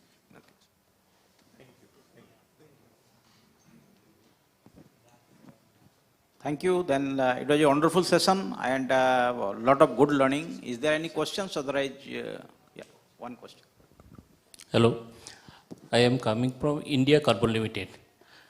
My question is, Actually, our plants are very old, 60 years primitive plant. There, it is a safety related question actually. They are actually machine guarding which are used. Normally, manually we made the machine guarding, not recent type of machine guarding is there. Automation is not there. Sometimes we do the machine guarding manually, but we want to automation, but problem is that the machine is old, some new version is coming that we are changing. But how we can automate this machine guarding, the old machines, if we give the manual machine guarding, it is not 100% foolproof or poka weke is not done.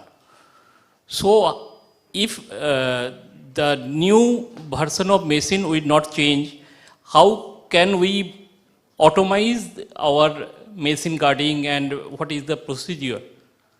If I change all the machines, then it is possible. But if the old machine, how can we automate putting our machine guarding? That's one machine guarding. Then another area also we are giving.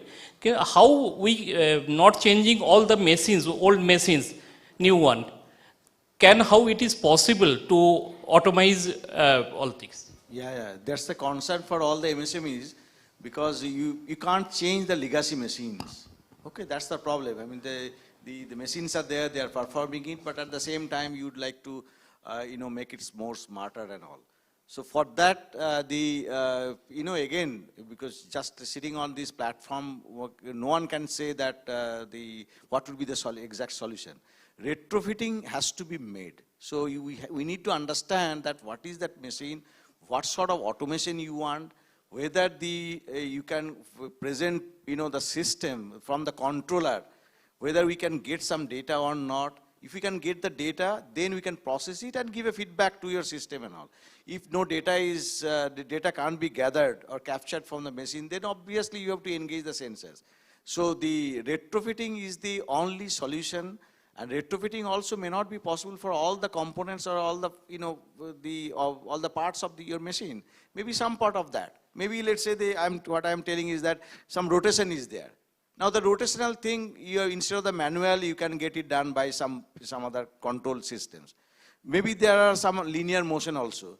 Okay, so that has to be studied. So the retrofitting is the only solution for the legacy machine, and that is a real concern. Everybody understands that you can't throw off the legacy machines and purchase the new machines and all. And you should not, rather. Okay, thank you. It was a very good session, and we are closing the session. Thank you all the panelists.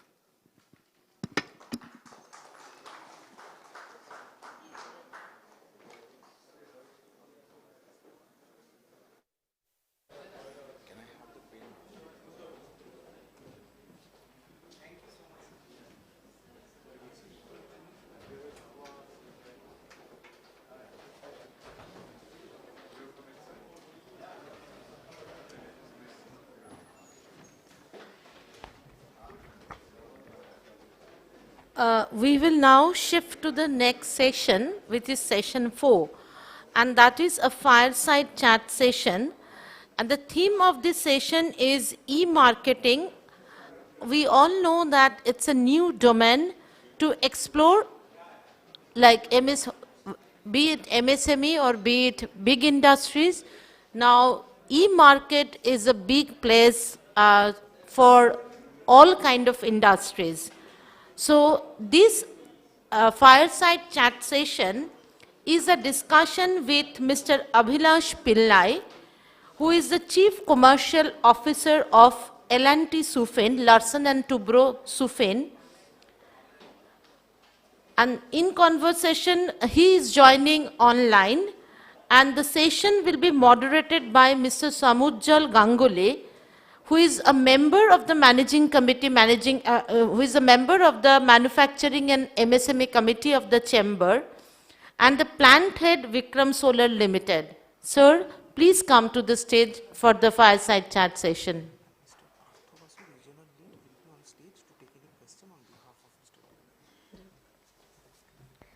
Also, Mr. Partho Basu, regional lead of L&T Sufin, is here, and he would be taking questions on behalf of Mr. Pillai. Sir, if you could kindly come up on it. And we are having our parallel B2B session with Vesuvius India Limited that is being held at the ITC room. Over to you, sir.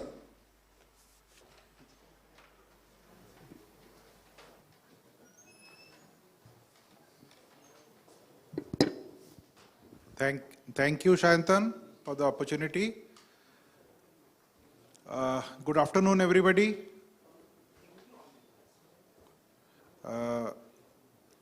We are waiting for Mr. Pillai.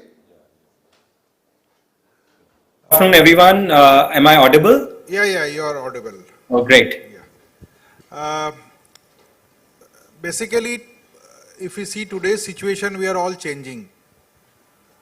We are now very much accustomed with online meetings, online conferences, and we are all going ahead with new things, new way of life.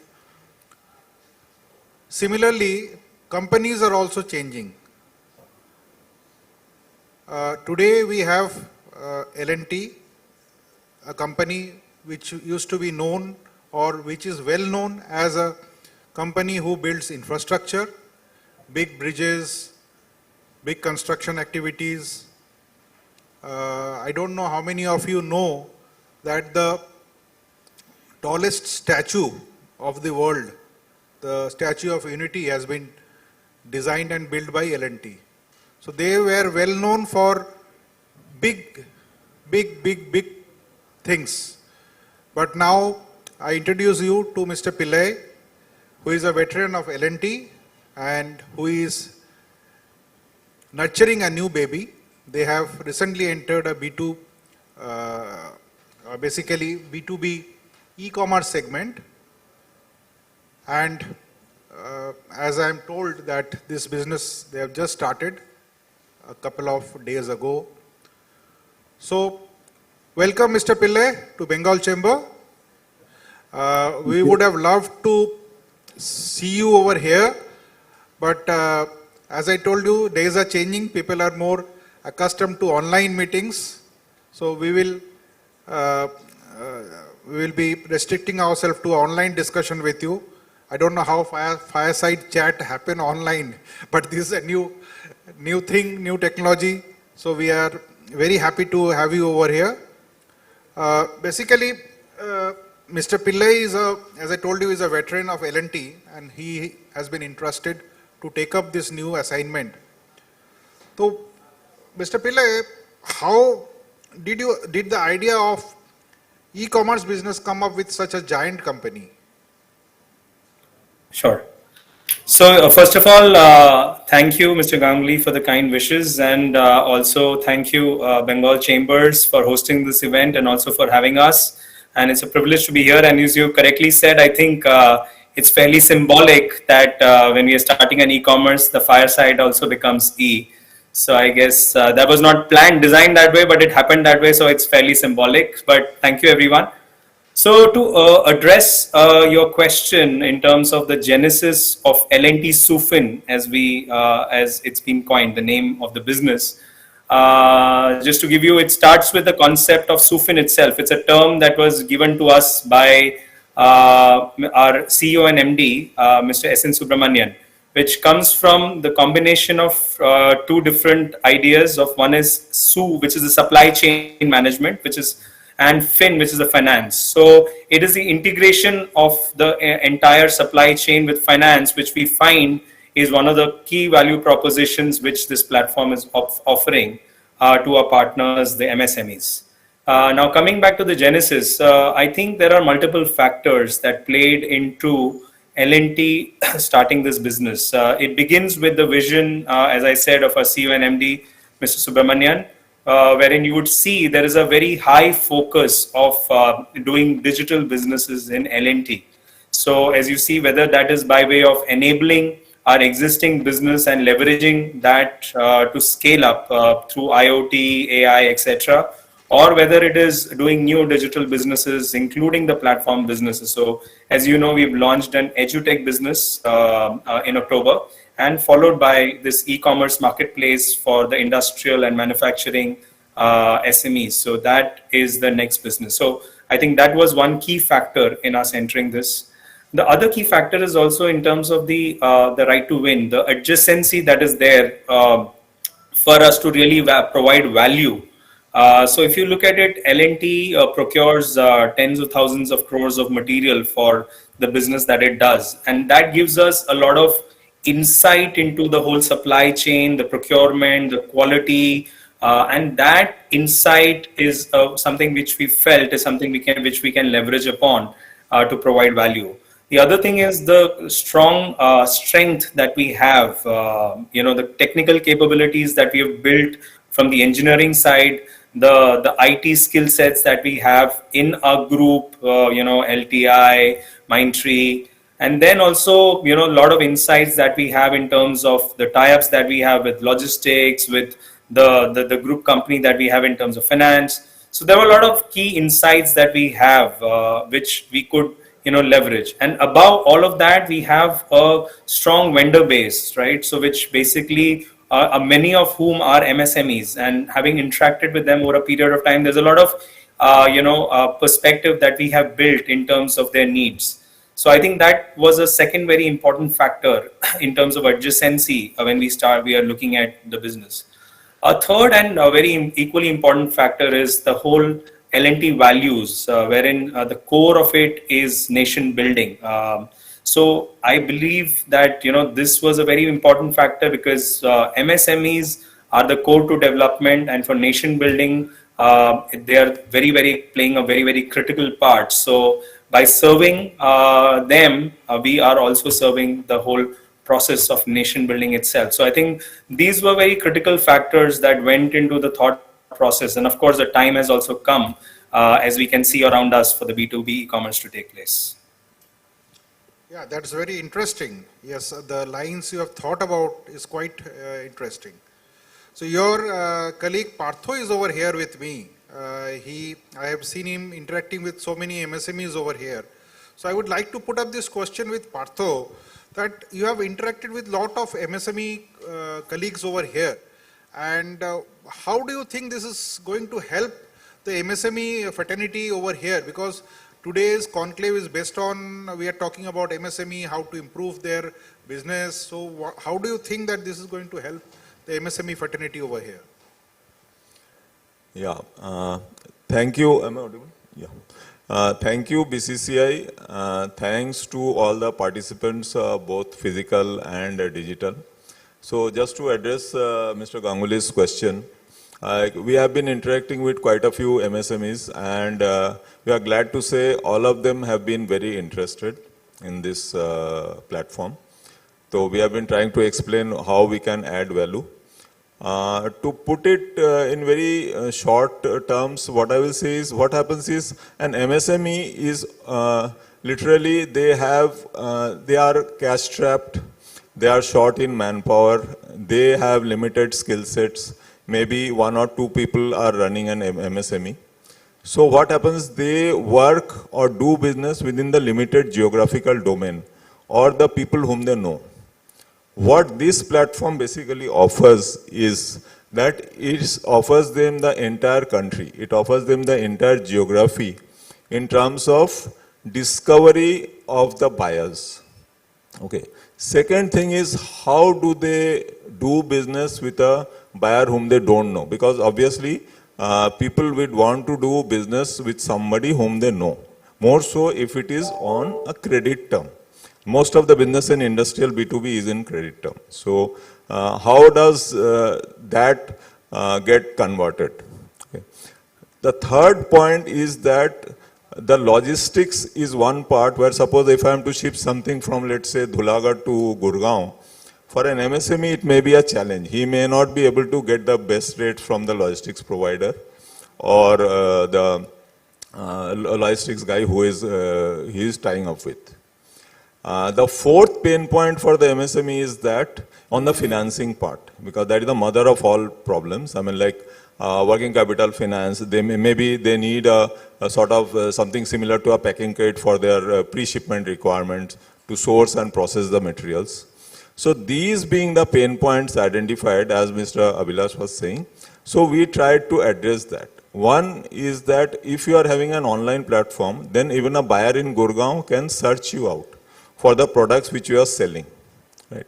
So here, what we are offering the MSME seller is, we are offering the scope to do business outside his known geography. Okay, that is one part. Second is, how do you address the concern over the payment issue? Because let us understand, this is a transaction which is happening without a bank letter of credit. This is happening in another way. So what we have done is similar to what Tata was discussing sometime back today morning about Nexark. We have specific trusted and verified seal which we give, again very, very selectively. We go physically to visit the sellers and buyers' offices and godowns. From the seller's point of view, we try to see that the seller has the capacity to deliver B2B as per the turnaround time and the timelines which are being stipulated in the purchase order, right? So that is one thing we try to assess. We see his track record, and then we see his godown, his capacity, we see his order base which the seller has been executing. Now this is on the verified part. Coming to the trusted, we go a lot deeper. We go from the back end, we check their credit rating, we check their bank records. We also check the litigations happening in their civil courts and other courts. Because if somebody has had a record of not being compliant or defaulting, then there will be litigations happening. So we go a lot deeper, because for L&T, as Mr. Pillai said, brand image is very important. Compliance is first thing that comes in our value proposition. So we do a lot of due diligence so that we can add an added level of risk mitigant in this transaction process, right? So this is addressing the second point. Third, coming to the logistics, what happens is that L&T has tied up with quite a few logistics players, and I am happy to say they are not just aggregators. They are ground level logistics players, like based in East, Pan-India. They are ground level logistics players, whereby we help reduce the cost to the level which is normally available to the larger SMEs or to the mid corporates. Okay, that's what we do. Logistics, because logistics is a pain point for quite a few SME sellers. Okay, they may be able to ship the product, but they are not able to get the supplier at that price at that point in time. And fourth, coming to the financing part, we have tied up with major banks and NBFCs for invoice discounting, both for the seller side and for the buyer side. These are all clean OD, unsecured clean OD. Getting an unsecured clean OD for an MSME is a very difficult task, you will appreciate today. So we have tied up with that. And also for the buyers, if they need it, these are options. For the mid corporates or the larger corporates, if they want, we have got channel funding options as well for their distribution channels. So to make things off balance sheet, and so these are some of the things which we can add value in East. Thank you. Oh, that's very interesting, I think, because the points that you have captured, I think the MSMEs require those very features to be built in. Now, I have a question for Mr. Pillai. Mr. Pillai, basically this is a new thing in the market. Not a new thing, but it is a new thing from L&T platform. So, how many categories do you have? Means we have a lot of MSMEs who deal with different types of products. So, what are the categories you are having in this initially, or you are thinking of having it down the line? Sure. So just to tell you that we have already over 40 categories which are there already live on our platform with more than 1 lakh SKUs. In fact, out of the, we have already have more than 20,000 participants on the platform who have started becoming active. In fact, we've already had live transactions in about, so total exact number is about 46 today. Out of that 46 categories, almost 42 categories have already had some level of transactions already witnessed at, of course, at an early scale, but it's already happened. And what, and this is not a number which we have fixed on. This is a number which is growing every day. And as we are getting into it, what we are starting with is more standardized, more platformable products, more generic products wherein the usage is wide, and therefore there is a certain level of scale and there is a certain level of, I would say, dependability which we can create early on. And as we move forward, as we interact further, we are going to also look at certain level of customization in terms of the way we are fulfilling, the demand is getting fulfilled onto the platform. What I want to highlight here is the fact that what kind of maybe distinguishes us, and as you mentioned, L&T launching this, is the fact that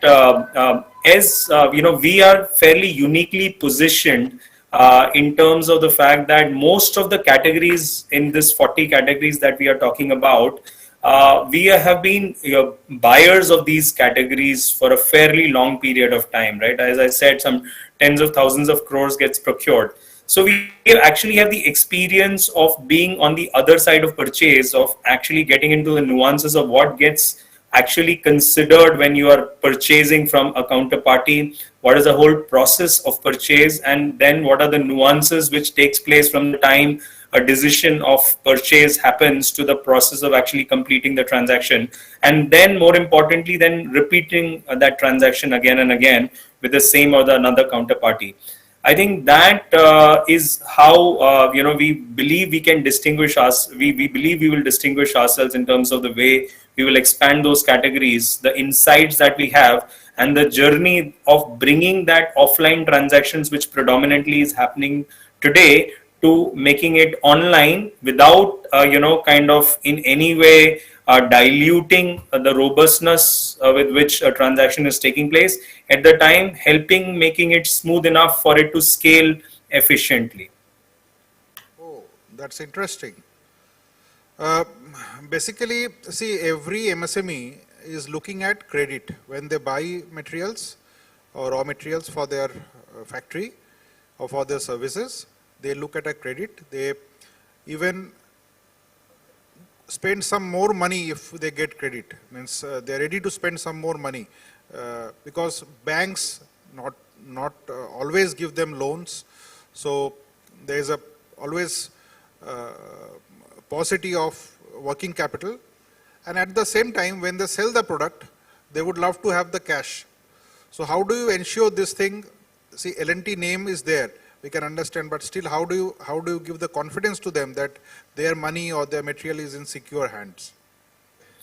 Right. So I'll maybe as I understand your question, I'll try and break it down into two parts. One is in ensuring a trade takes place between new partners, wherein, because that is essentially what is the problem of scale today. That an MSME today, when they are trying to do business on their own, they are more or less, kind of limited to maybe, and I'm just putting a number out here, maybe 100 and 150 kilometers radius of operations, wherein they can personally control a relationship and then, build over it. Of course, that limits the ability to scout for prices because you cannot compromise on the reliability. So problem number, one part of the problem is in being able to create a trust relationship between two new parties. And the second part which you touched upon is the credit part, which is also very critical because, MSME, as I would like to look at it, is a fast growing entity with big ambitions to grow further, and to finance that typically is, as per the typical financing situation, wherein we look at only the financial parameters, we are looking at slightly a little more historical way of, assessing that entity. So I'll just touch upon the first part first. So see how we are trying to look at it, and this is of course, as Partha said, stemming from the whole reputation of L&T, that everyone who's participating on this platform, who's getting onboarded on the platform, goes through a very stringent due diligence KYC check. There is nobody, who's coming on board without that check. So that essentially is the first gate by which we are ensuring that we are not just allowing any entity to come on board. The second part which is there is that before anybody can do a credit transactions on the platform, wherein there is no upfront agreement of cash. So anywhere where there is an STP transaction which is taking place, or straight through processing transaction which is taking place, we have through escrow mechanisms, etc., a protection both for both the buyer and the seller. Wherever there is a credit transaction state that is taking place, we are ensuring that there is a physical due diligence of the premises of the entity that is taking place beyond a certain amount of value of transaction, about a lakh or so, and then also followed by a very stringent financial due diligence taking place. So in some level, by the time a person is in a position to do a reasonably meaningful credit transactions on the L&T SuFin platform, they've already gone through some 3 levels of due diligence to ensure that there is a certain level of trust that can be placed, and we also provide that trust and verification seal to those people to ensure that a new counterparty can have that comfort to do transactions with them. So that we believe could address, and of course this is not the end of it, this is the beginning of it. So as we do transactions, we are evolving, and as we have done in the recent months. The other part which is there is the credit part. Now, like all of us, Partha, me, we also, and we all come from the financial services background, and we realize that, it is not just the availability of the funds, it is the availability of the funds at the timely manner, and also at terms by which the business becomes meaningful. So I think it's all these 3 things together which makes a difference. So whether it is secured finance, unsecured finance, it's very essential. You get unsecured finance, but there is a lot of delay around it. Why pay the higher charge? So I think the journeys that we have planned and the solutions that we have kind of identified on the platform caters to some certain customized solutions, which also take some comfort from the transactions that are taking place on the platform to provide a comfort beyond the standard way of due diligence. There are multiple products, so I will not get into the elaboration part of it, but all of these are there on the platform for anybody to see. But I believe the 3 things that we are addressing is, 1, the importance of choice and the simplification of the journey. So if today somebody goes to a slightly more, structured, or say, collateral based finance, there is a certain level of process which is there. The simplification of that process for an SME, we believe we are doing that on this platform. The second part is the whole choice which is available to choose, what all are the possibilities available for you for funding. I think that at a single point of contact available on the platform is one of the possibilities which we are making available for the MSMEs. And third, as I said, going beyond the standard way of due diligence, credit due diligence, but actually also giving comfort of certain behaviors that would have taken place on the platform, and certain due diligence that would have taken place on the platform. How to incorporate that into the overall due diligence is something that we have worked upon, and of course that will evolve further as the platform sees more and more engagement. Oh, I think you have made the life easier for most of our MSMEs over here. Because hello, am I audible? Yeah, you're audible. Can you hear us? You're audible. Can you hear us?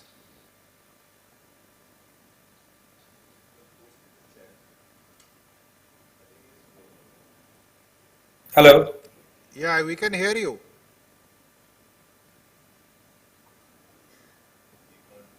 Shantan, you can reconnect him. By the time I will take it up with Partho.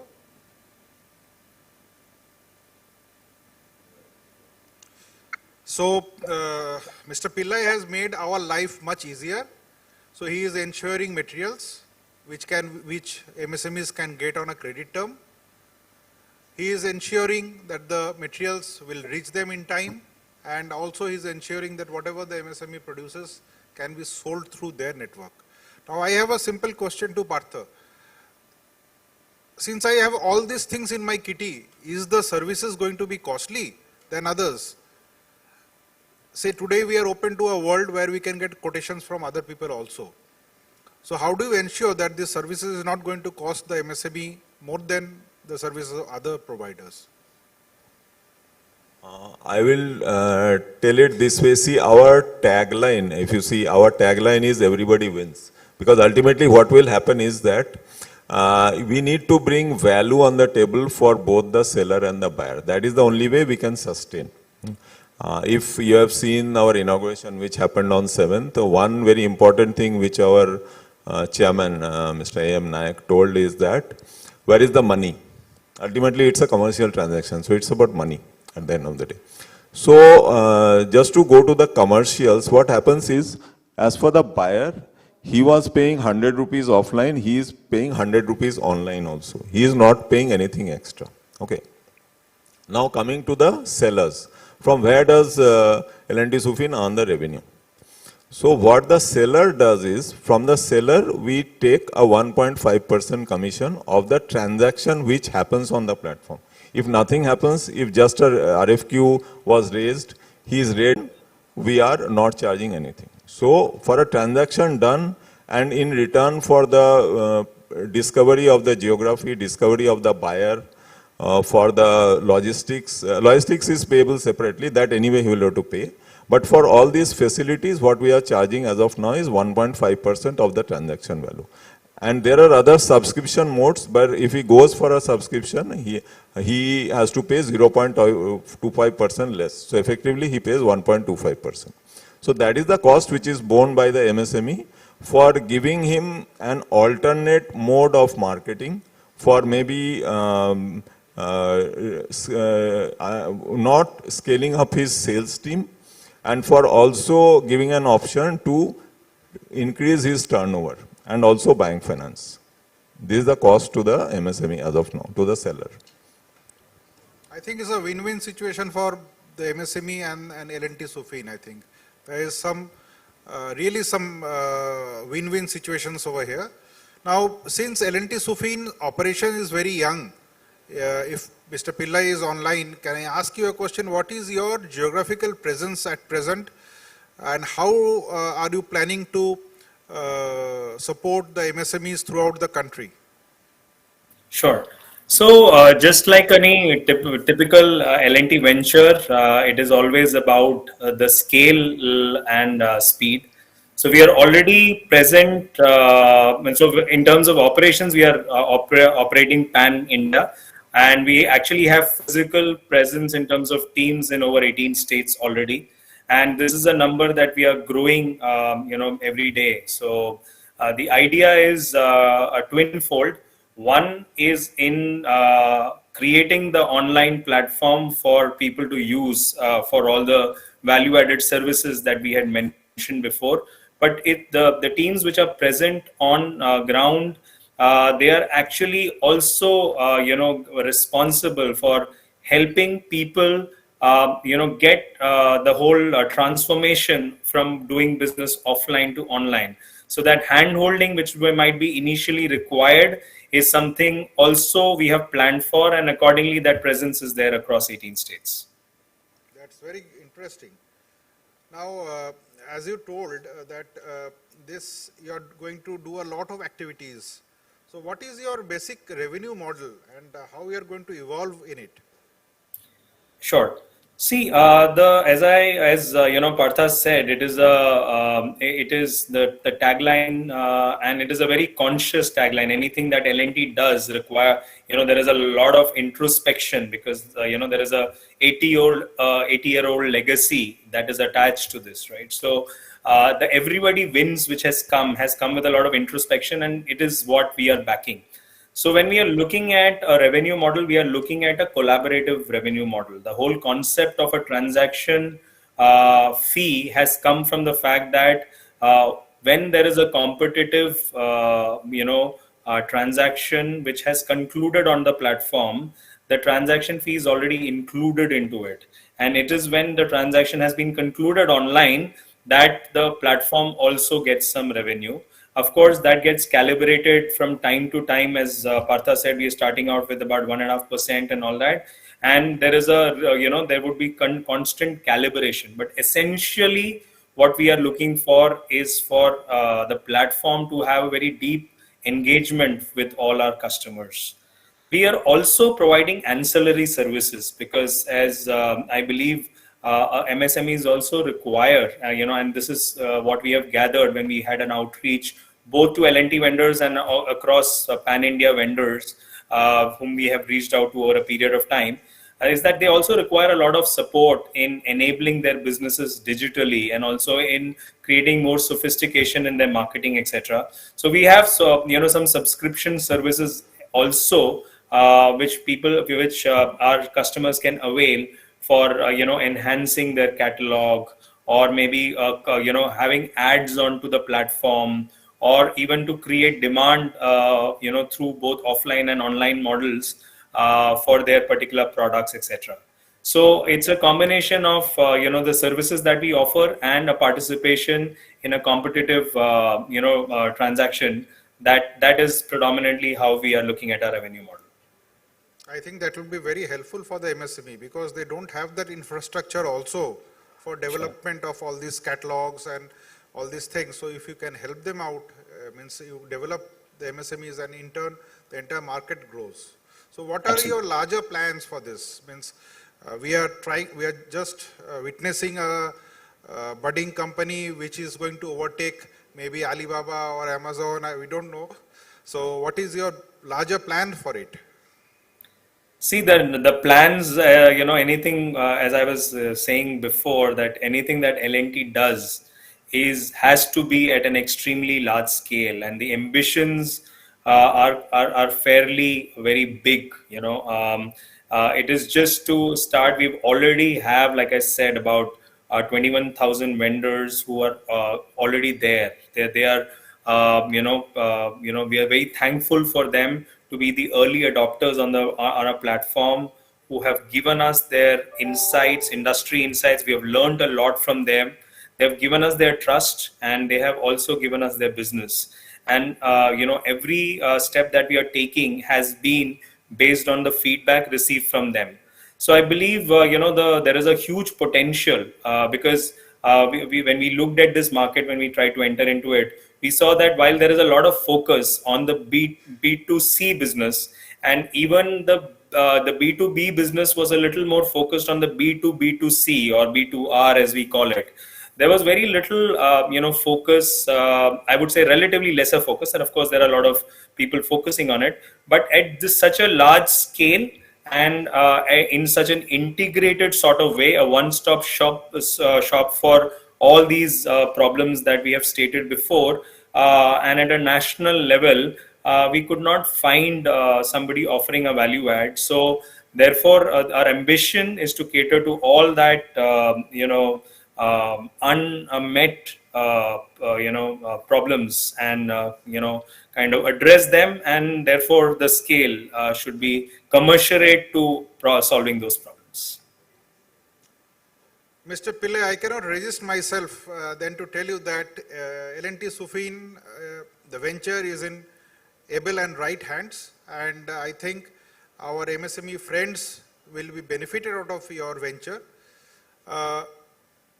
On behalf of BCCI and especially the MSME committee, we wish you the best of luck, and we wish that it is a growth for both MSME Sufin and our MSME friends over here, and we wish you best of luck.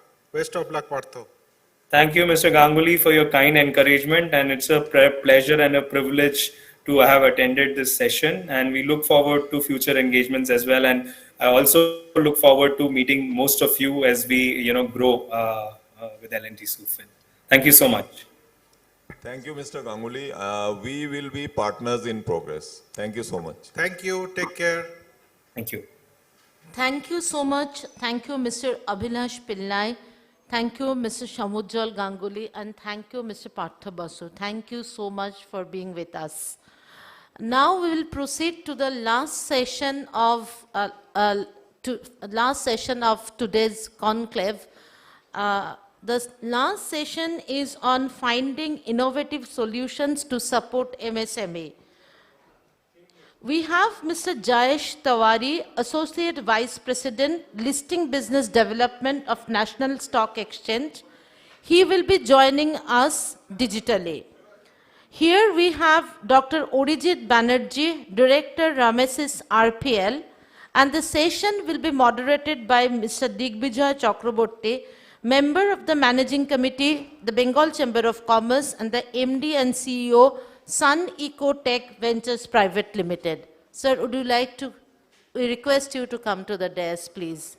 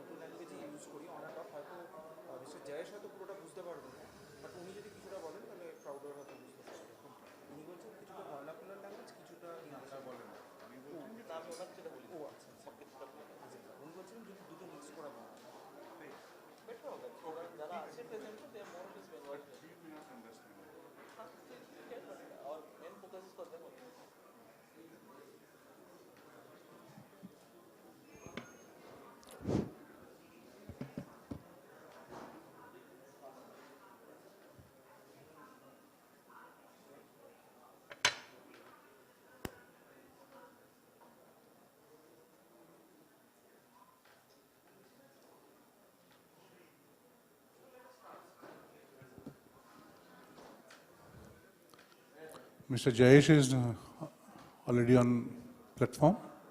Yes, sir, I'm already there. Okay. Yeah. Very good afternoon, ladies and gentlemen. And this is a very, very interesting session that we are going to have over next 45 minutes.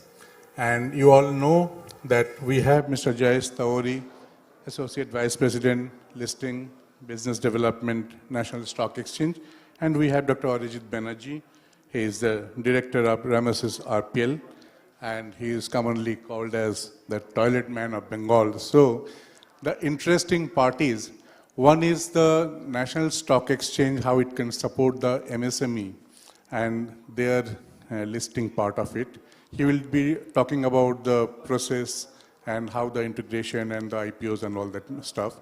While Dr. Banerjee will be talking about the, as he is also the manufacturer of the bio-toilet. So in today's scenario, it is very, very important and significant looking forward, to the aspects of environmental parameters and the protection of the lot of environmental issues and how we are really, be protected from all these things, keeping in mind the Swachh Bharat and a lot of national programs that are currently on. So in the context, like we know that worldwide governments have recognized the importance of SMEs in their economy, which are the silent drivers of economic development. And the biggest challenges they face to access capital. To overcome this, the realization is for SME segment. So the markets have tried to create a SME-friendly market architecture and foster a new class of investable equities. And we know that NSE emerge are a new source for SME IPOs, and this was first propagated by SEBI in 2008, then Prime Minister Task Force in January 2010, and finally in 2012, SME Emerge was established. So now small companies all dream of getting listed, but generally they fall short. We know how important is the raising capital. So why SME IPO may be a good choice for business? So in this context, I request Mr. Jayesh Tauri to have his presentation on the Emerge platform, how MSMEs can be benefited from it, and how the list themselves and the process of opportunities, that can be very much functional and helpful. Over to Mr. Jayesh, please. Yeah, thank you. Thank you, Digvijay for lovely introduction and setting the contest for launching of this Emerge platform. So firstly, I will just like to share my screen.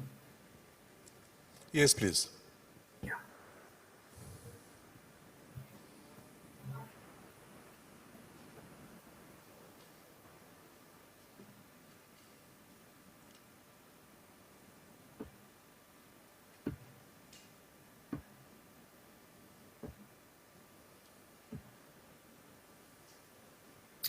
Yeah, is screen visible? It's not Hello. yet, I think. Yeah, it's coming now. Coming now, yeah. So firstly, I would like to thank for inviting me in this event. And yes, I am present virtually over here. But yeah, my colleague, Mr. Prosenjit Pal, is already there. He's attending the session physically. So post this session, if anyone wants to take it forward or have query, I will be always available, but with as Prosenjit is already there, so you can also get in touch with him. So just to give you the brief background on NSC Emerge. So this platform, as sir has already told, we have launched this platform in the year 2012. So Tejo Engineering was the first company which got listed on 18 September 2012. And the company has raised around 19 crores from the equity capital market. So the stock exchange is, yes, regulated by SEBI. It's though part of the capital market segment only, but we treat it as another separate segment because we have given the companies who are getting listed on the SME platform a different series to be traded in the stock market. So basically, when the SMEs are when the companies are listing on the main board platform, usually they list on the EQ series. But when they are listing on the SME platform, they get listed on the SM series. But the trading community, the investor community, the category 1 register merchant banker of SEBI, all the intermediaries player who are required to bring the IPO for the company remains the same. There's no new registration required for any one of them to take part in the SME platform. So NSC has named the platform as Emerge. So basically it's for the companies who are on the growth stage with the small infusion of fund in the company. The turnover of company can increase gradually, the company can grow. And it opens up the channel for diversification of the product or maybe expansion of the manufacturing facility or growing the business to the another region. So all the possibilities can be achieved with a small infusion of the funds in the SME company. So just to give you the little facts and figures about the platform, till date 241 companies have been listed on the platform. With the overall this 241 company have raised around 3683 crores from the capital market. And put all together, the market cap of this 241 companies is more than 30,000 crores.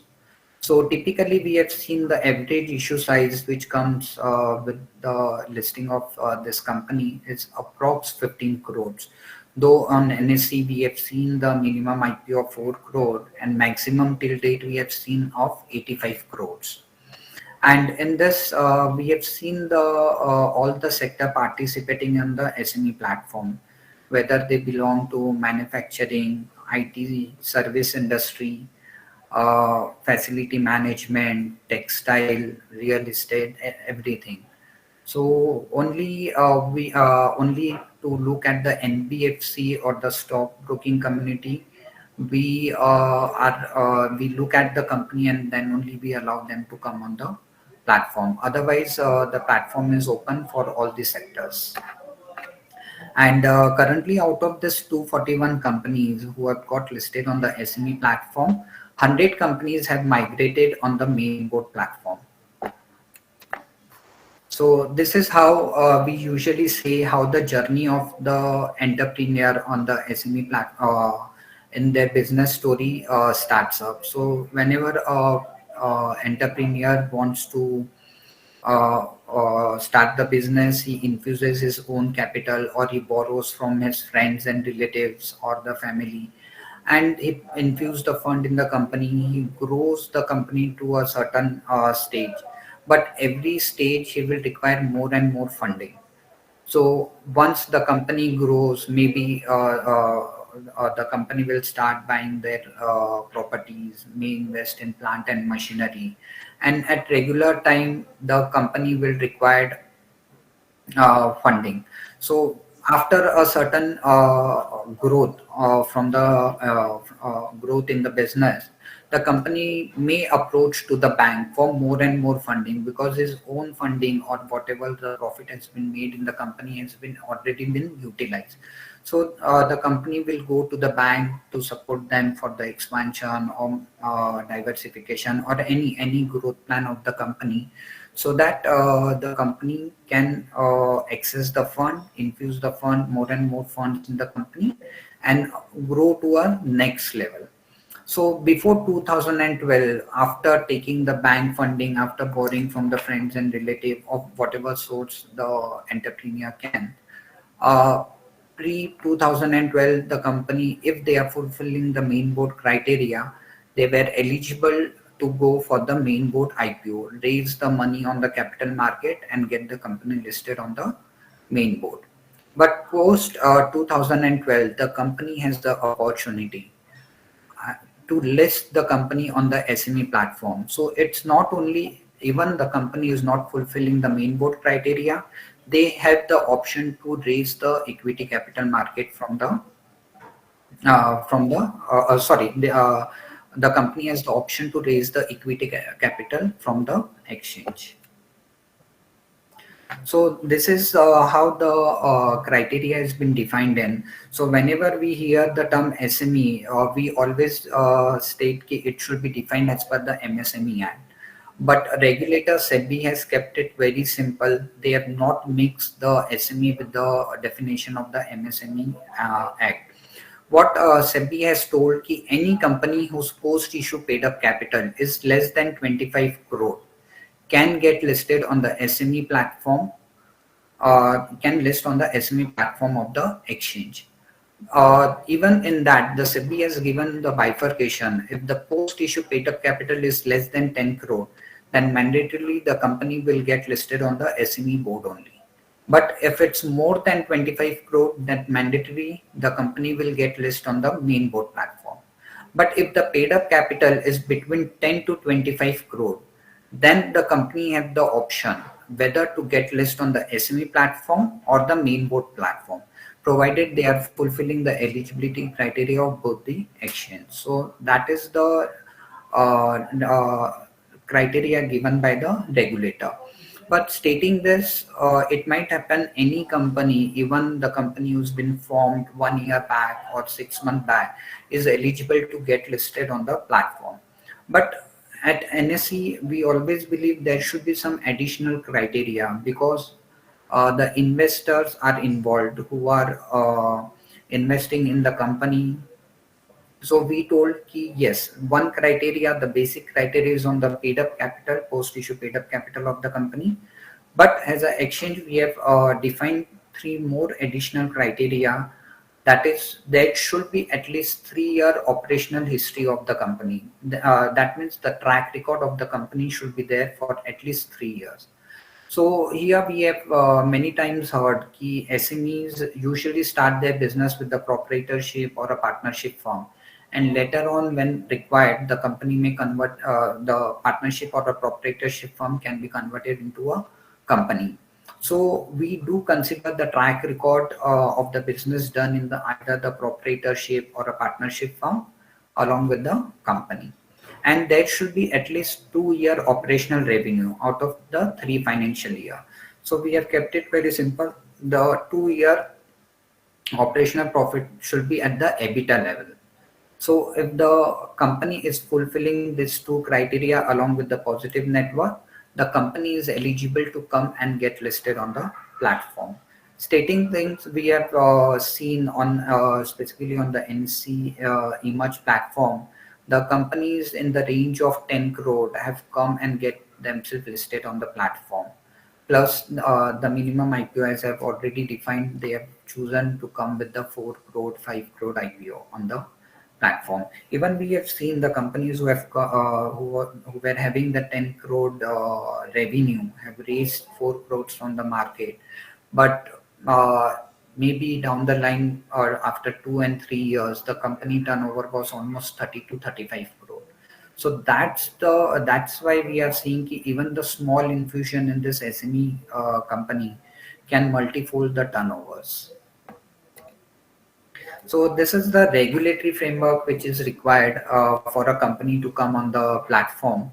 So I will just give you the brief and correlate them with the main board platform so that some bifurcation has been given. So when the company is bringing the IPO on the SME platform, they required at least 50 number of allottees at the time of the IPO. Vis-a-vis on the main board platform, the minimum number is 1000. So we have seen the close group of investor or the close group of known people who know the business of the company, who understand the promoter, who understand the vision of the promoter, they are the one who are the initial subscriber in the IPO, so that they are there with the long term with the company, and when the company is growing, they may exit or continue to stay with the company as long as they want.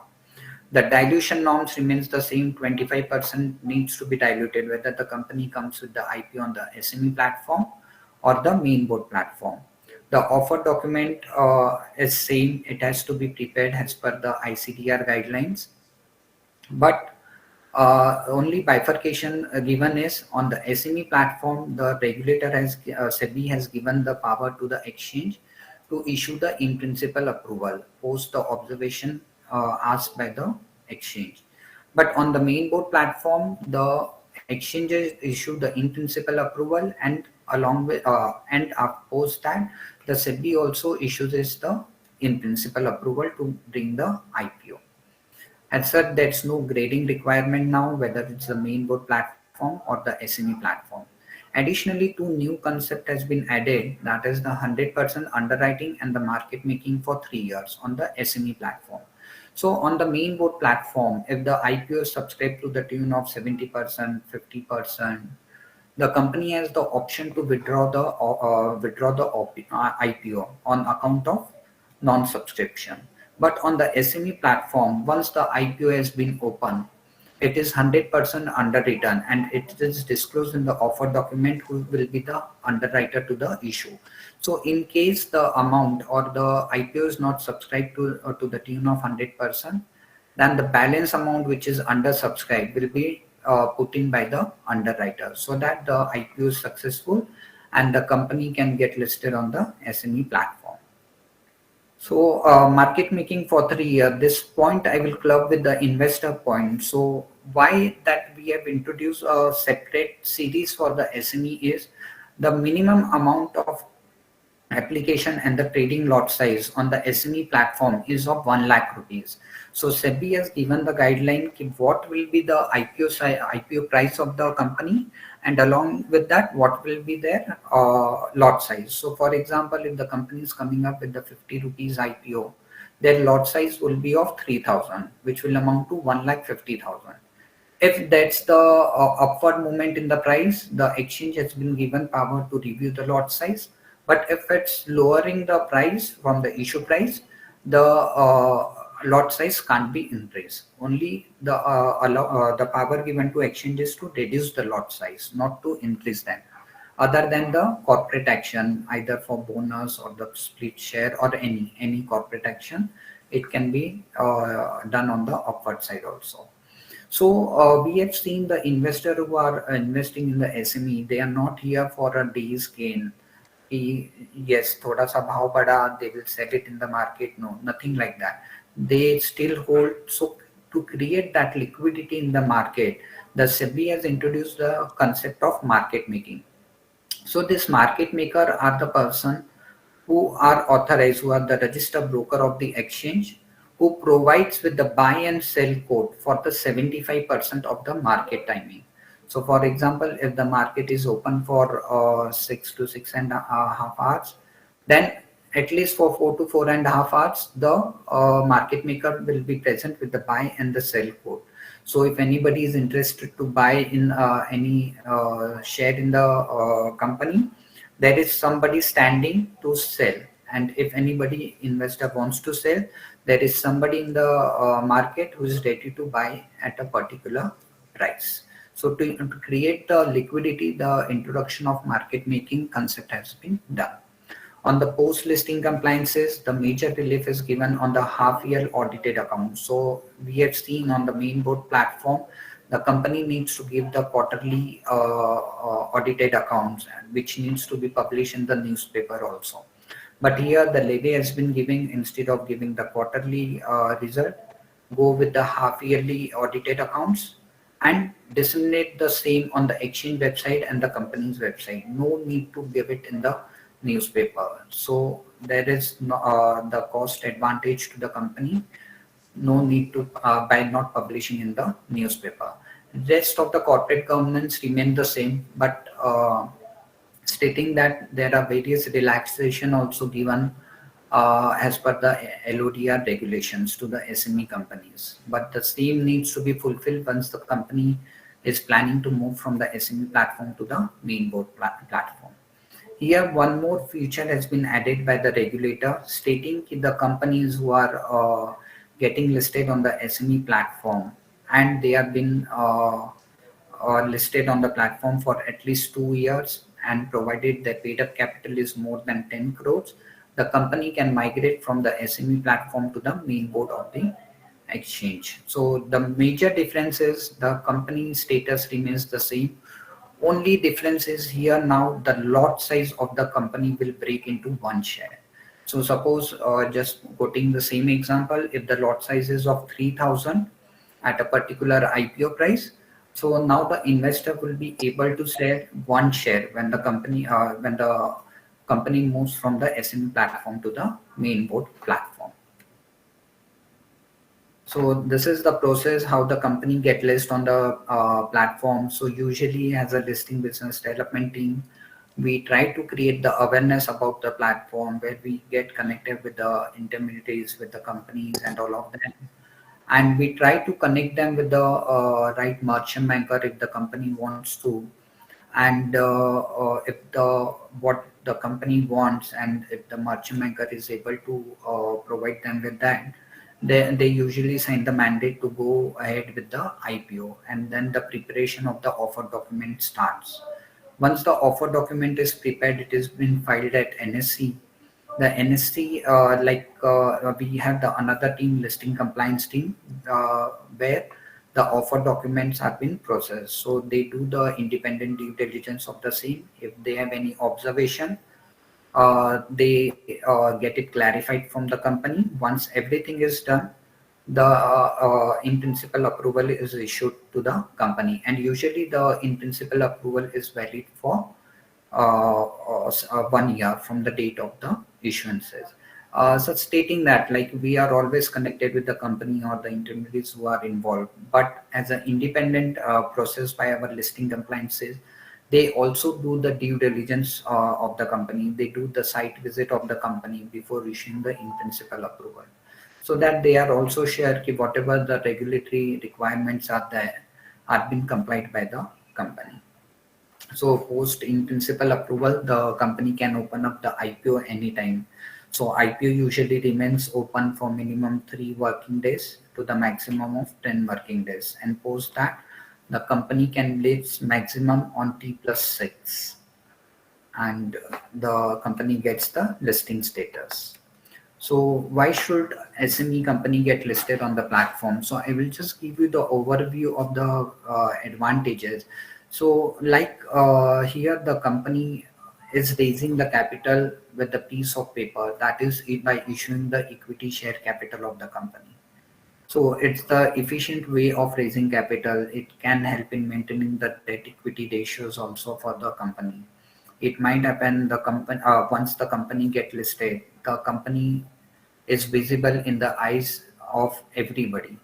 So just to give you the example, if we search on Google ki IT companies in Kolkata, there might be n number of companies coming in, but the moment we write listed company in the IT space from Kolkata, it might be your company name will be in top 10 or top 20 or maybe top 25, depending upon how many companies have been listed.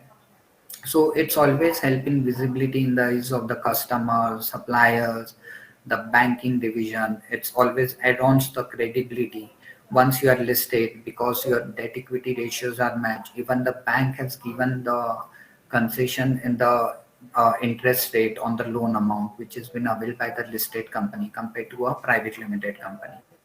Your shares are always traded with the appropriate valuation. So your disclosures in the market with respect to financial results or any of the positive or negative news about the company is published in the market every time. So this is how you are maintaining your corporate governance. You are regularly complying with submission of whatever regulatory requirements are.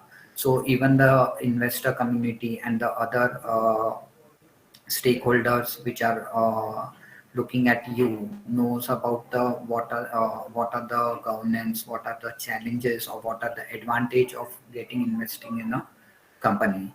And yes, migration to the main board. Now, once you are already listed on SME platform, you can migrate on the main board platform. It's also help you to create the liquidity. Instead of doing the cash deal, the company can go with the equity deal at the time of merger and acquisition. Even you can issue the ESOP to the employees of your company, and they are also aware of what investment we are holding in the company and how profit it will be for us to stay with the company for a long term. And there are various opportunity which opens up. You can go for the FPO, you can go for QIP placement, private placement to issue the capital in the company as and when it is required.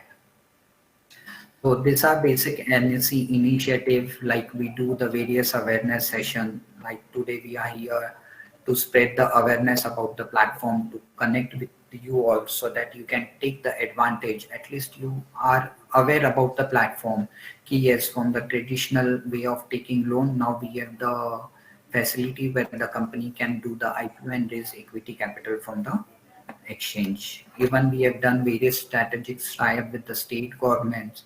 Even few of the state governments are providing subsidies also for the expenditure done on the on getting listed on the platform. Plus we do the types with various local MIDC, GIDCs or industrial bodies, which help them to connect with the various cluster with whom they are working or various association with whom they are working, so that more and more awareness can be created about the platform.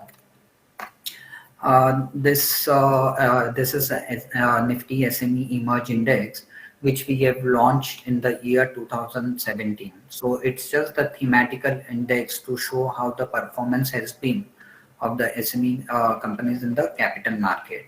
Right now it's not in a tradable form because here one of the feature is migration of the company from Emerge platform to the main board, and that's the time where we see sorry, there will be a drastic change in the index value. So currently, yeah, it's the thematical index and not been tradable. So this is how we are present on the pan-India basis. We have regional offices in every region. One person has been looking after the SME platform to get connected with you, to spread awareness about it. And if any help is required from our end, you may reach out to our colleagues or you can reach out to me anytime for any queries.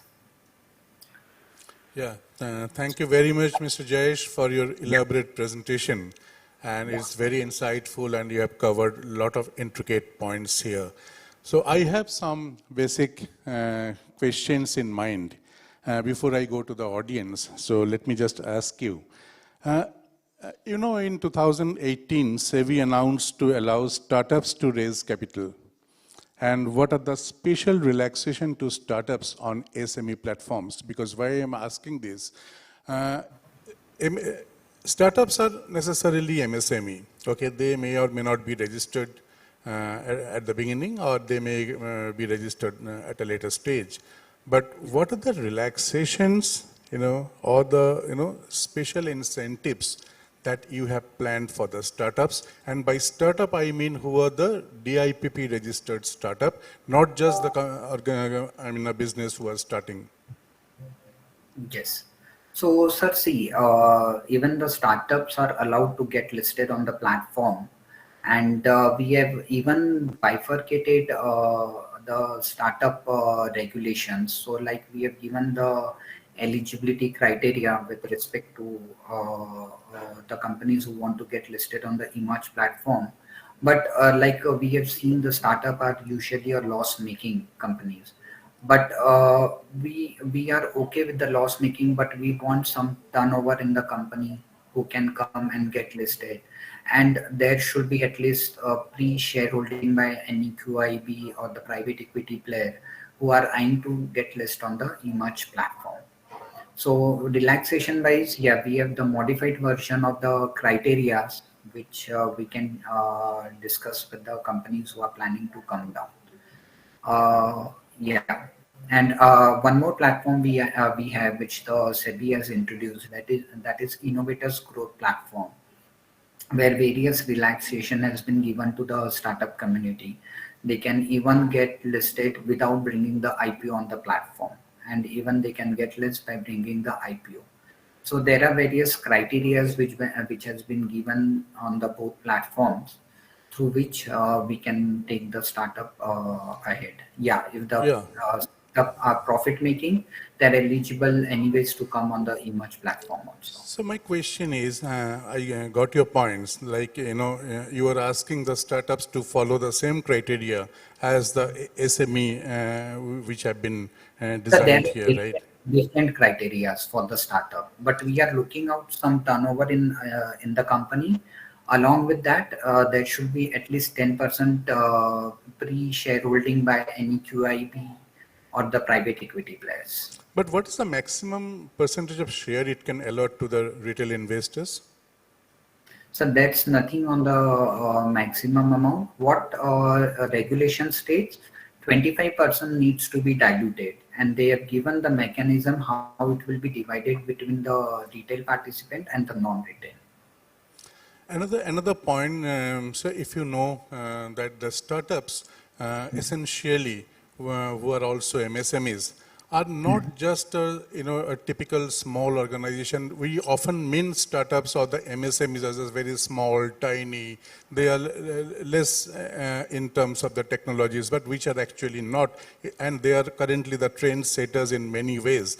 The kind of foreign investment attractions by the startups, I think, much bigger than many of the bigger organizations, operating since long. So in this context, why should a startup explore the IPOs in the SME platform? Is there any reason, is there any encouragement or impetus given to the startups why they should go for the IPOs? Because why I'm asking this, because if they can attract fund without IPO, that could be another conflict with the NSE plans that we have been talking about, or the government of India through the NSE platform are propagating. Why I'm saying, because some of the interesting companies, if they decide to bypass the Indian investors, and which is quite possible in today's globalization, and they have the institutional trading platform kind of thing where e-commerce, data analytics, biotech, and all these startups can list and trade on their share without IPO process. So it's the conflict with this NSE platform, and they can very well go and attract much bigger fund. And another thing is, any startup in today's scenario, they are always interested in the exit plan, both the startups as well as their investors. So is this NSE platform for the SME is very exit friendly for the startups? That is also a very important question I think they should be pondering into. Much platform is basically for the SME side, but yeah, the IPO platform, the exchange platform provides the opportunity for the OFS also. So it totally depends upon the investor community, at what valuation the company can come in and they are able to fetch the funds from the market. Yeah, we have seen the companies, though they might not be in a startup space, but yeah, they are technology or the data analytic companies. They have also got listed on our platform. And I suppose they were on the profit making side, not on the loss making. But yeah, on the main board platform, like we have seen a lot of startups coming in because the regulation has been allowed. And we have seen a lot of exit opportunities given to those companies also. The investor have taken exit in the companies which have got listed on the main board platform. Yeah, very interesting. And my last question would be, what are the potential risks for the investors to invest in the startup fund? So startup fund, I will not be able to comment much on that.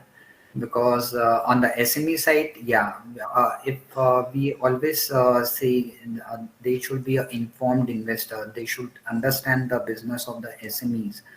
So if the investor is at the high risk end, they may invest in the startup also. But if they are informed investor, they understand the business of the company, they understand the promoter and what promoter wants to do, then they accept it and invest in the companies. Like we have seen the QIP participation on the SME platform also at the time of IPO. Even nowadays, the anchor investors are coming in who are putting in money on the SME companies. There are pre-IPO placement being done on the SME companies which are coming for the IPO. So we see a lot of investor attraction nowadays on the platform, which was not there if I will talk almost 6 years back or 7 years back. Thank you very much, Mr. Jayesh, and I'll come back to you later again. And sure. Meanwhile, let me go to Dr. Arijit Banerjee. He's the director, Ramasys RPL. So, and he is also the toilet manufacturer, bio-toilet manufacturer. And as I mentioned earlier, that it's of paramount importance in today's scenario. And we have seen how COVID has impacted the humanity across the globe and how important it is to protect the natural ingredients and the components. And he is one such genius on our dais. So I'd request Dr. Arijit Banerjee to please reflect from the MSME perspective.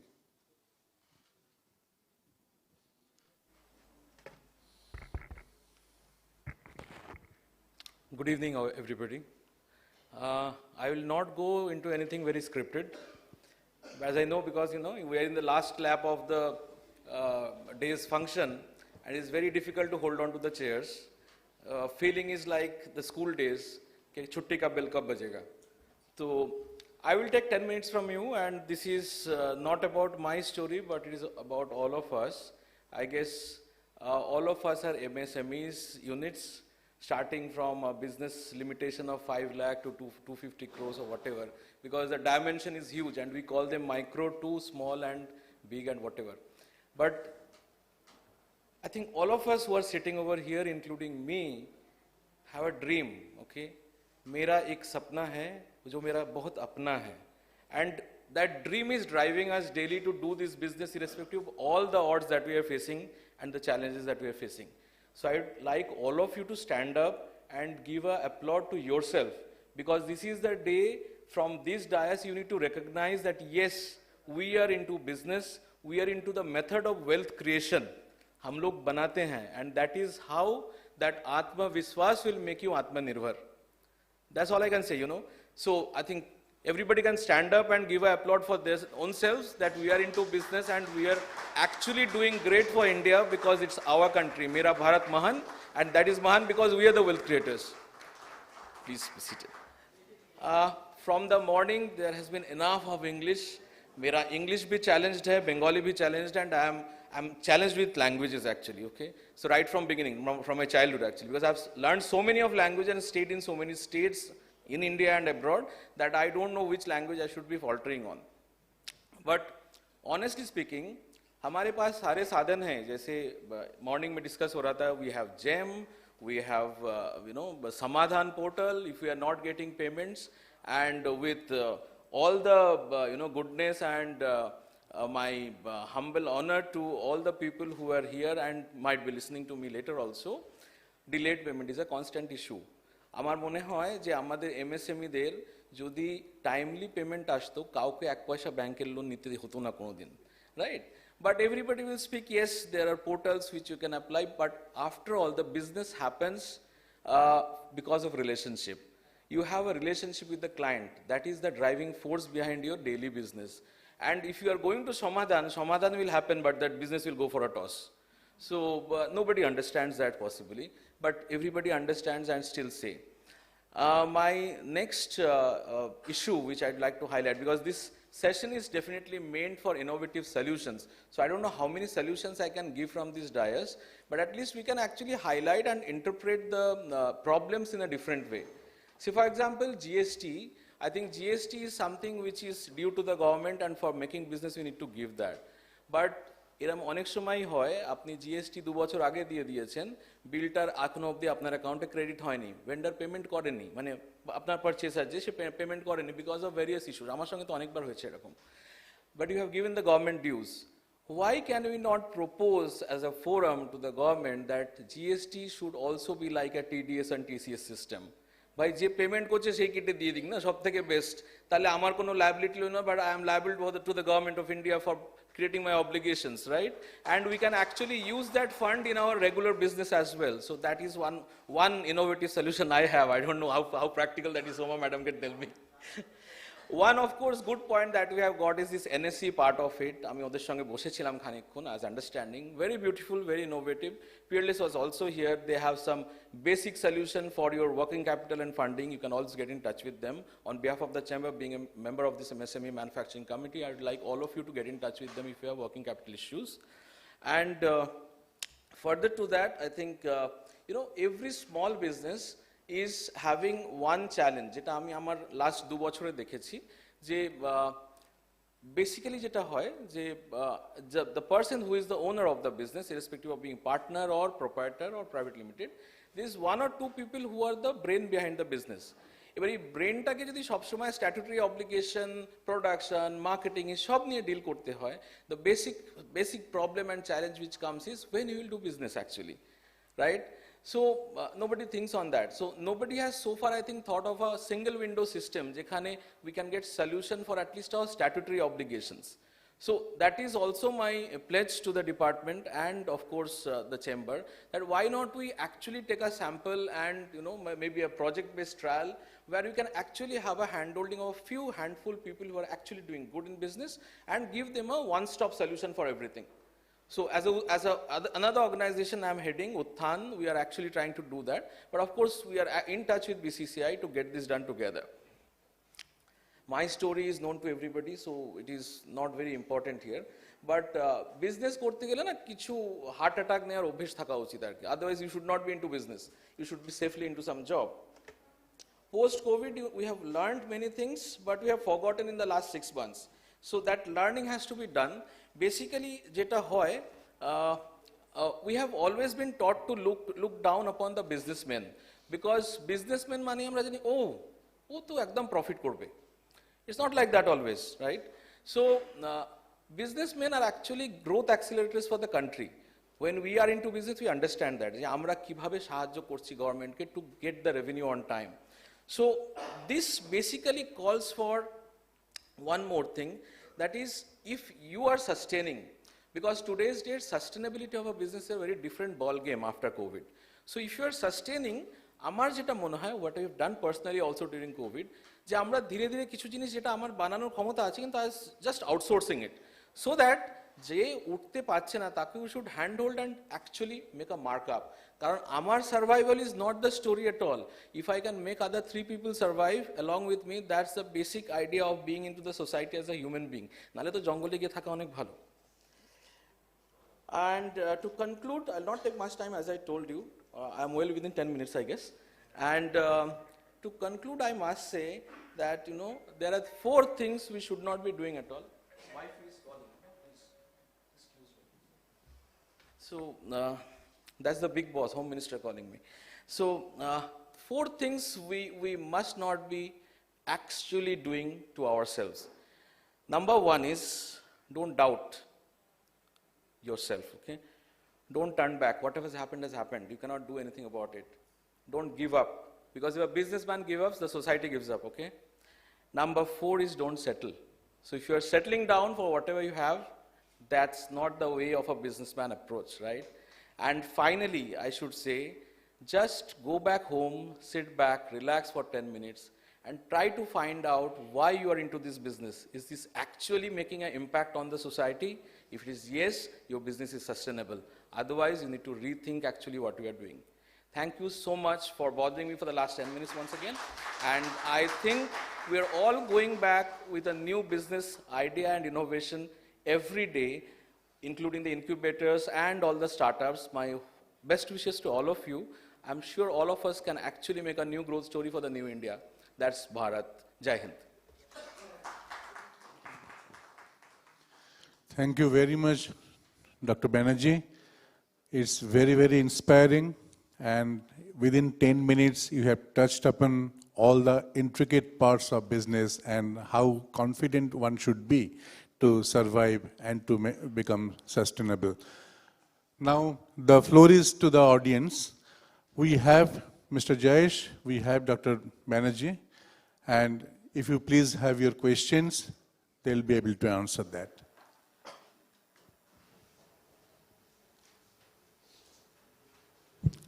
Any question, please?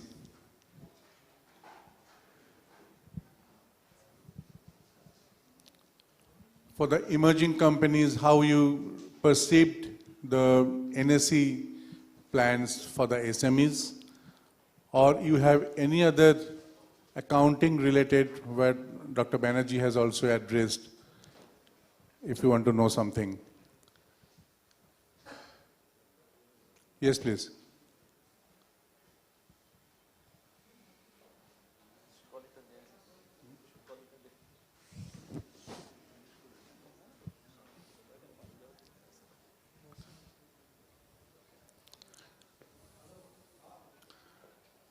I think there is not much question from the audience.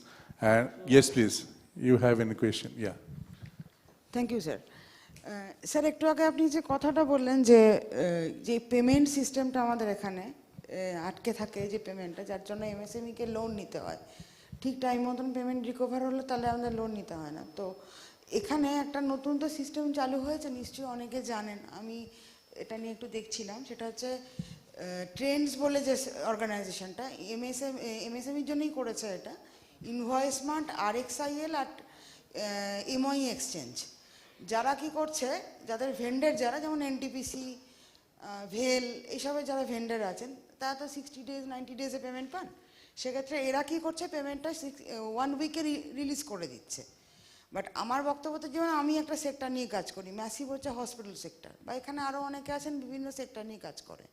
তো বড় বড় যে corporate হাউসগুলো রয়েছে তারা এখনও পর্যন্ত তাদের সঙ্গে ইনকর্পোরেট করেনি, যার ফলে কী হচ্ছে, আমরা এখনও পিছিয়ে থাকছি। এবার সবাই তো অত বড় অর্গানাইজেশনের পার্ট হতে পারে না বা ভেন্ডার হতে পারে না। তাই সেই ক্ষেত্রে কি একটা উদ্যোগ কিছু নেওয়া যেতে পারে স্যার? কারণ এদের কি হচ্ছে, 1 সপ্তাহ পেমেন্ট রিয়েলাইজ করে দিচ্ছে। তো বেসিক্যালি আমি আপনাকে বলি, if you see the government of India guidelines, না MSME যখন মিস্টার নীতিন গডকরি ছিলেন, he has laid down certain foundation rules, তখন উনি একটা নিয়ম করেছিলেন, আপনি বসুন প্লিজ। তখন একটা নিয়ম হয়েছিল যে এমএসএমইদের পেমেন্ট 45 days-এর মধ্যে রিলিজ করে দিতে হবে, ঠিক আছে?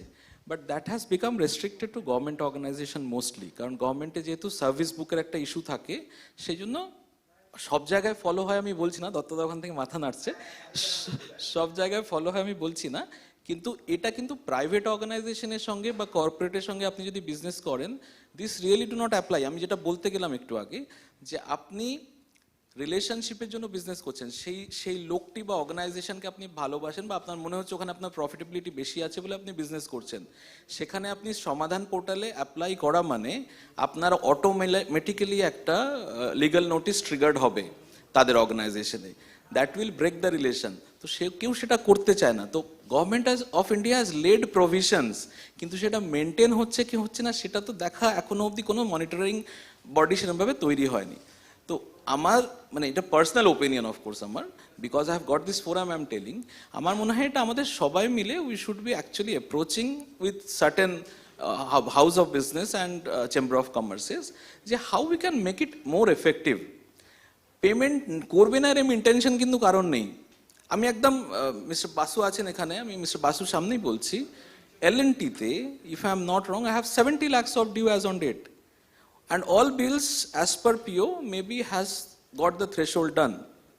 মার্চ মাসে এসে পেমেন্ট হবে না, আমিও ভালো রকম জানি সেটা, because in the business balance sheet will go differently. So there are certain hidden stories which you know, কিন্তু তার জন্য যে সাফারিংটা as a MSME we go through, that also has to be understood by some painstaking organisation. এটা আমার humble request actually from this dais, and I am sure this is the story with everybody. এটা আমার একার story নয়, আমার কোমরের জোর আছে বলে I can sustain. Maybe not everybody will have that, or not everybody will be willing to do that actually.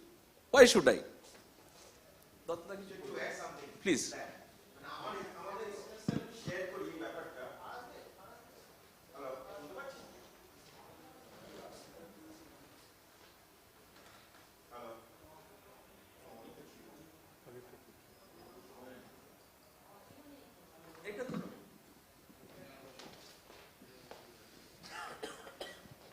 আমি এই ব্যাপারে একটু অ্যাড করতে চাই।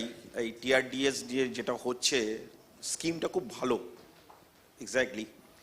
তো এটা প্রথম দিকে একটা ভালো রকম রেসপন্স পাচ্ছিলাম আমরা, okay, for the big organisations also somebody were coming forward, and আমরা এটা, কিন্তু আমাদের একটা এক্সপিরিয়েন্স হলো কিছুদিন যাওয়ার পরে, when the things started rolling over with one of our big customers, and it's a government company, okay, এবং তারপরে দেখতে আরম্ভ করলাম যে ফাইন্যান্স ডিপার্টমেন্ট থেকে ওরা অ্যাপ্রুভ করছে না, মানে TRDS প্ল্যাটফর্মে। Why they are not doing it? The other things, ওই যে 45 days যে লিমিটটা করে দেওয়া হয়েছে, সেটা ওদের কাছে টাকা নেই যে 45 দিন পরে ওরা ব্যাংকে টাকাটা দিতে পারবে কিনা, ওরা দিতে পারবে কিনা। এবার আমরা তো বুঝতে পারছি না, উই আর থিঙ্কিং হ্যাঁ the invoice has been raised, so we are putting in the M1 exchange platform or invoice smart platform, so my money is now secured and I will get within 2-3 days the bidding will start. But suddenly when we are following up with the IndiaMart, Invoice Mart or TRDS the platform, they are saying the invoice is not getting approved by the party. So আমরা প্রথমে ভাবলাম কি হচ্ছে ব্যাপারটা। Then suddenly we saw that the finance department, they are not being approved because they are not sure whether after 48 days they will get the money, they can get the money back to the bank. Allocation নেই। So এখানেও একটা problem হচ্ছে। আর যেটা mister Banerjee বললেন, এটা যখন first start হয়েছিল mister Nitin Gadkari এটা করেছিলেন, ইটস আ মাস্ট যে 500 crores টার্নওভার যাদের হয়ে আছে, যে সব customers, they have to go through TRDS platform other than the government companies, কিন্তু প্রাইভেট এখনো এটা ফলো করছে না। আমরা অনেক ইন্ডিভিজুয়াল কাস্টমারকে আমরা প্রেশারাইজ করছি, ঠিক আছে। তারপরে এই বাজেটেও বলা হয়েছিল যে now it has to be a must, মানে the rule is firm now, সেটাও কিছু হচ্ছে না। তো the suffering is continuing for everybody, এটা হচ্ছে না। আচ্ছা, এবারে থার্ড হচ্ছে, there are lot of companies individually, আপনাকে ম্যাডাম বলছি, যেমন ICICI ব্যাংক এরা নিজেরাও আবার একটা চালু করে দিয়েছে। when we are going to the customer যে আপনি কেন করছেন না, তারা কিন্তু ইন্টারেস্টেড নয় করার জন্য। they are 700 crores 800 crores company, যখন IPO আসছে তাদের বুমিং হচ্ছে, তারা যেভাবে নিজেদের এন্ডোর্স করছে, মার্কেটিং করছে, everything is good, but when the term position comes to pay us against supply, then the situation totally different. তো সেই প্রবলেমটা আমাদের নিয়েই চলতে হবে, but yes the fight must be on and we should fight it back. মানে actually bank বিল discounting বা বিল এক্সচেঞ্জটা bank follow করতে নর্মসে আছে, কিন্তু ব্যাংক সেটা মানছে না। নোবডি ইজ, হ্যাঁ সেটাই আছে। এক্স্যাক্টলি এটার কারণেই আটকে যাচ্ছে।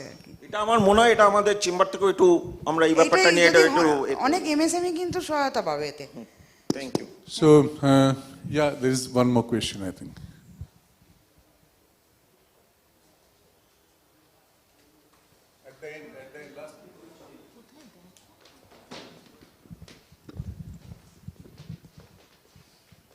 হ্যালো, আমি ডক্টর অরিজিৎ ব্যানার্জিকে একটা বায়ো টয়লেটসের ওপরে একটা কোশ্চেন করতে চাইছি।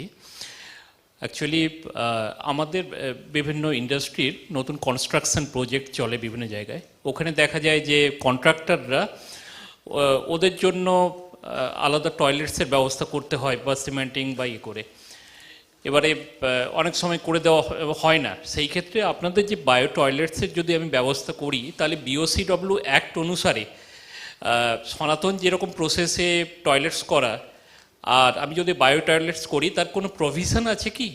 আমরা কি করতে পারি যে কোনো জায়গাতে? হ্যাঁ আছে এটা, তার কারণ হচ্ছে এই বায়ো টয়লেটটায় মেনলি যেটা হয় একটা মেকানিক্যাল আর বায়োকেমিক্যাল প্রসেস চলে ট্যাঙ্কটার মধ্যে, irrespective of the size and the users. আমাদের কাছে যে ট্যাঙ্কটা আছে it can cater up to 500 employees or 500 workman at a time, আর মিনিমাম ক্যাপাসিটিটা 20 to 30 ইউজার্স। তো এইটা থেকে যেটা বেরোয় এক্সস্টটা is always reusable water. By reusable I mean gardening আর ফ্লাশিংয়ের জন্য আপনি ইউজ করতে পারেন। আমাদের প্রচুর ক্লায়েন্ট যেমন L&T, শাহপুরজি, তারপরে আপনার ওদিকে হিন্দালকো, এরা অ্যাকচুয়ালি গার্ডেনিংয়ের জন্য ইউজ করে ওয়াটারটাকে। তো এটার জন্য নর্মসটা এটাই যে you need not take any মানে এক্সট্রা পারমিশন। ইভেন আপনি যদি আরবান এরিয়াতে কর্পোরেশন এরিয়াতে ওটা ইউজ করেন তাহলে you can do a direct drainage. Okay, thank you. Thank you very much, Bengal Chamber, for organizing such an interesting and important event and discussion. Thank you, Dr. Banerjee, and thank you, Mr. Jayesh, to be with us. Thank you, audience. We'll see you again tomorrow. Thank you, Mr. Dr. Banerjee, thank you, Mr. Tauri, and thank you, Mr. Digvijay Chakraborty, for such a nice session and insightful session. And with this, we conclude today's event here. And tomorrow we'll start at 11 o'clock, sharp 11 o'clock. Thank you and good night.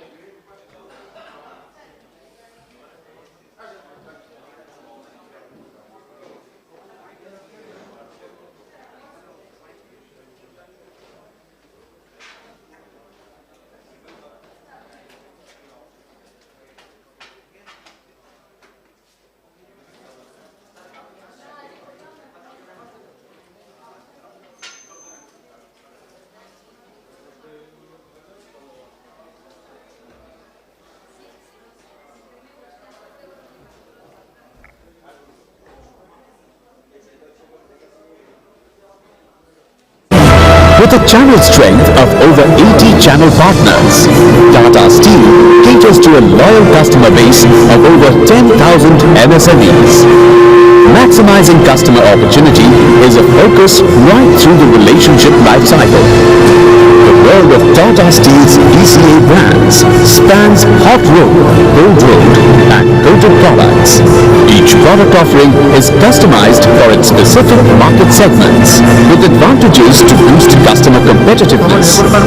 Tata Astra has redefined the market with best-in-class hot-rolled coils and shields. Tata Astra Solar supports India's flagship solar mission.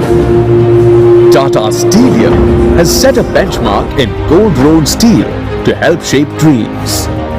Tata Steelium Neo meets the need for higher quality stringency in specific segments.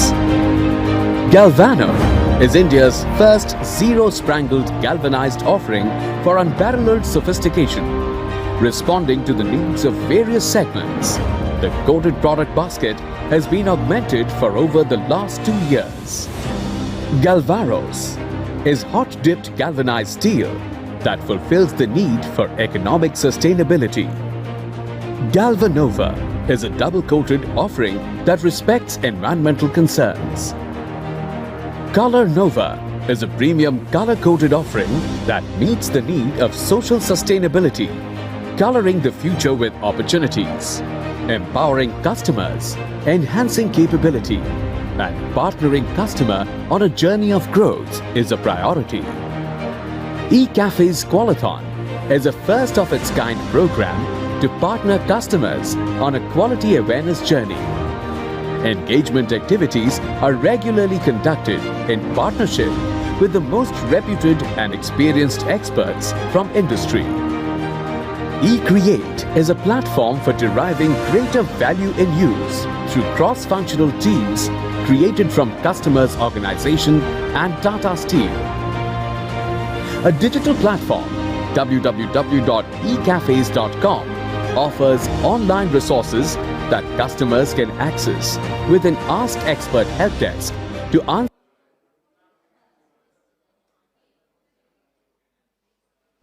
Presenting an enterprise that is constantly on the move, relentlessly pursuing the emerging needs of customers through exceptional product and service experiences. By being the benchmark in customer service, 100% subsidiary of Tata Steel Limited, carrying forward the legacy of the Tata Group. Offering a wide range of products, services and solutions to various customer segments. Leveraging technology, product and process innovation. An irreplaceable bridge between steel mills and customers. Empowering communities and people. Tata Steel Downstream Products Limited. More than just a steel service center organization.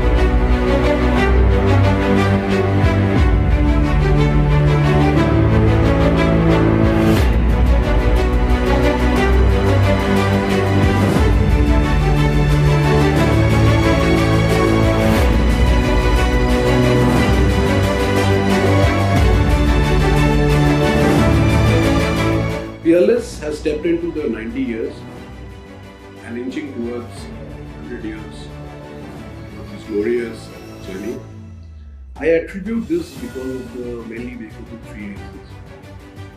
One is, of course, the organization has always been purpose driven for the social upliftment, and that has really created an ecosystem around the organization for every employee, with the management and all, to look forward to building a social entrepreneurship across the world. Second has always been that Peerless has looked into customer first as the motto of the organization, and transparency has always been the epitome of the business. Third has always been, I strongly believe that we have built an ecosystem in our employees' welfare. That has led a strong build-up of employees across the board who have been more than 15-16 years in the organization. That has given a lot of steadiness to this organization and higher productivity for work. Peerless has always been ahead of times during innovations. We have seen that every time that Peerless has come up with new products, new systems, new processes, which has led into an impact in the social and economic status across the world. Peerless as now an incubation center in the next 10 years, and we believe that the kind of innovation that is currently taking place along with the technology will lead us to give better products in the market, and which will create a huge impact on the Indian market, starting from the east, of course, because it will be powered from the eastern market of India and rule India across the board, across all different industries. For this, our MD and CEO is attending the 11th MSME and Manufacturing Conclave to be held in Calcutta on 10th and 11th of March. So Mr. Joyanta Rai will be talking about the legacy of this business, what has been built across the period of 90 years. So I request all of you to participate in that and learn that how can a business, sustainable business be built across such a long period of time. Thank you.